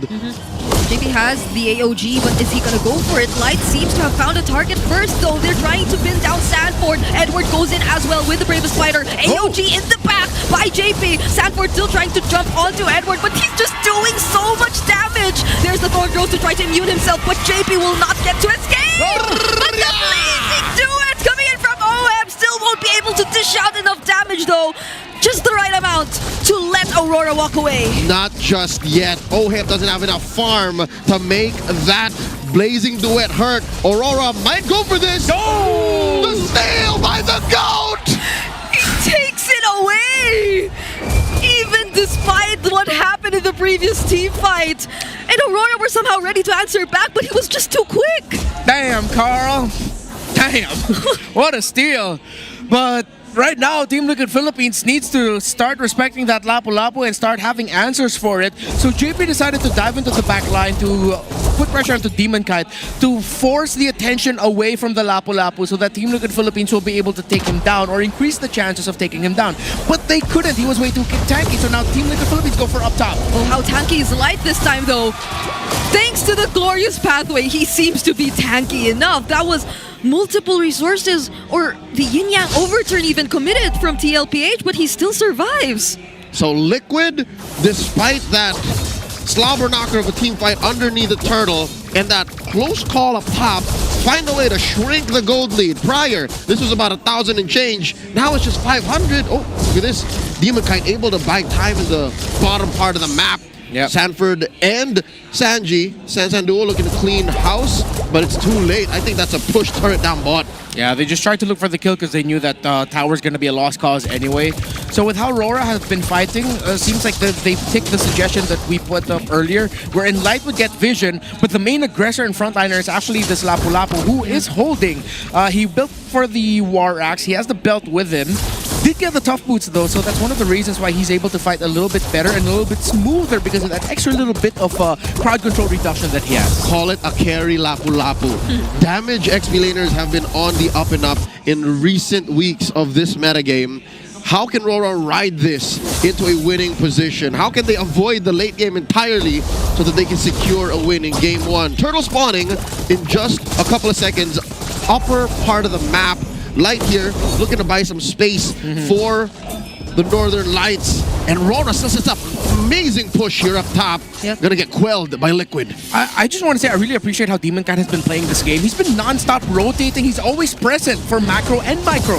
Yeah, the objectives are definitely gonna be the factor here for Aurora, but then it seems like the one who gets bursted down first is Edward. They respond immediately to what needs to be done, and Carl seems to secure the turtle on both sides. Amazing duet coming in from OHEB, potentially taking down Light. JP AOG doesn't land, and somehow they still get to walk away. Just uses the taunt onto you instead, and the follow-up from Sanji is gonna be enough. The moment the formation breaks, Edward, again, it was supposed to be Light first, let Edward follow up later. It got broken, and the next thing you know, Edward is the one who gets taken out first, and Team Liquid Philippines win a team fight with the Lapu Lapu going down quick. In the middle, there was a big trade between JP and Dominkite, but JP able to survive it. The chef truly is JP's son. Oh my God, he just stood there waiting. The communication between this mid-duo is unbreakable. Liquid now up by almost 1,000. Carl TC dashing on through 3, through 4. Carl, what are you doing? He tried to take on everyone, but will he get to escape this though? Yep. There's nothing left to dash on, but he's still alive. And he's still back to split pushing that minion wave up top. He sent the 4 of them back. That is a maestro in action. Carl Teasy, for the better part of a decade, has mastered this hero. He's fallen in love with Lancelot, and still to this day in his career, plays it like it's the first day he's ever touched this hero in the jungle. 700 gold now, almost 1,000. Liquid are up. What happened to that lead by Aurora? Well, we saw as long as their formation gets broken down real quick, if it's Edward the one who's going down first, alongside Light going down quickly, it's not good. Okay, there's a conceal from JP. The taunt doesn't land, so Dominic might survive this, and he will! There's the glorious pathway as well. AOG out, coming in from JP. Sanford might be in a very dangerous spot, and he gets punished instead. The sidestep from Edward, he gets to stun OHEB, and now they take him down as well. That's way too many resources spent by Liquid to try and pick off Dominic, and he gets away with it. The punish by RORA, 2 down. Oh my goodness, Carl Teasy still wants to go for it, but he might just get taken down as well by Dominic. Oh my gosh. Overheat. Now RORA make it straight through to the Lord. What a response. Edward, man. That sidestep landshaker stun onto OHEB to predict where he would be to secure the kill onto that Claude. And the miscommunication by Sanford to go in when Team Liquid were already on the way out. He wanted to get that kill on Dominic, but at that point, Light with the perfect save, committing the ultimate and the revitalize to make sure that Dominic got away. RORA put Liquid in a defensive position now. Liquid have to clean the house. There's a Lord marching up top, waves down, but mid. The only real place where Liquid could say that's at equilibrium. We don't even have to commit much to that. But that's what RORA is taking advantage of. They're synchronizing these waves. Massive push by the Northern Lights. They're taking down the tier 2 up top. Liquid have to really get farm on OHEB. He's not quite as powerful just yet. Is he? At least on his... Wow, not yet his third item! Yeah, doesn't have the full Trinity just yet. Went for the DHS Golden Staff. Didn't go for the Corrosion Scythe just yet. Decided to go for DHS first so that he has a little bit more sustain. And with all of the HP scaling on the side of Aurora, it was the right decision. JP already has the Blade Armor, so that might come in the clutch, especially up against what Demon Kai can bring to the table in terms of damage. All right. If OHEB, there you go, locks in the Swift Trinity, then maybe that's enough of a power spike for Liquid to try and find something else. Because again, this is just sub 2,000 ahead. Even more so, to add to that, Sanford just needs to communicate better with the team if he's going to go or not. And if the team decides to back, he needs to back as well. He cannot tell the team, hey, we fight because I want to fight. Yeah, Carl Teasy already used his Retribution. Might just actually get the kill on Edward first again, though. But could they accomplish that? Because it seems like Sanford is struggling to tank the damage. Yue just going in for the free hits, but the Blazing Duet, it already has the damage we're looking for now. JP also trying to go for the zone, and Sanford doing a great job at zoning out Yue. But JP gets punished, and Dominic finds Sanford. Sanji and OHEB will just try to look for another kill, but Yue flickers in and will pick up a double! Kiel falls! Carl Teasy was too low. He decided to go for his purple first and miss out on a majority of that fight. Liquid bit off more than they could chew. Yue popping off in this game, and this is what you get when you have a lineup that has multiple options for carries versus a lineup that is waiting for one carry to be online. Even though they could get kills on the Lapu-Lapu, on the Harith, you still have the YSS and the Kimi to deal with. So this is the difficult spot that TLPH is at now. Sanford, yes, he's jumping on people's heads, but he's not doing a lot of damage. He's sustaining and holding on to the team fights. The presence of Light now with the Revitalize, who has the anti-Karas, reducing the extra damage that Sanford can dish out as the Phoveus, has become a massive pain in the Apex Predator side. Yeah, the damage from Aurora is just too spread out. Yeah, you have too many things to deal with if you're Team Liquid that even though this drags on, Aurora's fine with it. Best said in the song by the recently engaged Taylor Swift featuring Boys Like Girls, 2 is better than 1. They're waiting for OHEB. He can only do so much. You have Demon Kite and Dominic Kite, the Kite brothers, are calling the shots.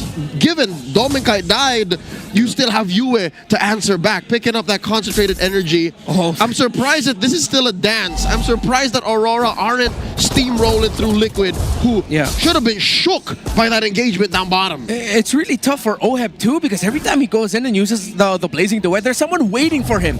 Edward is waiting on a land shaker. He's worried that he's going to get stunned immediately the moment Light gets close enough to that Claude when he decides to enter. And when that Claude gets stunned, that's it. You're done. And your Wind of Nature can barely do anything here because you're mainly up against magic damage dealers in the OHEB, the Harith. Whoa! Oh, they get to bring Sanford down to half HP though. Edward already goes in, might just actually go for the kill. Thornroy's just too immune, but the Yin Yang overturn committed won't deal enough damage. AOG just to get out to safety, but could this be the disengage for TLPH? Because Sanford still goes in! He decides to go into fight because the Blazing Dude and then provides the follow-up, but Dominkite answers right back. Carl Teasy gets to find Edward, but that's gonna be about it. It's a triple kill for Doming, and JP's down as well. Saji only left alone, but Dominkite won't let him go. It's a maniac. The chef got cooked. They overloaded the Kagura with options, and they wiped them out. Aurora in the base. That's it. This is Aurora for game 1. Redmar, you might be right. A week of hard work in the boot camp might have been enough to get Aurora back on track. They draw first blood in this best of 3. All the conditions we asked for Aurora, they checked perfectly. Early game, it was a bit here or there, but they overloaded Team Liquid with options to deal with. That every time Liquid would find a win, it seems like it wasn't actually a win. They had 2 more pieces to deal with, 2 more damage dealers to deal with, and the entry of OHEB every time. That last sequence, that big blazing duet, was stopped immediately by Light going, nope. Yeah. And then he gets popped. And the burst damage from Dominkite. Like, he couldn't last 2 or 3 basic attacks from Dominkite. So that's when you know the damage is too spread out. The options for damage are just too much for Aurora. They did not feel the least bit limited in terms of what they could do, in terms of how they could approach the team fights. But Team Liquid, it felt like they always had to accomplish this sequence for them to win the fight. I hate to be that one Liquid fan who has a tin hat, but should that Claude have been something else? Because something tells me if it was a hero with a little better range, OHEB could have done better to buy back, or at least crawl through and force a late game initiation. Because as you mentioned, getting caught by the Hylos once, stopping that blazing duet, that's a non-starter. It's too difficult to be a mid-range marksman like the Claude, and Dominkite punished him hard for that, the MVP of game 1. Yeah, one of the alternate options I was thinking of potentially for Team Liquid Philippines would be something alongside the Beatrix. It has a strong basic attack, and you have multiple options as well if you want to go for mid-range, long-range. You have big AoE as well with the Nibiru and Bennett combo that they usually go for. But with Aurora deciding to commit into the Harith as the last pick, it ticked that final condition. You now have a gold laner. That means that you can either 1, leave Dominkite alone and help Edward instead. Or the inverse, if you decide to help Dominkite in lane, that pushes the lead even further. Aurora decided to balance it out. They saw they were winning both side lanes already. Because of the early double kill that Edward got, it meant that Dominkite didn't need to worry much. Because Liquid was now stuck in their own jungle, just making sure, wait, we need to make sure that Carl TZ gets farm and he's fine, so that we can eventually decide to help the side lanes, which Dominkite said, thank you, you're delaying your help for OHEB, I get to take over early. Yeah, and this is Aurora rushing things because they know that they cannot let this extend any longer. That is something mentioned in the Howl, but this was also something TLPH was banking on because of OHEB. And it's all because they're relying on OHEB. But I feel like that's going to be a problem even though it did drag to the long game because there's just too much on OHEB that it's the only thing Aurora needs to pay attention to, even if we do get to the late game. Yeah, and what I like about this is that with the Harith set up for success, that means Dominkite can be absolutely fearless. If he commits a mistake, that's fine. You have 3 other dudes to help you out. The Kimi, the YSS, and even the Lapu Lapu to help cover for you if Edward is still able to survive that long. So now for Team Liquid, who decided to go for a lineup that is a little bit too focused onto one major piece getting farm, now on the other side you have Aurora who said, you know what, no pressure at all. If one of us fall, there's someone else to cover. Yeah, and they, I think, individually had their own highlights, like the 3 damage dealers of Aurora, the flicker in from Yue, that kill from Dominkite in the last sequence. And this will rarely happen because in a metagame and in a league such as MPL Philippines, you can't just type in greed is good. You have to balance out the amount of XP and gold you put on your lineup. But as you can see, Aurora are not subject to the same rules. They're ending the game under 15. They ended with about a 5,000 gold lead off of the back of a singular wipeout in a Lord Dance. And they put enough gold on their main cores that even Yue was eating good. Yue was able to build a concentrated energy in the nick of time and force these fights to last long enough that Liquid, when they saw that Carl TZ was put down low, had to get the purple, come back, Aurora knew that that's a sign of weakness. We should go for the finish. Yeah, I think another thing that really allowed Aurora to perform this way is the fact that since their damage is so spread out, if ever they find themselves forced to fight at any given moment or at any given part of the map, they have at least one reliable damage source to deal with it or to answer back to Team Liquid Philippines, which I don't think is the same case for them because they needed to have at least 2 or 3 members together for them to be confident enough to go in for the engage. But Aurora just felt like they were ready at any given moment, and TLPH were the ones struggling to find a way around that. It's impressive how Demon Kite is still the BPI rich guy, given what Dom and Kite did in this game. Yeah, I think eventually just hit the point of, okay, it's not that high, but then with everything that happened, the fact that it was a back and forth at some point where they were trading leads, Liquid were getting turtles, but then Aurora would find ways to crawl back. It makes sense why eventually Demon Kite would end up becoming the BPI rich guy. And again, it's spread out. The focus on the farm for Aurora, it's not all just on the Harith alone, it's on multiple dudes. It's on the YSS, the Kimmy, and the Harith. That's what makes Demon Kite's farm all the more impressive. He was literally a tycoon during the Depression.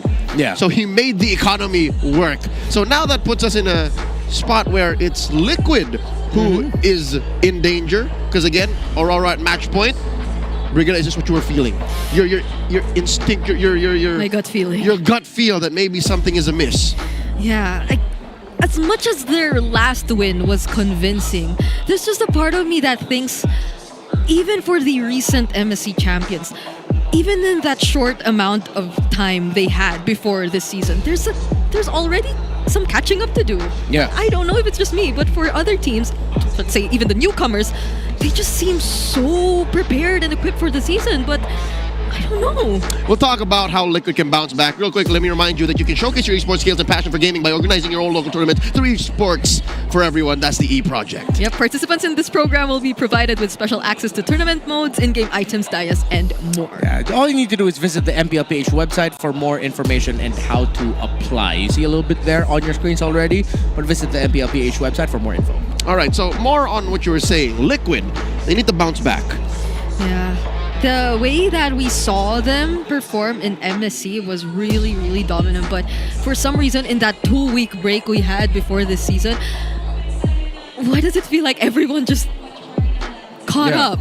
Well, they acknowledge as well that they haven't had a break themselves. Yeah. And a lot of teams were already preparing for the season during MSC. That's true. Maybe they should take a snapshot of what happened to MSC and just keep that as a memory. That's true. By the way, you guys should take a photo of any MPLPH player during any specific moments while inside the venue, because with this, you get a chance to win diamonds. Use this graphic right now on your screen as a guide, and you only have until September 8th to submit your snaps. Make sure you use the hashtags on your screen that you see. If you need to take a snapshot of this, do it.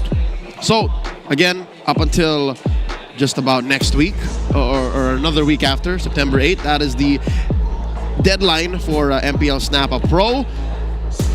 Take a snap out of game number 1, because that's how Aurora should be winning. I wonder if they can replicate that and if Liquid will fall for it again. Just in case you or your friends are looking to watch MPL Philippines live, you can still buy your tickets to watch your favorite teams. Just go to the MPLPH website and secure your seats now. We are a capacity crowd here tonight on a Friday night watching these two teams in action. You can still get tickets to tomorrow and on Sunday's matches. Once again, visit the MPLPH website. Aurora, they did great. Liquid, what are some things that they can do to tweak this? Because they played a very Liquid lineup. Yeah, it's a strong Liquid lineup, but then I think with what Aurora brought to the table, as skilled as you are, as championship filled winning team that you are, when a team shows up with multiple carry options and they play it in such a diabolical way, there's barely anything that you can do. Again, the fact that you're letting Light get the vision and then Edward eventually trading places with Light, the revitalize for Light coming in clutch, diabolical.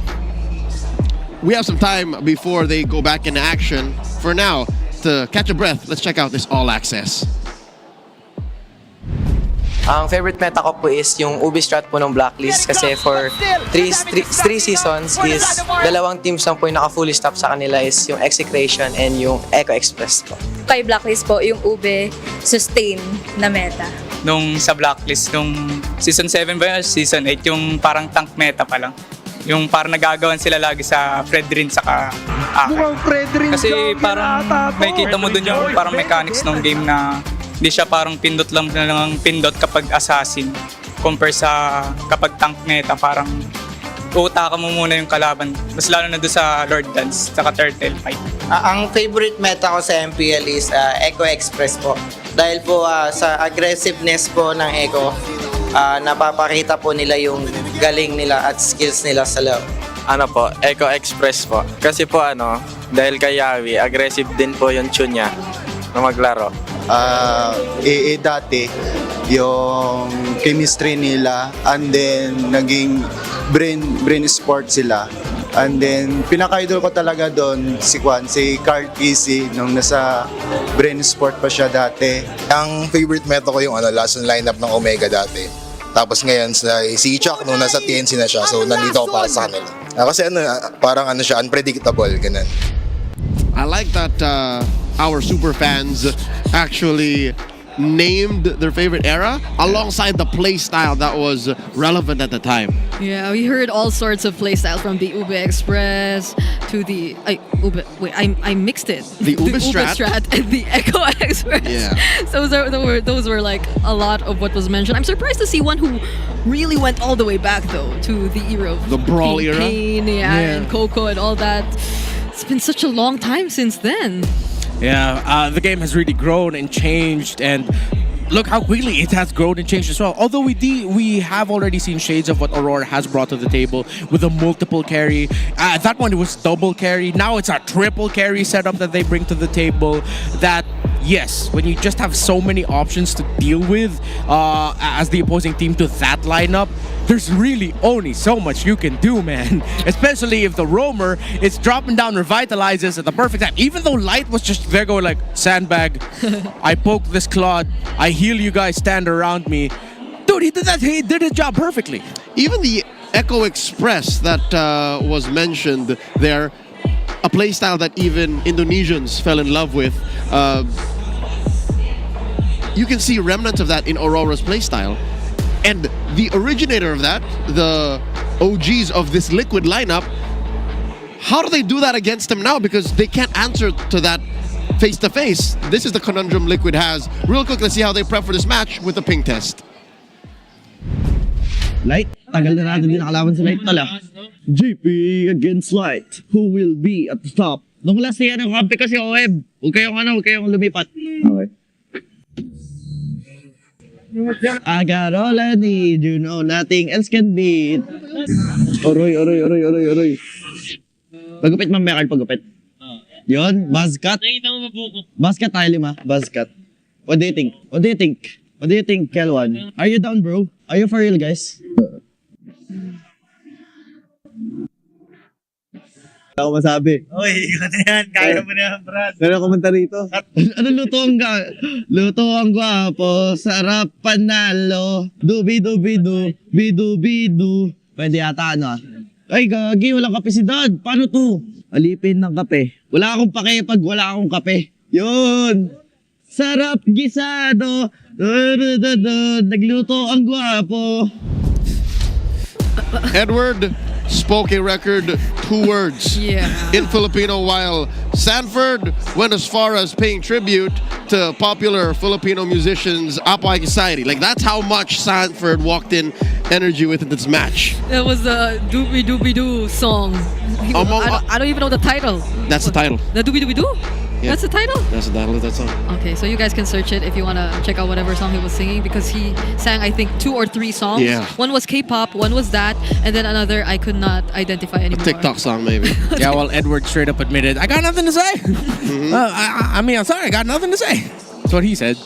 But he's letting his actions speak louder, though. Yep. That game he played on the Lapu Lapu. Yeah. Now I get why Coach Tic Tac, a couple seasons back, said, hey, when I say Lapu Lapu, who do you think of? He didn't say Sanford. He said Edward.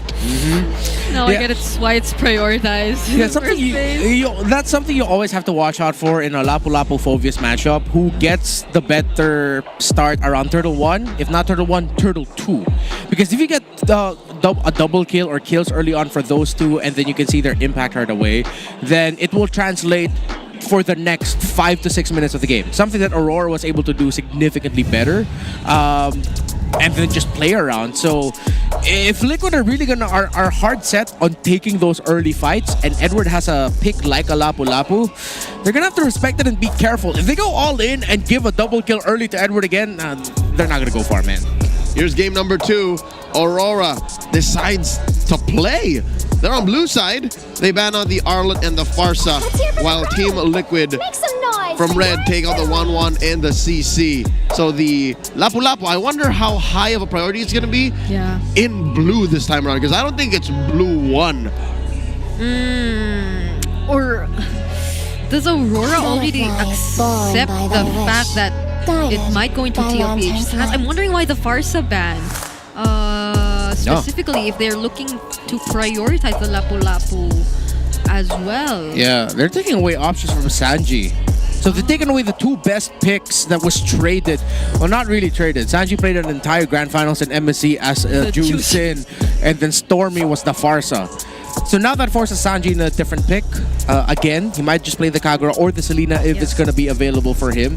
But if they go down that route, oh man, yeah, I'm starting to really feel, after seeing it, even feel more so now that the entire script that we thought would be like heading into the series has just changed. Aurora might walk away with a sweep win here. Should petals fall? If they go for, okay, let's say they go YSS.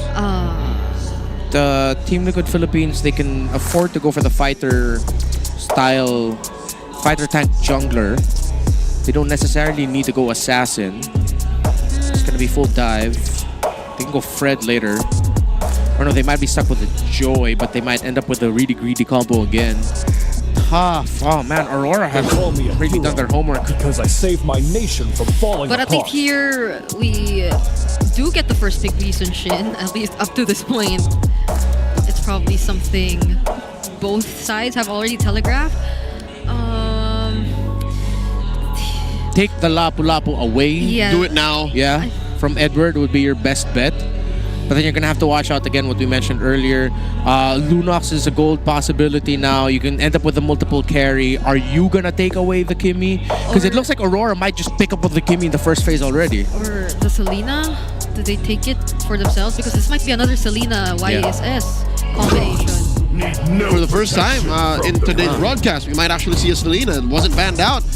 There's the Baksha for Liquid. Still a flex, and they finally take away the Lapu Lapu. Not a flex. Almost still a flex, maybe. Yeah. Okay, so they pick up the Baksha instead of taking the Kimmy, so that the Baksha is your answer to the Kimmy already. He's just going to stay in front of that. I wouldn't be surprised if Aurora still decide to pick it up, though. The Kimmy? Yes. Or the Selena? Although this is a Baksha Lapu, so they might want more sources of damage. Again. Yeah, we need something chunkier. Yeah. Light also doesn't need to go high loss again, considering that your Vitalize is going to get negated a bit by the mark of the Baksha. Yep. And the Baksha can just stand in front of you with the Poisons and Revitalize of its own. Yeah, he doesn't care. He'll just be like, so what now, Light? Yeah, it's a wash. Oh. And now Aurora bring up a recently reworked and buffed hero in Brock. Alongside an early Valentina. What's going on? I could remember and recall the number of times I saw my co-casters react to an early Valentina pick, but yeah. Historically not that great, but considering that RORA have taken away the Farsa, Jusin, and the Valentina's options for Sanji, he's going to be stuck with like a Kagura or a Selena. And they're more willing to play into that. considering that there is a Grok on the other side, yeah, you're okay. You can check shrubs and set off traps, take away traps without that much of a problem. So that means Aurora is investing more on the snowball of a Valentina than its kit. Yeah. Than what it could steal, which again, it has two okay picks right now. More like one if you're just looking at Bravest Fighter. Okay. They confirmed the gold lane in the Granger. All right, Liquid closes up their first phase. Yeah. At least now we get to see the range come in for Team Liquid. We're not entirely sure about the mid lane though, but that's something they definitely will be considering a bit more since again there's a Valentina, so maybe not too much on the ultimate dependent mages. But I feel like that's what works with the Granger too. Yeah, Liquid's gonna need to start taking away some options from Edward. You can still take away the Phoveus. Hell, at this point, just take out the glue also. Just make sure that Edward ends up with something that'll give difficulty. He'll end up having to pick niche picks such as the... No, okay. He still has options. They decided to take away the Harith instead, which is good, considering that it does pair up very well with the Ascension, and you are going to need a hard carry gold laner that... starting to think of the Dominkite hero pool. They want Dominkite on a hero like Claude, because the Claude did not have a good game in game 1. So with a Baksha and a Lapu Lapu, they would eat that Claude up. So if they can, guide Doming towards making that call. Maybe the Moskov ban here. Yeah, if you're really gonna want to take away some of the best options that Dominkite's gonna be left with, so they'll force him into like a Matrix, a Bruno. Harry's still there also. Gary. Yeah, and considering that you take away a lot of the top... Oh wait, if they take away the Matilda and the Eve's open for Sanji, they can just pick up the Eve. However, with the Valentina and the Grok there, it's so telegraphed by RORA. Just like how they're forcing these easy to catch and DPS based marksmen for Dominkite, they're also doing the same on the other end. They're forcing Sanji on a losing matchup. I am vengeance. And what if this becomes another Sanji ban too? Just to mess with him, just to really piss him off. Yeah. Okay. It happened once to JP and now it's... Yeah, we know you want to... We want you on something, and it's something that's not going to have a good time. So if they're considering that... I think we're just going to end up with a Joy for Carl TZ in this scenario. You can't even go Hayabusa here because everyone in... Okay, they take away the Hayabusa. Oh, Aurora want Carl TZ to pick up the Joy. If they go Grok but down, that Joy's gonna struggle. Oh no! My gosh! And it now makes sense. If that is the long haul play, the chess man gets checkmated. The Valentina automatically has electrifying beats. Yeah, maybe not fall for that trap if you're Team Liquid, but if you're not gonna pick up the Joy, then who else is gonna be there? Okay, they're saving it for last. Sanji gets the Kimmy. And if Carl TZ ends up picking the Joy, that's gonna be a very greedy lineup. I think depending on what the EXP laner here is for Aura, they can make a sudden swerve and go for like an export jungle for Carl TZ if it's gonna be like a slow frontliner. But then with the Valentina, I was also thinking about the Akai, but there's a Valentina again. Yeah, you can't go Akai. Everything is just okay. Yep. Fred ain't very good with a Grok on the other side. Yep. It's hard to cross those ramparts. So, an amazing work here by Coach Master the Basics and Dexstar to force Coach RC to draft this way. Or could the Baksha be the jungle instead? If you're TLPH. Oh my goodness, whatever Liquid ends up with is gonna be a struggle. Yeah. Oh, honestly, the lineup of Aurora's near perfect. Yep, Liquid is compromised. What do they put on the GOAT? If it's not the Baksha that they're considering, you can't even go like something weird like a Lucas. Joy will struggle. If you put the Baksha in the jungle, it will struggle. Oh. They still go for the Fred. At that point, they just have to double down on the idea of, okay, you play around for the Kimmy and the Granger. Oh, but this could be such a huge struggle for Liquid. Similarly to what we saw for AP Bren in game number 2 against ONIC Philippines. They decided to pick into a strategy that, on paper, they will really struggle. But if they pull this off, you're going to have to give them respect for it. Yeah. Aurora have forced Liquid to box on their weight class from game 1, where multiple carries took over. Liquid now have to pivot. We're about to see the draft one more time in case you guys weren't sure where these heroes were going. Lineup rating through the roof for Aurora compared to Liquid, who struggled to pick this Fredrin late into the draft. It was just one of those instances where it felt like there was no other choice for Carl TZ. So many conditions have to be met for Team Liquid Philippines to be able to make this lineup successful. And Welcome Aurora to after that Mobile Legends. win on the momentum. This is gonna be scary. Into the land of dawn we go. The possibly final game in this best of 3, because Aurora have our defending champions up against the ropes. Match point for the Northern Lights. The Cavalry struggle to get the stampede going. Let's look how the early mid trades will happen. So the Kimmy decided to help out the Fredrin in the jungle, while JP starts off the orange buff to help Leisure Carl TZ so that he can go for a clearer, faster clear. Sanji just got displaced a bit, but again, you're a Kimmy at this point, you can afford to be this aggro in terms of the early trading. So they're expediting the farming process for Carl TZ by helping him out, double leash in his buffs. Yeah. And the way that Edward's managing the EXP lane on the glue, it's looking really good for Aurora so far as well. 'Cause even in the Howl, it was mentioned that one of the most important things TLPH needs to accomplish is the winning mid duo. Yeah. But so far, with the Valentina Grok, the wave clear is just so fast as well. Aurora can just make plays elsewhere faster. Luckily, Liquid has Daddy JP on the Baksha, so he has rotational speed. He can answer the fights, but again, it's a very reactive approach to a game wherein your opponent wants to go fast. So far, since good rotation by JP to decide to help out Sanford, to help him get the XP from the crab. Considering that you don't really need to stick to Carl TZ so much when he's going into the opposite side of the jungle. Now you can stick together. As the first turtle should be spawning soon enough. And yeah, they're going for aggressive positioning here. And this is the right call by Liquid if they want to increase their chances of winning this game. They refuse to be reactive.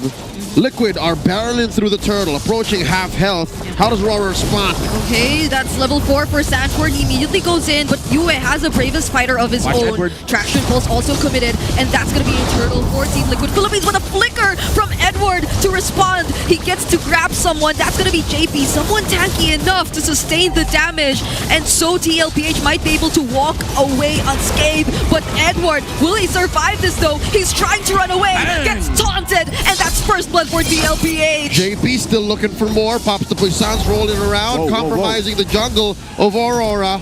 And now Liquid are looking to commit Craft Theft Orange. Yeah, all the little things that Liquid decided to do eventually turned into a big investment. As Edward was struggling to hit level 4 for that turtle, he ended up just going for the late entry to try and get a trade through kills post-objective.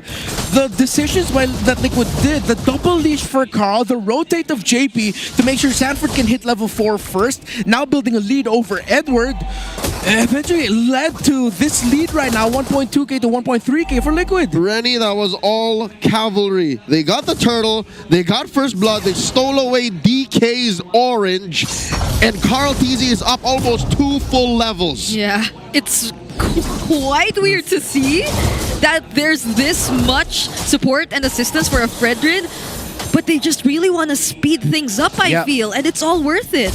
And that's something I overlooked when thinking about this lineup.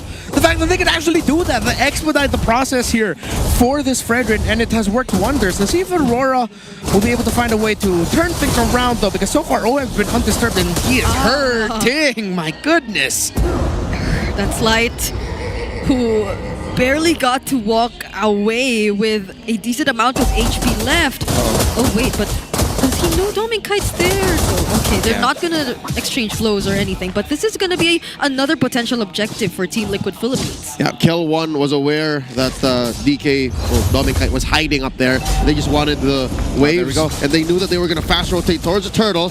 Oh, Liquid are blitzing this. Edward's all alone, but he's gonna still start a fight. Light goes for the tectonic charge, but Carl TZ got enough time to secure the turtle once again. Bravest fighter coming in from Sanford, he gets to stun Light, and the rest of the members are just trying to catch up, but they will be able to return under the turret and keep themselves alive. Tech charge may have come out too soon. Yeah, and good call there by Oheb to join in the fight. They can now make progress in the map. Okatizi still forward. Oh, they put a wall, but look at the damage from Sanji and the rage from Oheb, who again decided to join the fight. Luckily now they're able to get a kill. They cracked that Grok in half, and I think Aurora see the opportunity. They allow Domenkai to farm up, but doesn't even get to break the turret. Karl-TZ crossing through tier 2. Oh, there's a Bravest Fighter, IMU from UWeb, but Karl-TZ is just too tanky. At least Aurora for now get to trade a turret up top, but so far in the fights it's been TLPH and them winning. Yep, the tankiness, the fact that the Aurora lineup needs time. Demon Cat is now 2 levels behind in Karl-TZ, who has been farming comfortably. He's been aggro. He's exchanged roam roles with JP. So Karl-TZ is playing the Swiss Army Fredrin at this point, where you're forced to do multiple things. Get farm, get objectives, frontline, get vision and all that. But again, since they helped out this Fredrin so well, he now has a 1,000 gold lead over the Season Shin. Yeah. Karl-TZ can afford to do it. He's 2 levels ahead too, again, against Demon Kite on the Fredrin. So they're really able to play around this utility jungler if they wanted to. And there's a potential target that they are able to find. What's a placement for the Earth and Rampart? But it just brings him closer to Demon Kite, but he still survives. Tectonic Charge also denying them of the chase. And Edward trying to disrupt the backlines. JP doing the same. But Aurora, once again, they're just also able to walk to safety. Liquid have put Aurora up against the ropes. Yes, Rora did not suffer any casualties in that rotation, but they kicked them out of contention. Final Turtle has Liquid written all over it. Let's see how well the Aurora lineup will fare at this point of the game, because Team Liquid can continue the aggression. The question is, does Dominkite have enough farm, who is also 2 levels behind? He doesn't get the orange buff. Karl-TZ gets another steal. Liquid have been rotating and playing this game perfectly. Oh, they're going for Dominkite and he can't survive that. Karl-TZ blocking the path. Appraiser's route. Edward gets to dodge it, but Light does not. Another turret for the cavalry and the kill going into the hands of Oheb. They have angered Baby Cakes as Liquid have gone full stampede all over Rora's side of the map. Another stolen buff by Karl-TZ. Call him Superman. He is the man of steel. Team Liquid, we said it at the end of the draft. Does Aurora look great on paper? Yes. But if Liquid can pull it off, give them all the respect, the perfect rotations, the perfect decisions to lead to this. The last time Light used Grok in MPLPH was actually May 3, 2024, MPLPH Season 13 here at Greenside. Almost a year and a half ago. We're going full circle.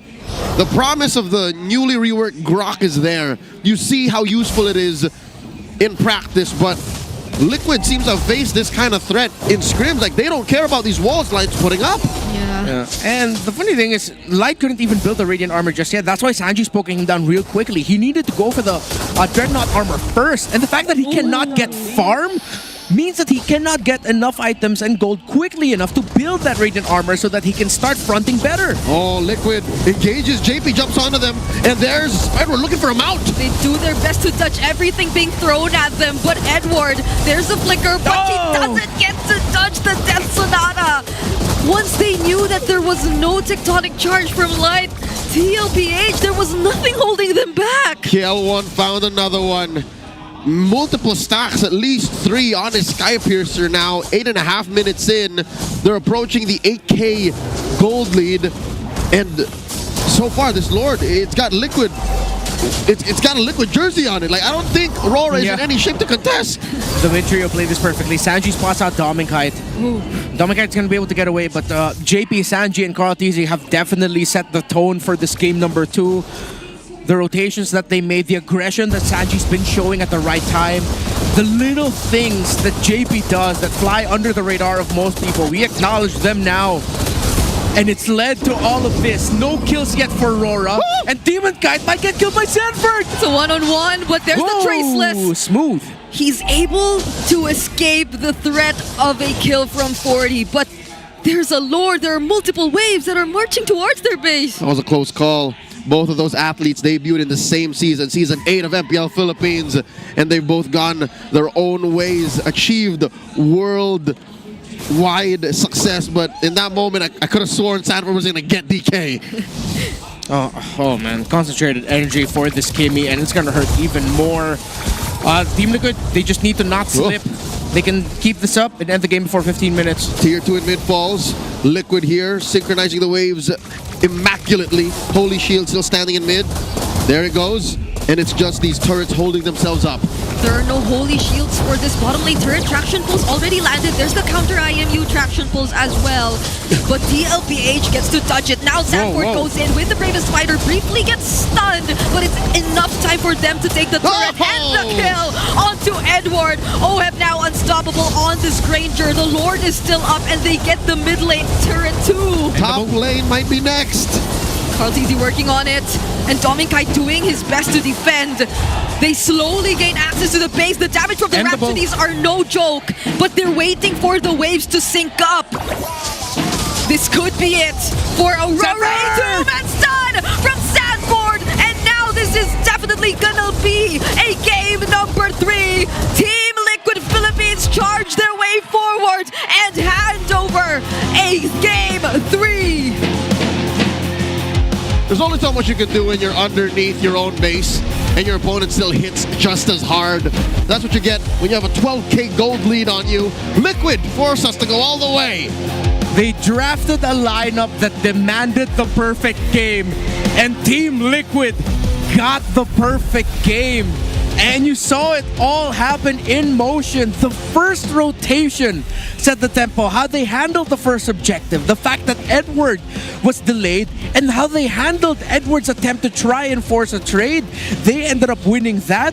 They continued with more invades and aggression, which completely stopped the scaling of that Isan Shin early. Just because Aurora seemed to be dictating the pace in the draft doesn't mean Liquid was being backed up in a corner. Liquid still drafted the heroes that they knew how to work with, and what's more important is they played a game that they were comfortable with. Yeah, this was the perfect example of sometimes it really just boils down to the execution. As cliche as it sounds, Liquid proved that. Again, on paper, looked fantastic for Aurora, but they executed significantly better. Carlteasy, the Swiss Army Fredrin.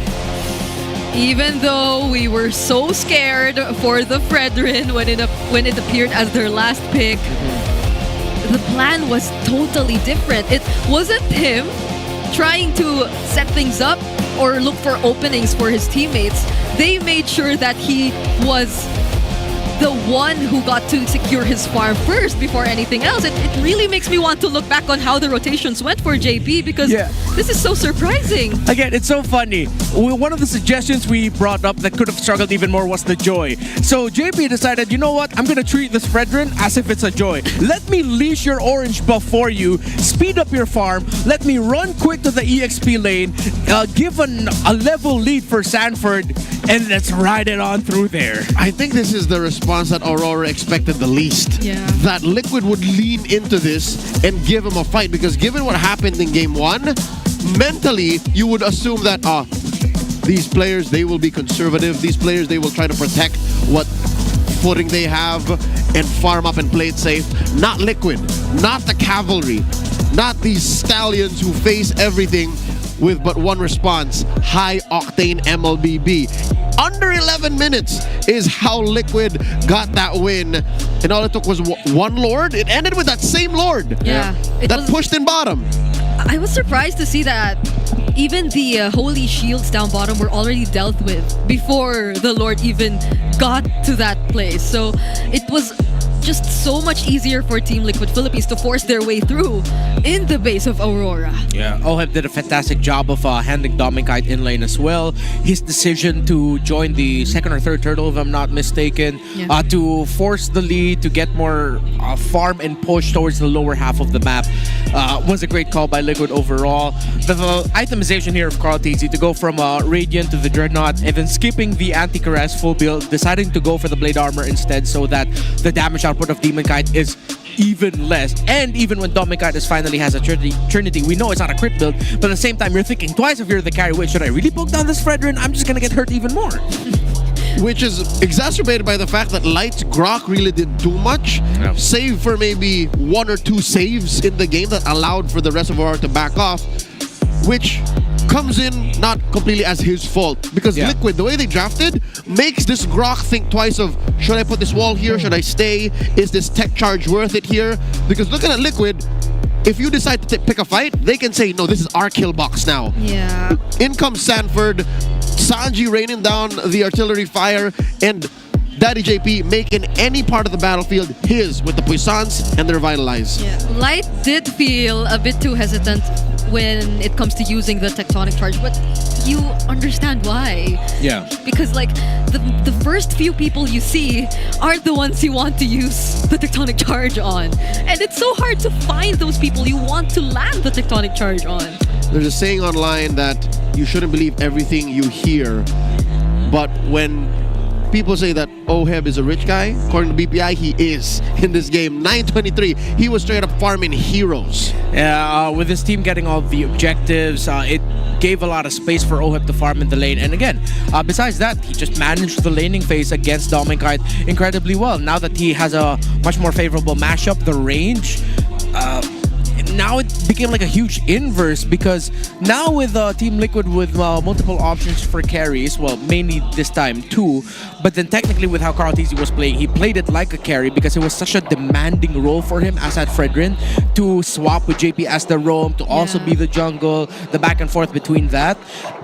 It just goes to show how well Oheb handled that. So the matchup in the gold lane and whoever gets the Lapu so far, the trend, I think you're seeing a bit of that. So I'm wondering if that could be banned, or I don't think it's a, because I don't think Lapu really gets banned. I don't know what happened in the lane because even Arlet is completely snubbed. Arlet used to hold this spot that Lapu Lapu has now. Yeah. So what is the answer? Because if not banned and left out, automatically whoever gets it wins. That seems to be the story of this series. Ladies and gentlemen, before we go to our decider match, let's take a breather and check out this All Access.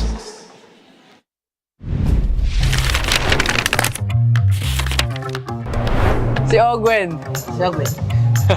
Parang Sanford? Same lang. Ogwen, Clap, Sanford, Shizu. Ogwen, ako, tsaka si Shizu. Ogwen. Si Nets. Sanford. Sanford yan eh. Daddy JP. Ay, Shizu. Ako Oheb. Oh, di ba? Perfect! Ako, isa lang, one. Si Aqua. Si Birds yan, pre. Si Nets. Lance, si Yoshi, Nets. Ako, Lansu, Ferds, tsaka Carl TZ. Lansu. Lansu yun? Sensui. Wala pa nga ako eh. Si Nets. Si Jamie Pongs.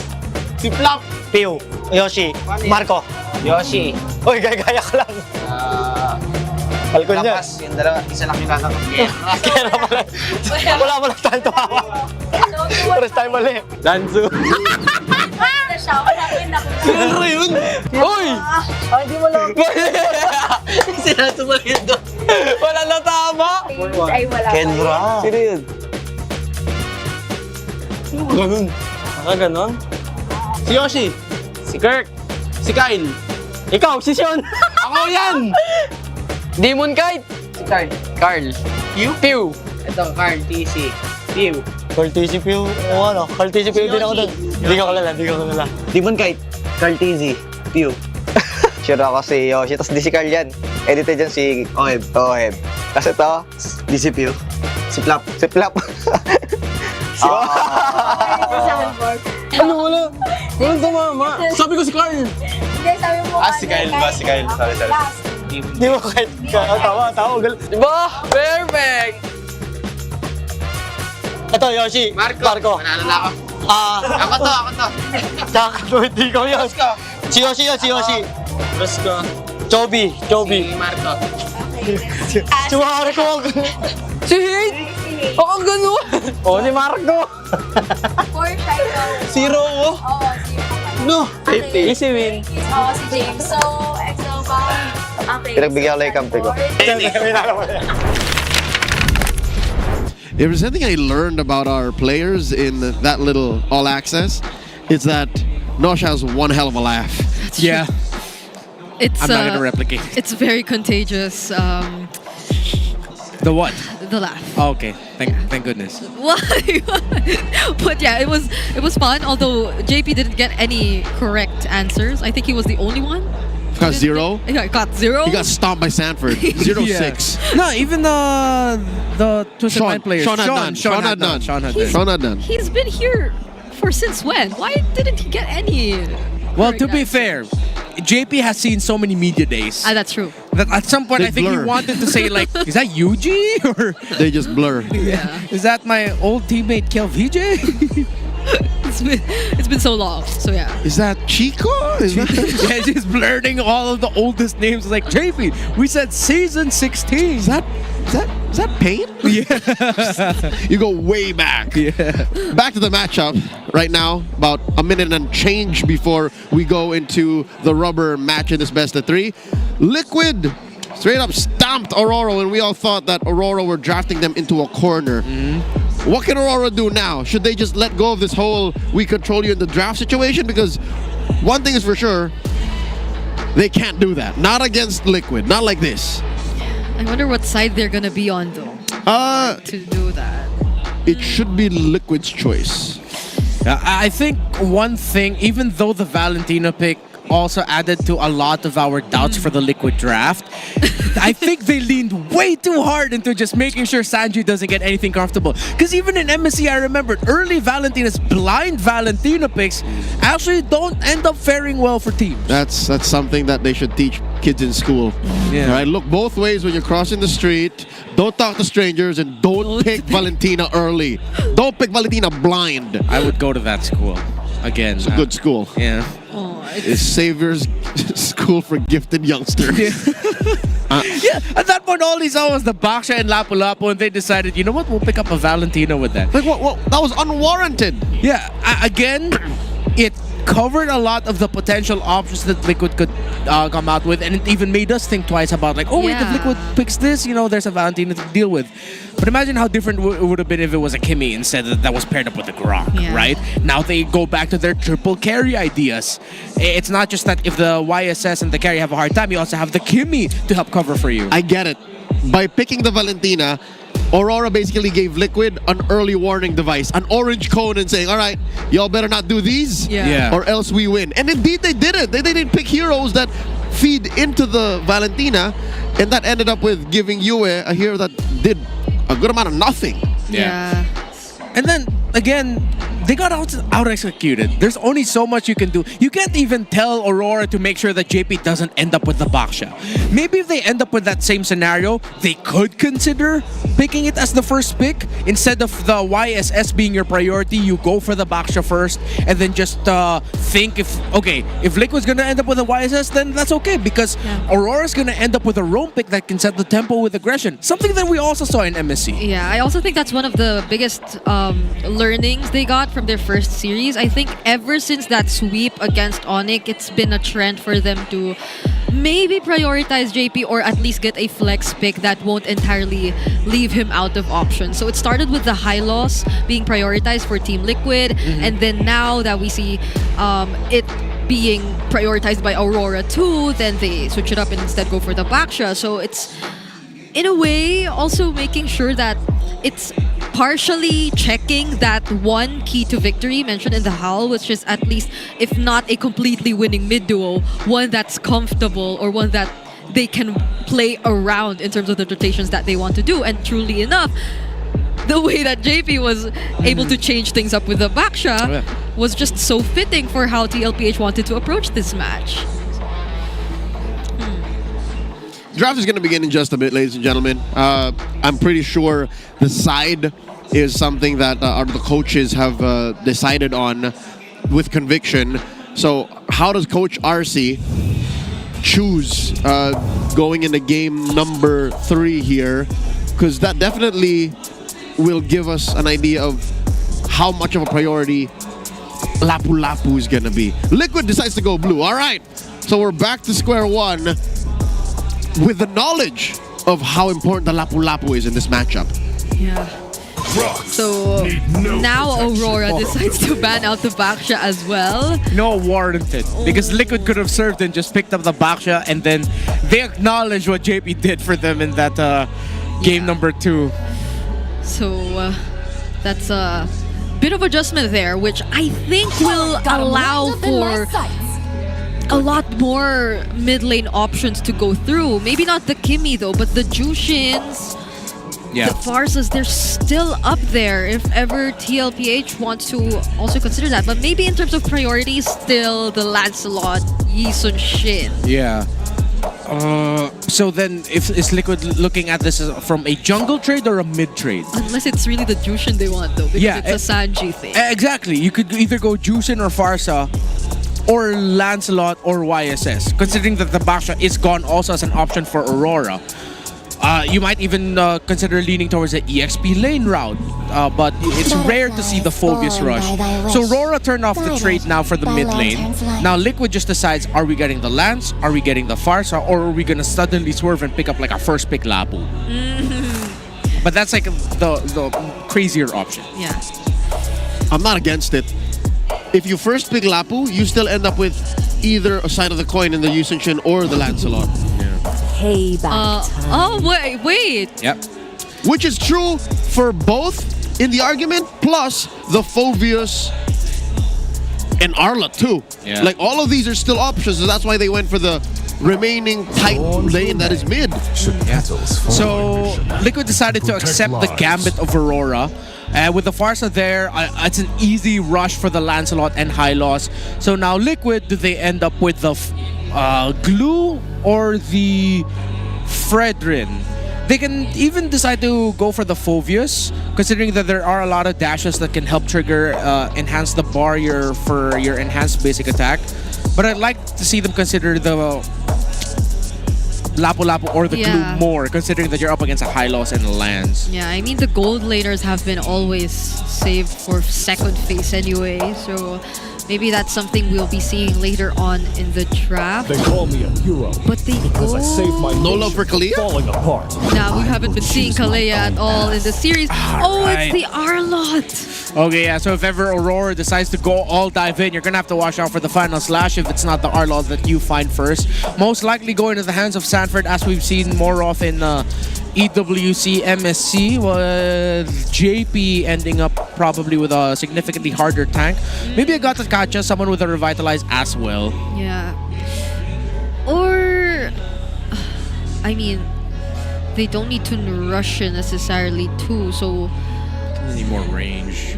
I think you either go Moscow or Granger here. I'd understand a Harith, considering that you are with a high loss and you do get the winning lane as a pick later on for Dominkite. So they already pick up the Lapu-Lapu so that they worry about the EXP lane trade. Oh wait, no, that is the trade. Yeah, it is the Arlot Lapu-Lapu. Aurora went straight primal.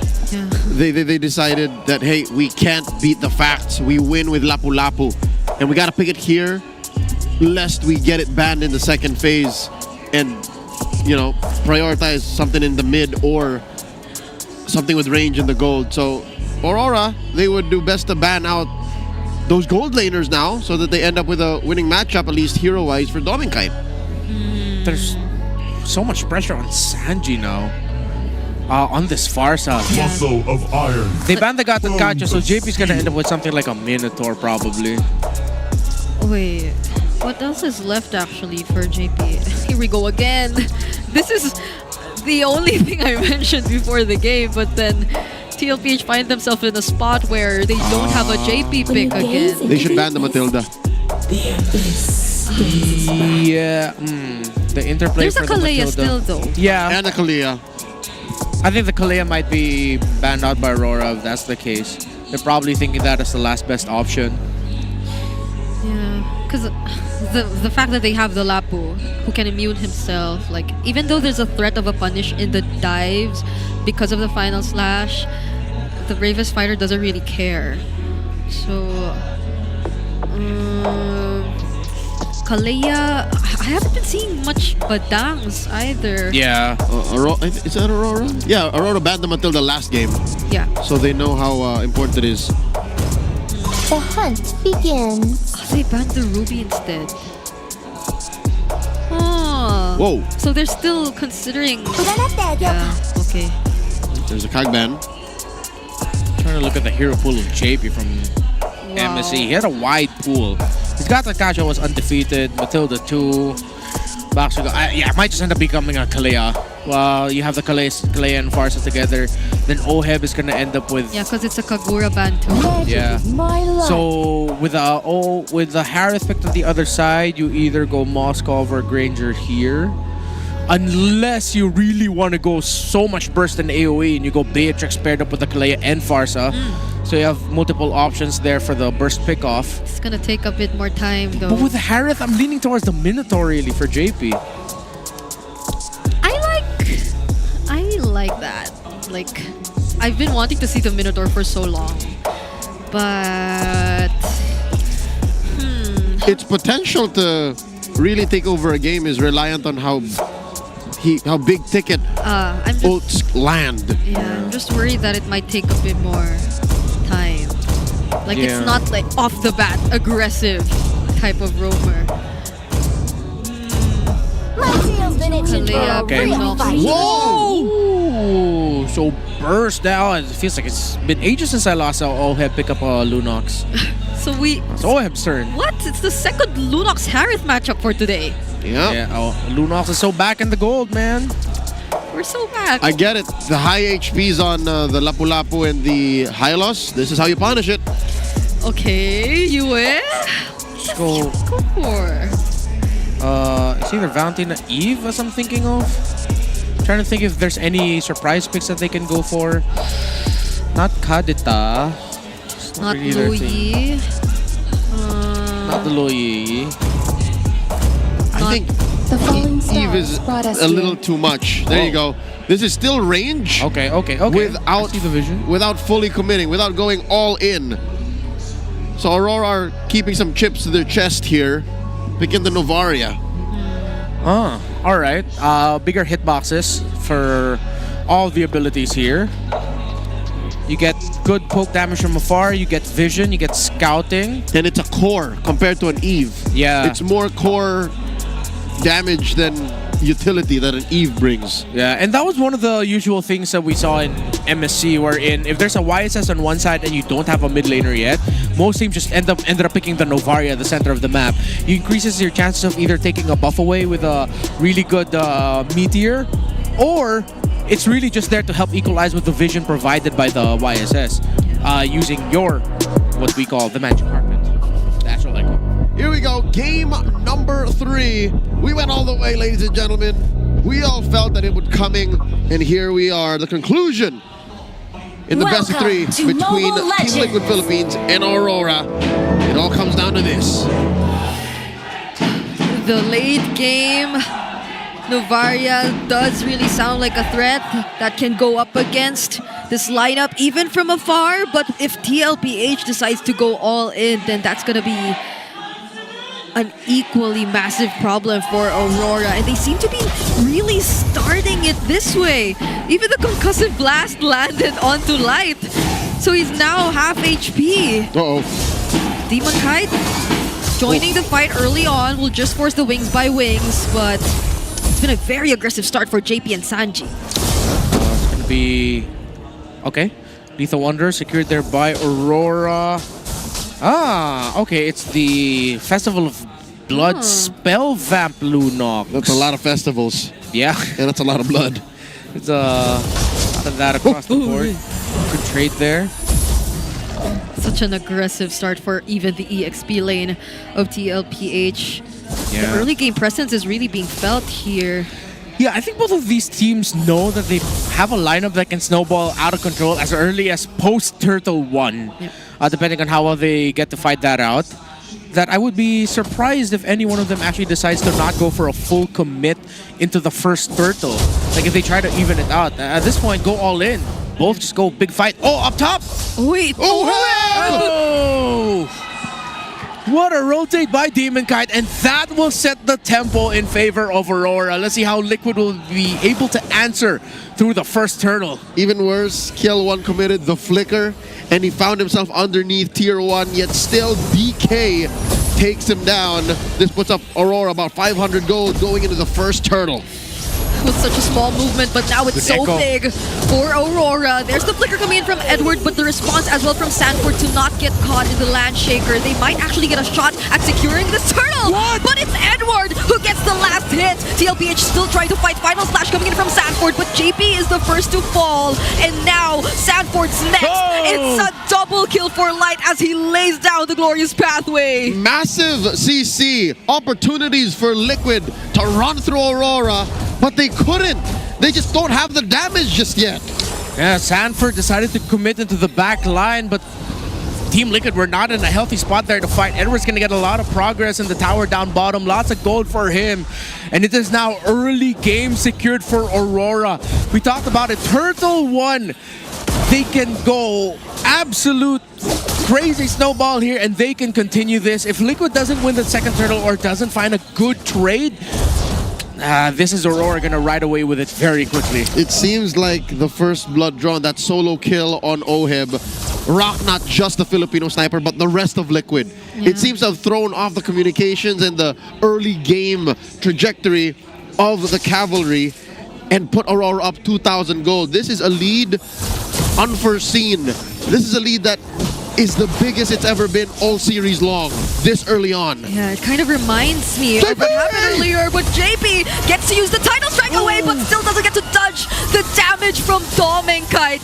Even Dominkite has his early kills, and this is not looking too good for the cavalry. Sanji flies away with the Wings by Wings 2. They're literally forcing them out of their turrets. Oheb with the immune. But okay, that was so close. The Star Shatter nearly landed, but Carl TZ was there to block it. This is going out of hand now. Aurora, their recipe of success of get the high loss on Light with the Revitalize, get Dominkite on a Harith, and get Edward on the Lapu Lapu works very well for them. And then you just change out the pieces around Demonkite and Yue to help supplement that as well. They're very comfortable playing into this. Oheb forced to use his ultimate again. No Light ultimate for Oheb. Brilliance out. For this upcoming turtle. So Aurora, they definitely will be the ones in control. Turtle now getting blitzed by Aurora. It's not like there's much Liquid could do. Demonkite secures all this while. Liquid are just getting by, taking scraps of what the map can give them. Carl TZ pushing down bottom. Meteor shots thrown over to Liquid. And they've spent so much time and effort to protect Oheb. This is a much reactive response from TLPH. They sent out so many bodies up top, and there's not much that they could even do because the most important brushes are being held down by Aurora, and much to their surprise, Sanford already gets poked down really, really low. This is not looking too good. A very dangerous spot for Oheb. Needs to be wary of wherever he decides to walk through. This is not the Apex Predator's natural habitat. He literally walked into a new ecosystem and said, yeah, you're not on top of the food chain right now. So let's see where Liquid will be able to find the turnaround. It's not going to be through Sanford fronting. JP can only take so much damage. He's melting very quickly. I'm struggling to farm. All the pressure on him. Okay, Brilliance out. And they will just try to force this tower, but Sanji flies to provide some respo. Does still get to defend the turret, but they're doing so much just to do that. Not even Oheb can manage this on his own, even as the Lunok. Tsunami Slab committed though with the better airstrike. There might just be enough damage, and the final slash 2 coming in from Sanford to catch Yue. 2 members taken out. Oh, JP, Sanji, and Carl suddenly find an opening. Liquid caught Rora slipping. Again, apparently the burst from Liquid's cores at this point was enough to take down even the chunkiest members of Aurora. Where did that come from? Yeah, despite the losses of Liquid and Carl TZ has actually been keeping the level in the farm with Demonkite very close. Before that sequence, Carl TZ was just, what, 300, 400 gold shy? Not too crazy.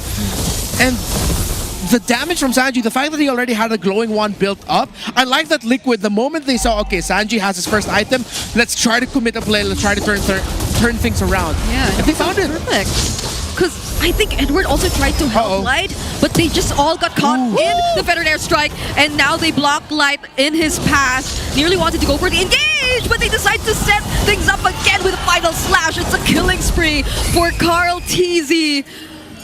My goodness, they're still in the game. Max range displacement for Light. I don't think he even saw that angle coming. Sanford feeds over the big high loss into a few salvos of the feathered airstrike.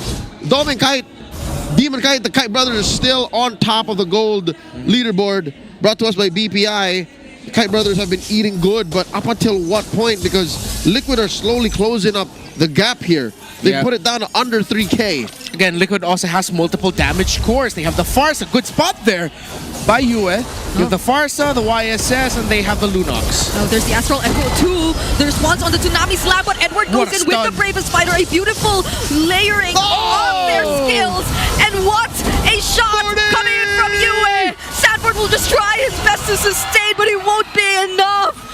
The star shatters from Yue. They're doing too much. You can only bully your big brother for so long till he decides to clap back. This is Aurora flexing their 3K gold lead. This is when Aurora says, enough is enough. You've been doing this for the past couple of minutes.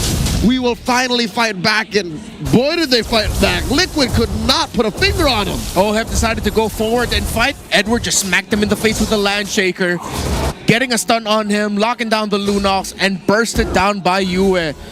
So still we're not seeing OHEP in a comfortable spot for fighting. The instant stun onto that. See here?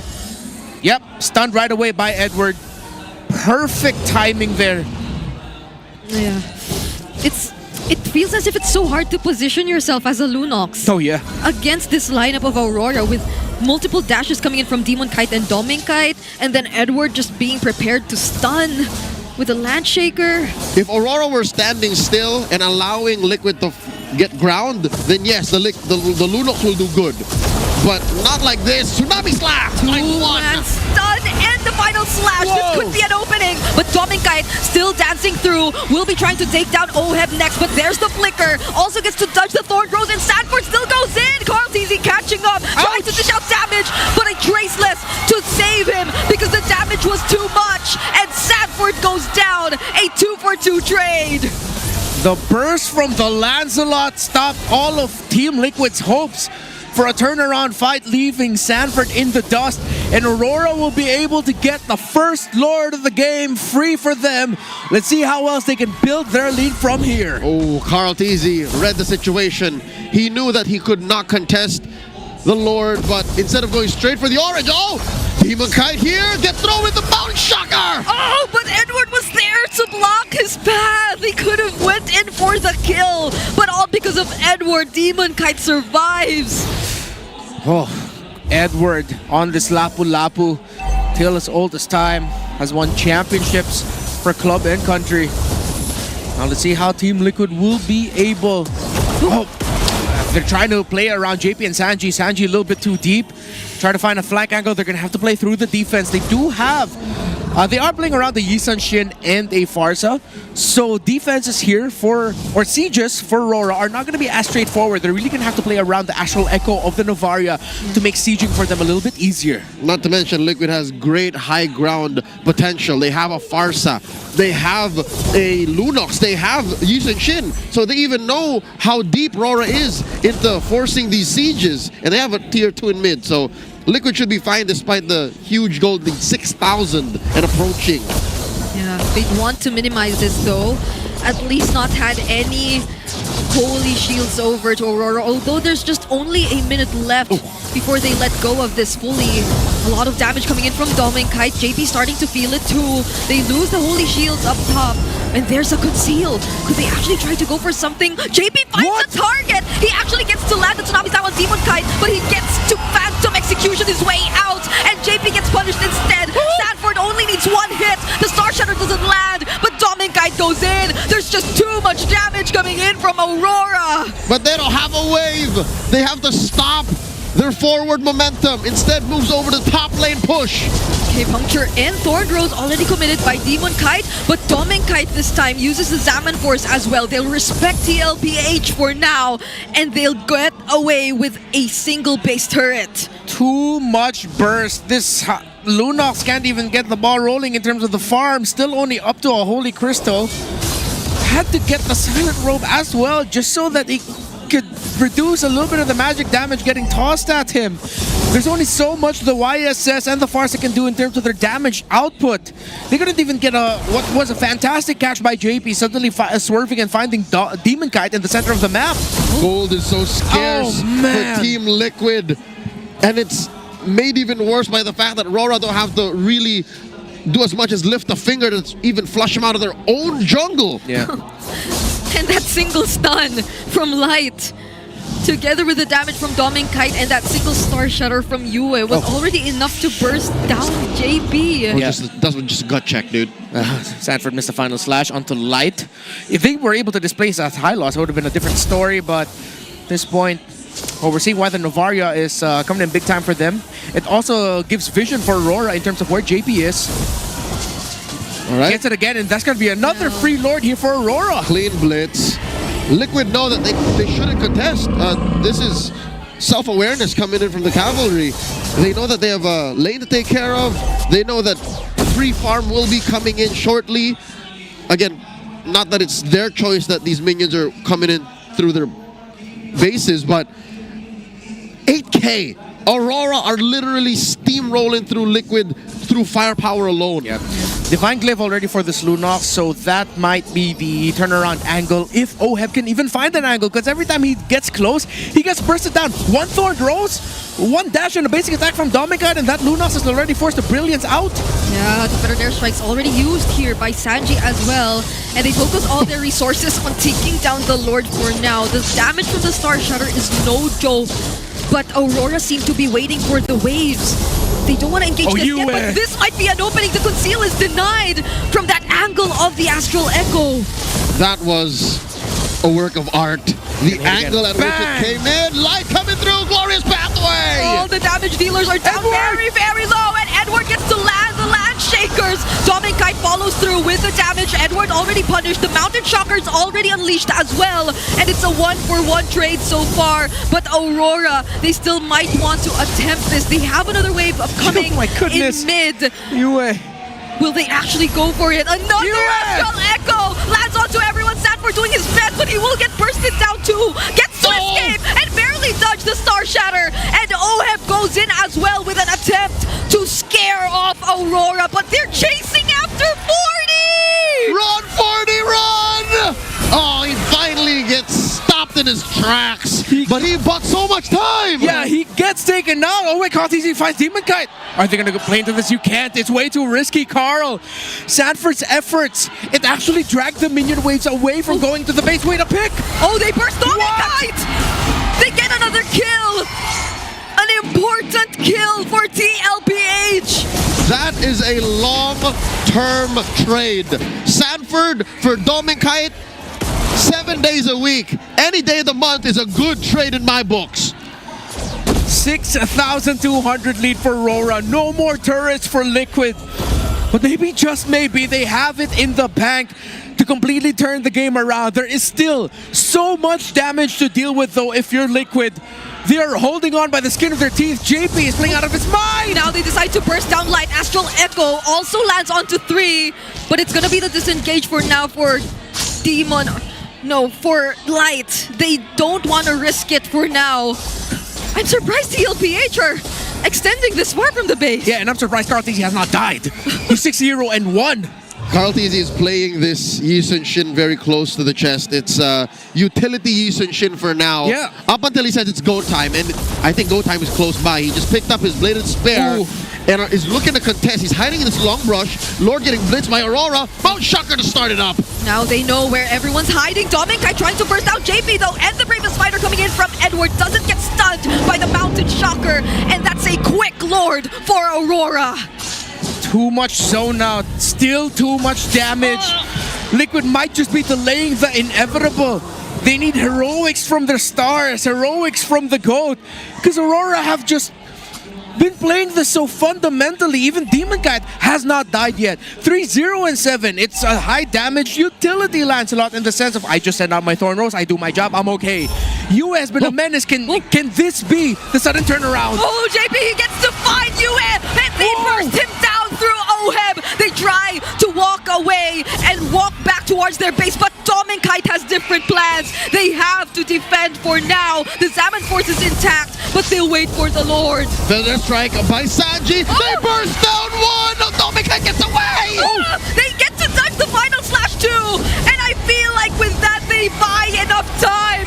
They get to defend this game once more. Wow, Liquid. Again, JP is playing out of his mind right now. The sudden call of the conceal by the team to get that pick onto Yue. The fact that he was able to pull away just a little bit of attention, recall back in time, and then back in base, Dom and Kite gets spotted out, gets bursted down, which meant that RORA couldn't continue the siege. Liquid has one more shot at this, one more try, and if Aurora can't end it here, this game is gonna keep on going. Look at that perfect flicker. Yeah. Second skill, Tsunami Slam. Yue flickered away, but he was already caught by the animation. And even Liquid's exit plan was well coordinated. You saw Light drop the Glorious Pathway. He tried to stop Liquid from getting away with it, but the cavalry knew. Apparently, a stampede goes both ways, inside and out. They've closed the gap. They cut the gold lead in half, just about 3,000, 4,000 in. And what's important is the cores have settled themselves. Even OHEB, who has been having one hell of a game, the bad way, finally has a full arsenal. Yeah. They'll have a lot more damage to rely on if ever they do find themselves in another team fight. That 8k gold lead we were talking about, which was in the hands of Aurora, is now down to only 3k, and it doesn't even matter at this point because, as you mentioned, OHEB already has all his items complete. So they just need to work on that one decision, that one pick-off that will really matter for this game. Look at Carl. Oh my goodness. He is setting the tempo. And Sanji with the feathered. Okay. They want to make their presence felt this time. Yeah, they know that these ults will be off of cooldown when the Lord comes, and that's what's important. Liquid is sending a message to Aurora. We're ready to box. You want to fight? We fight now. And if Aurora responds in the wrong way, Liquid will punish. Here we go. Lord spawns lower quarter. Top lane, the long lane was taken care of. Last rotation by Liquid. They're sending Yue over there. I think Aurora knows that Yue is a huge part of their win here. If they're able to protect Yue and they're able to get Yue to land the echo of all echoes, then maybe Liquid will finally fold. Yeah. Aurora needs to leverage their macro control, which they are doing through the minion wave up top. Slow push through the minion wave in mid. They're allowing the bottom minion wave to push. They have the advantage. They can afford to lose towers and a bit of minions, and now they're going to blitz this. Right, Lord now. JP has info, but Light sees Sanford. He gets to use his vengeance out. Lord already nearing half HP. Star Shatter doesn't land. They find OHEB up top though. Lord gets a reset. This is straight up turning into a dance. Ooh, the damage is slowly coming in. Light is getting bursted down. Immortality already popped. JP trying to escape, but uses the Tsunami Slam instead onto Edward, and he gets bursted down. This time another flicker in from OHEB. Nearly gets to finish off the kill, but there's a flicker intact for Edward as well. Uses the Light ultimate. They're now trying to go for Dom and Kite, and it's gonna be a kill. But the base! They played it perfectly, Liquid. They knew the minion waves would respawn. Now Sanford's able to defend for now. Better airstrike, but Demon Kite gets to dodge everything. Sanford needs to work on the base, and now it's only 3 members of TLPH fighting up against Aurora. It's not over yet. Aurora have to make a decision here. Do we go for the Lord? Do we go for the base? Do we try to keep attacking Liquid's waves? And both teams just let off of the dance. Sanford's still working on that wave. Mountain Shocker already committed. Star Shatter doesn't land. Light slowly approaching the members of TLPH alongside Demon Kite. A Twilight Armor pickup for Edward as well. But Sanford's still not part of this. Neither is Dom and Kite. JP also out of commission for maybe 10 more seconds. Oh no, Aurora have quite the hold on this Lord. What a placement of the feathered airstrike. Demon Kite is very low. He cannot contest this. He has to recall. Or will they actually risk it? There's the immortality pickup. He gets to regain some of his HP through the revitalize. And the TLPH backs off again. Astral Echo single-handedly send away baby cakes, and Aurora able to hold their ground. Oh, it's just a matter of the waves and the map being against Liquid. That is what's keeping Aurora in this dance. Yeah, they're doing everything they can to manage, but Aurora, they are not letting go. They know they have the advantage through the minion waves, and it's making Liquid struggle every moment and every sequence in this Lord dance. Yeah. Demon Kite picked up rapid boots. Okay. He knows that he has to keep moving in and out, weaving between this Lord, between the waves, between a team fight. Liquid now have a lead, 1,000 gold. Not that it means much, and the Lord has evolved. This is a evolved Lord, 22 and a half minutes and counting. Right positioning right now for Liquid. I think it's an all-in for Aurora now. They have to. They know Sanji's playing back. They don't see where the Lunox and the Arlot are though. Oh, conceal. Already used. Liquid can fight. The Mountain Shocker's there as well. They burst down. Too early. He doesn't have the immortality, and now he gets punished. And the Tsunami slap onto UA from JP. There's a knockup from the Lord. Sanford follows up with the beautiful final slash.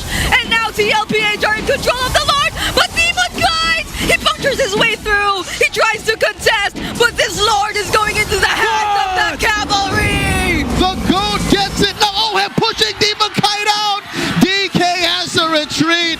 It all went sideways for Aurora. Liquid score their first Lord. Never underestimate the heart of a multi-time international champion.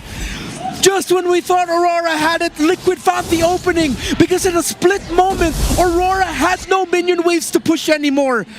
Team Liquid could afford to go and fight, and they did. Light was too early, Yue got picked, and Sanji held his feathered airstrike in front of Demon Kite to stop him from getting close to the Lord. Liquid never lost track of the big picture, and now they're calling the shots. JP with a conceal places himself in this bush. Yue flushes him out, but he was out there a second too late.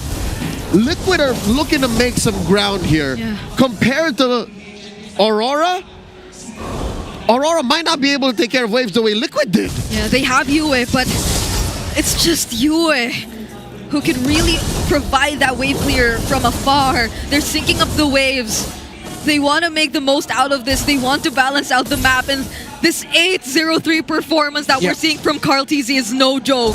On the other side, Demon Kite is 3-0-7. Both junglers have not died for their two teams. They are both the final condition for their respective squads. And now Liquid have finally made it to the base of Aurora. How will Aurora defend? They do have a great high ground defense. There's the Lord.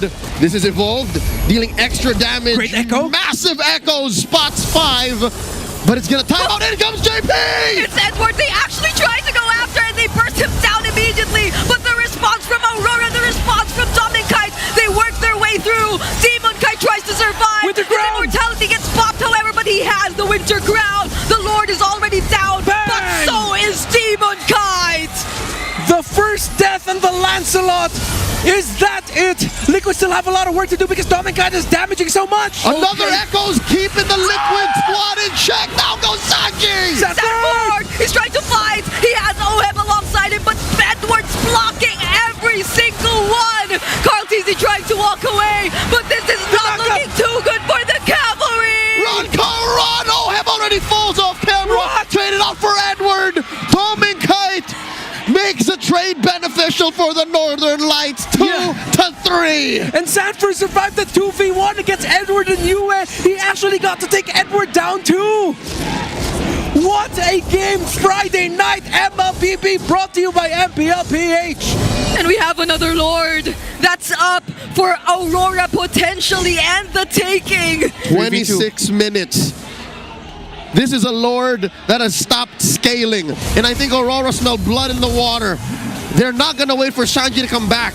This is 15 good seconds that Liquid only has 2 to defend. Sanford and Carl. A 3v2, Astral Echo lands, final slash already clear the minions.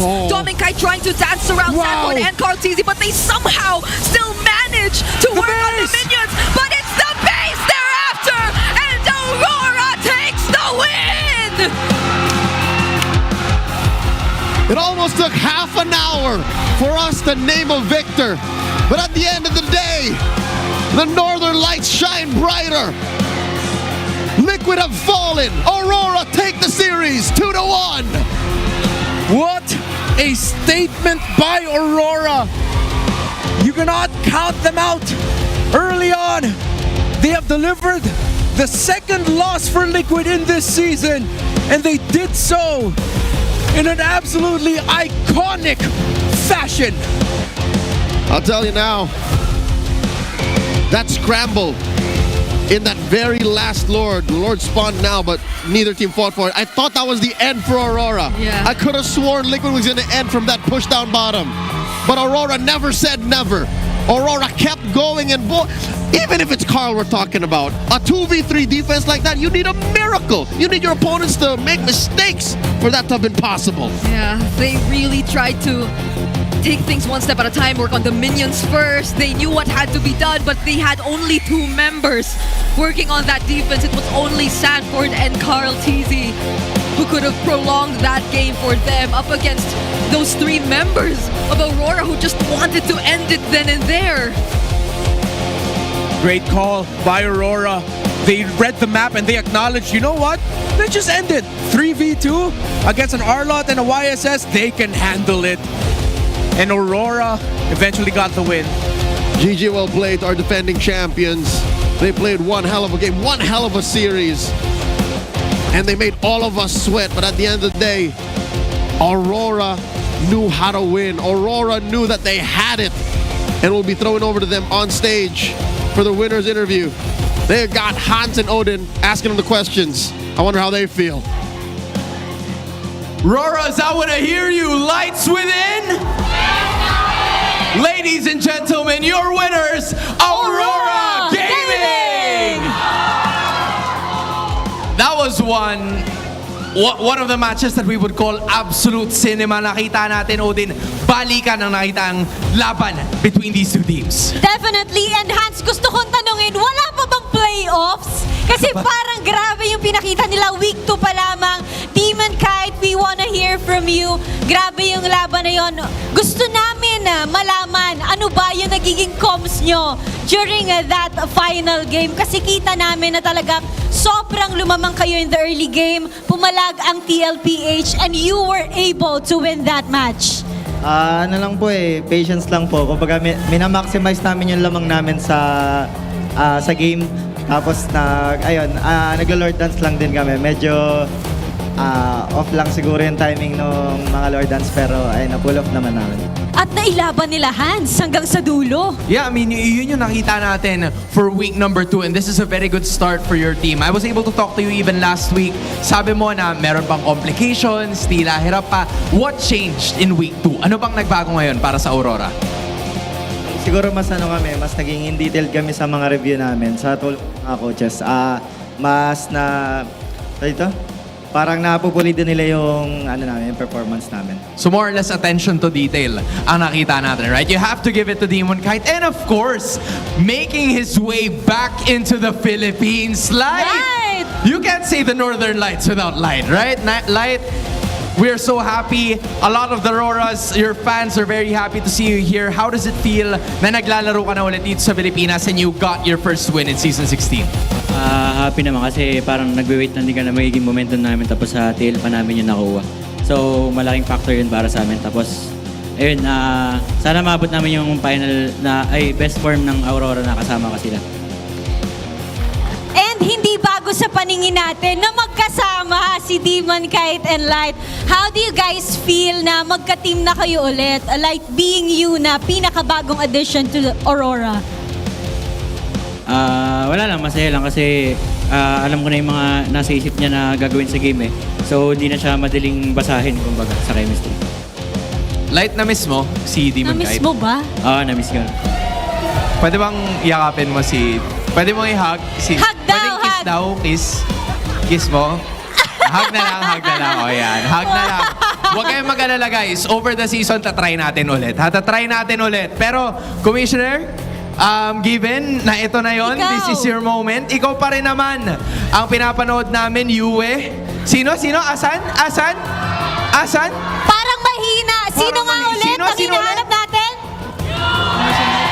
Tinawag ka na nila, men. Wala ka na choice. Saan pa ba namin makikita ang Aurora? Kasi ngayon nakikita na nila. But on the other hand, where else can we find Aurora? May mga gusto ka ba bang i-promote na alam mo naman, di ba?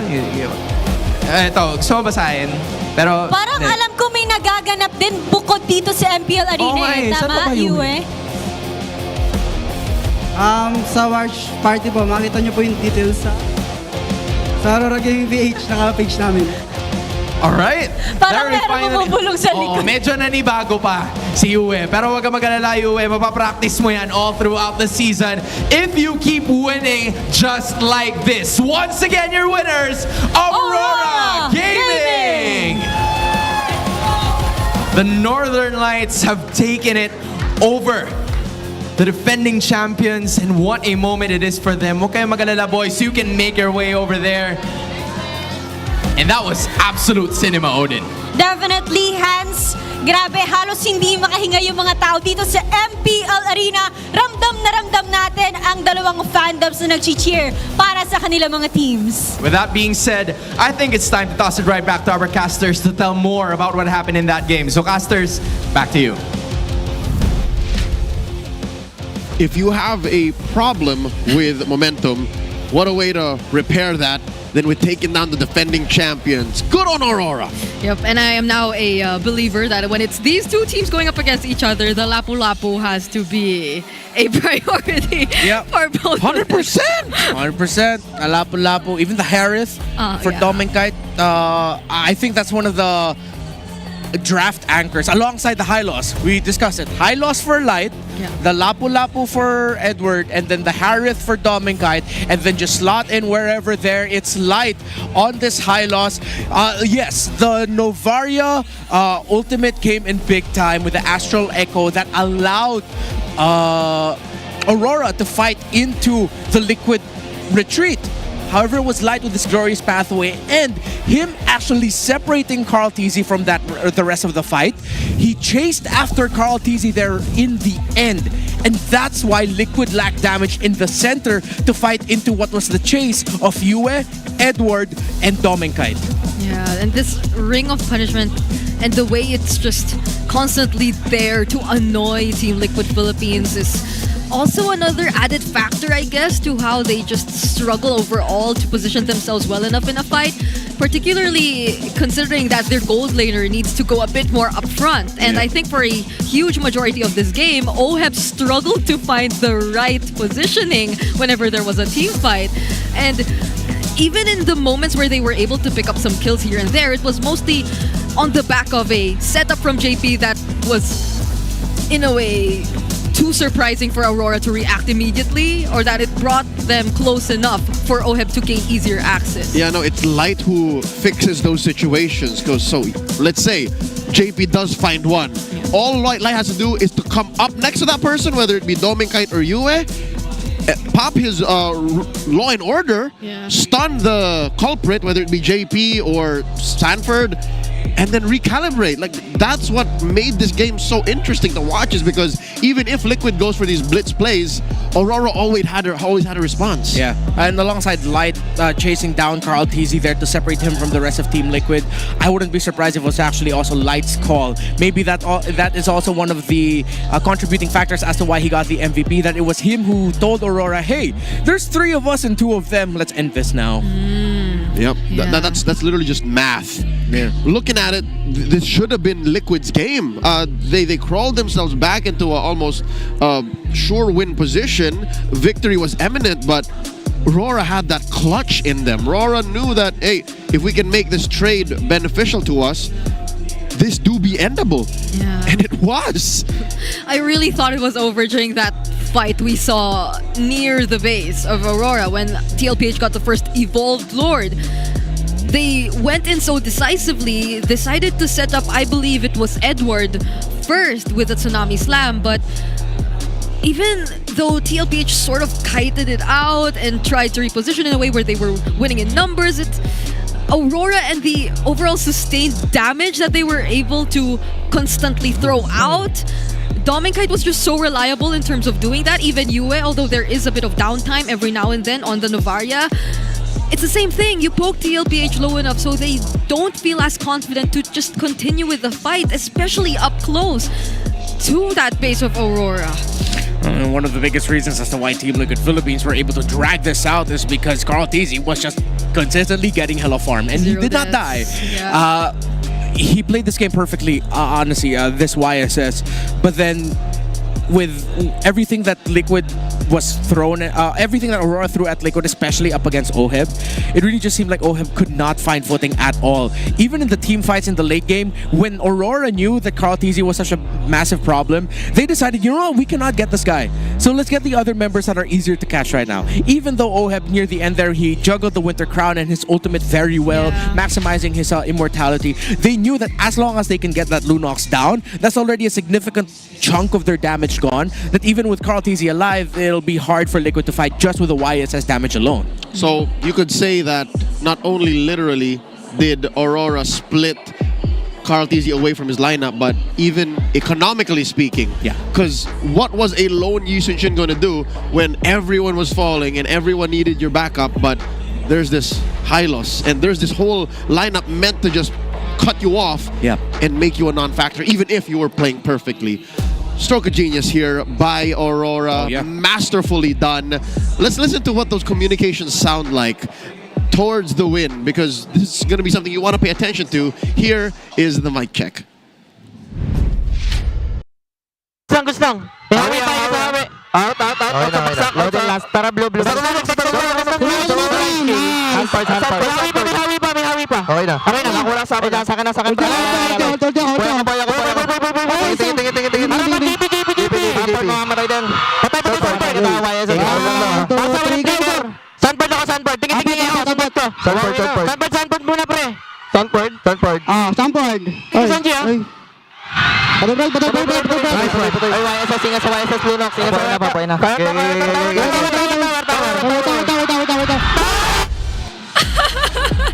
Nice! Alright. Okay. I want to know who counts. Is that Yue? Is he counting towards his echo? Yeah, that was Yue who was counting down. It was echo. 3, 1, 2, 3. Phew. Alright. All of those Novaria mains watching, take that as a note.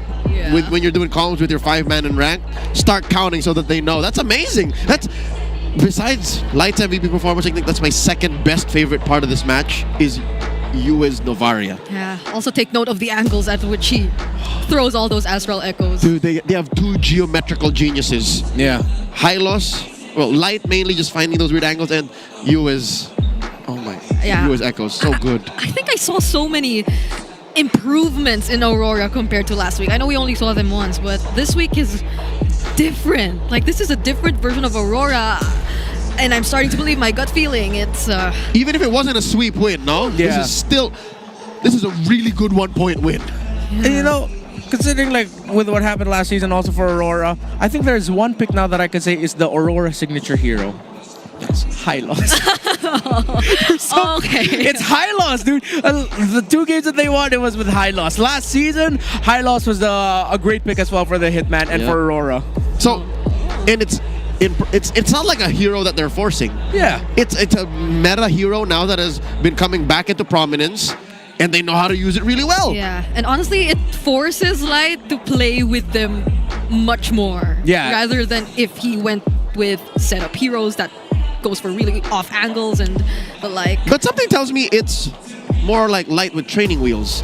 Yeah. It's Light reintegrating back into this new team and into MPLPH, because Light Prime plays with Kaja, plays with Cho, plays with Franco. Like, that's eventually I hope to see that soon. But right now, they're very comfortable with the Hylos. Yeah, I'll wait for when he starts whipping out those heroes. Whip out some Kufros. Wins with Grok again. Yeah, I'll win with Grok again. Maybe try it out. But yeah, there's a stability to that. I would call that the Aurora Trinity now. It's Hylos in the Roam, Harith in the Gold, and then Lapu-Lapu in the EXP, and then you just slot in whichever pick for Yue and Demon Kite, and then you're gonna be good. As long as you have that 3 to build around, then Aurora should be a force to be reckoned with. Their opponents should pay attention to that the same way teams have adjusted to, let's say, the CC of Birds the first time they saw it in Falcon. So this is definitely gonna switch up their bans and priorities a bit when they go up against Aurora, especially as they beat TLPH. It's just not any ordinary team, it's TLPH. And to all the teams listening, this one's for free. This one's on Renmar, all right? The Trinity, the Aurora Trinity. Next one's, I don't know if it's going to be free. Pay for it. That's a good read. Again, the Hylos, the Harith, and the Lapu-Lapu. Who'd have thought that they would force the Lapu-Lapu 3 games in and still win with it? Yeah. It's so honest. It's literally right there. Good commitment. This is Lapu-Lapu's Edward. TL didn't prioritize it either in the last game. It was the R-Lot that they went for, but we don't really think it's a flex if it's TL picking up the R-Lot. Yeah, you know it's going to go into the hands of Sanford. Yeah. I can hear our good friend Destroyer now screaming at his screen. Told you, I don't like R-Lot. Yes. Yeah. It's I don't even know if they should have went for the Lapu there. Yeah. You know, I feel like if there was a pick that could have changed, it would have been the Lunox. Was the Granger open for Liquid? It was. Yeah. It was. The Granger and the Moskov were both open. Yeah, they chose. I understand why, because of the results that we saw from it, this also could have gone the route of a snowball through Liquid. And if that was a snowball, they would have ended this fast. We saw it earlier, pulled off by ONIC when they had the YSS and Lunox together in the same lineup.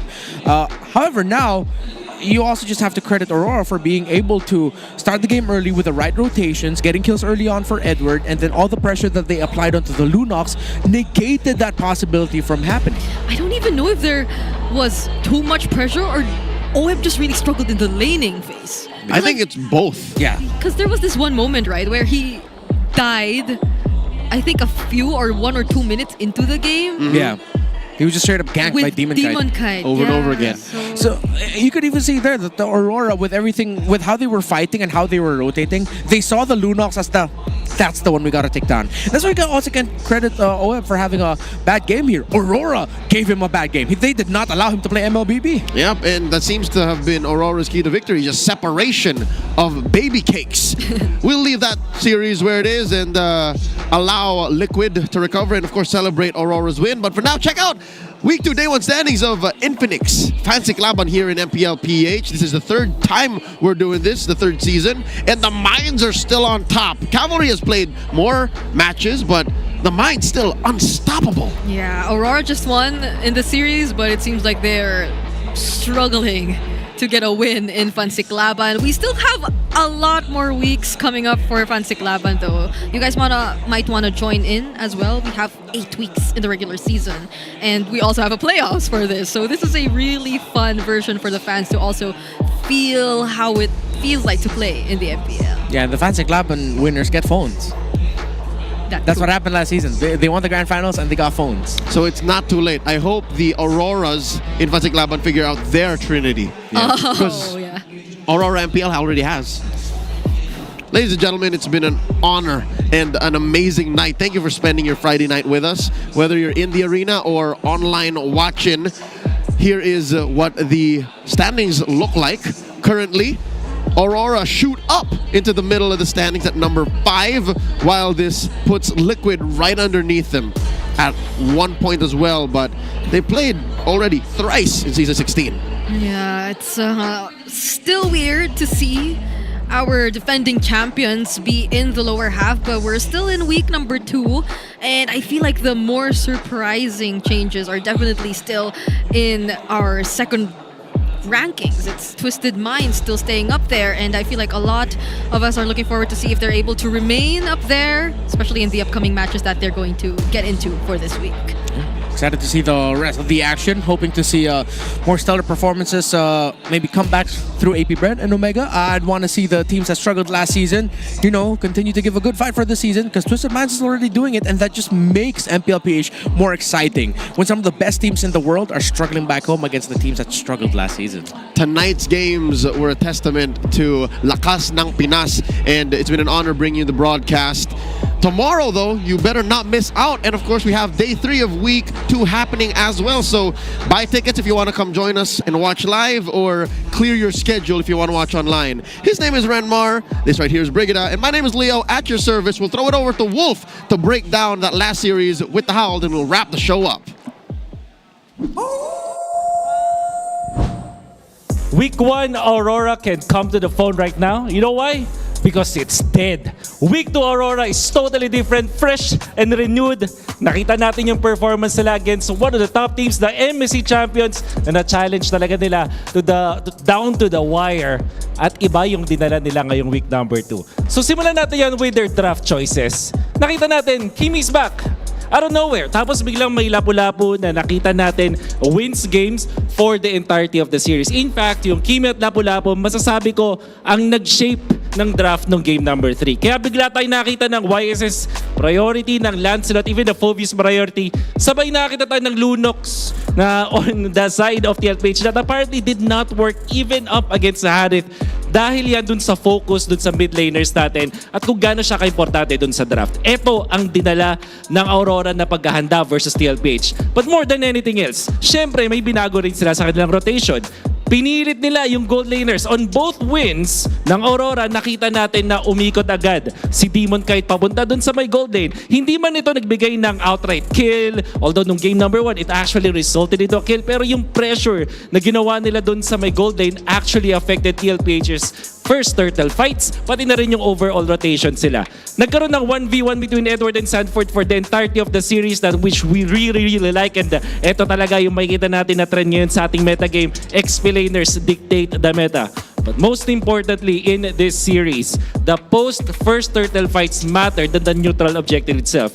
Game number 1 napunta ang turtle doon sa TLPH, pero yung post-turtle fight, yun talaga yung nagbigay ng tempo sa team. That happened in game number 2 and also in game number 3. Kaya nga lang, itong mga sinabi natin, hindi masyadong nag-matter dahil nag-late game yung game number 3. Yan ang championship factor, kaya naman nakita natin yung TLPH na na-extend pa yung laro na yan.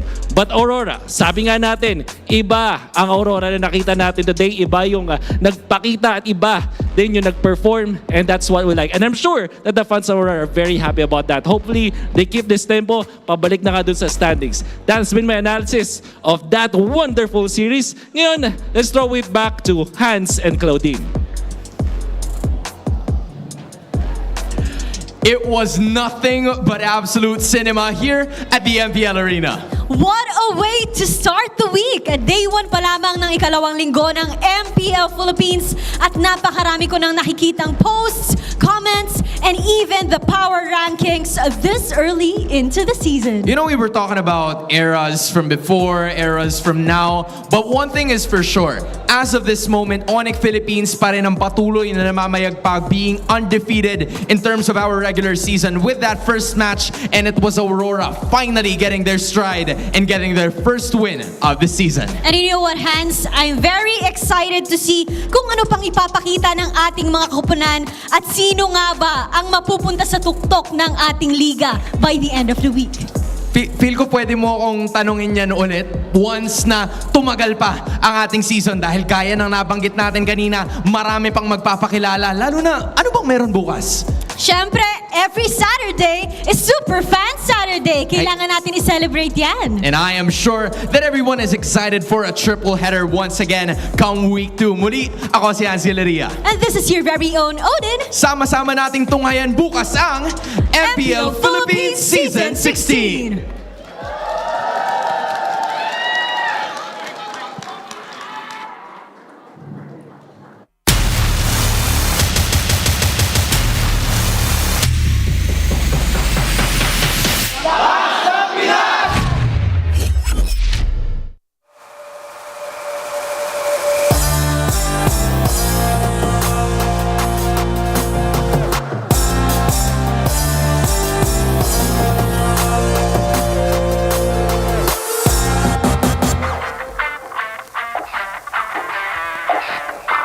Lakas ng Pinas, malakas Pilipinas, malakas kahit anong lane we become the monsters. Malakas Pilipinas, malakas face the golden sun and repping for the 3 stars. Look at us to the top, no ifs, no buts, winning any game para to sa PINAS. Di mo matitinag aming boses sa new level. Nasa kalye man o mobile, you know I become a legend. Listen, open fire, we unite, we winners. But with pressure, like diamonds are made of. Switching the lane na parang gera, HP racing made a setup. Pagkakatang buhat ni Hilda, full dome SS parang Laila. Susundan ko man yung bakas, kasama pataas, tagumpay natin to dahil tayo'y malakas para sa Pinas. Nasa amin ang alas, hindi to atas, kinikilala sa taas kasi kami ang malakas para sa Pinas. Nasa amin ang alas, hindi to atas, kinikilala sa taas, ganito kami sa Pinas.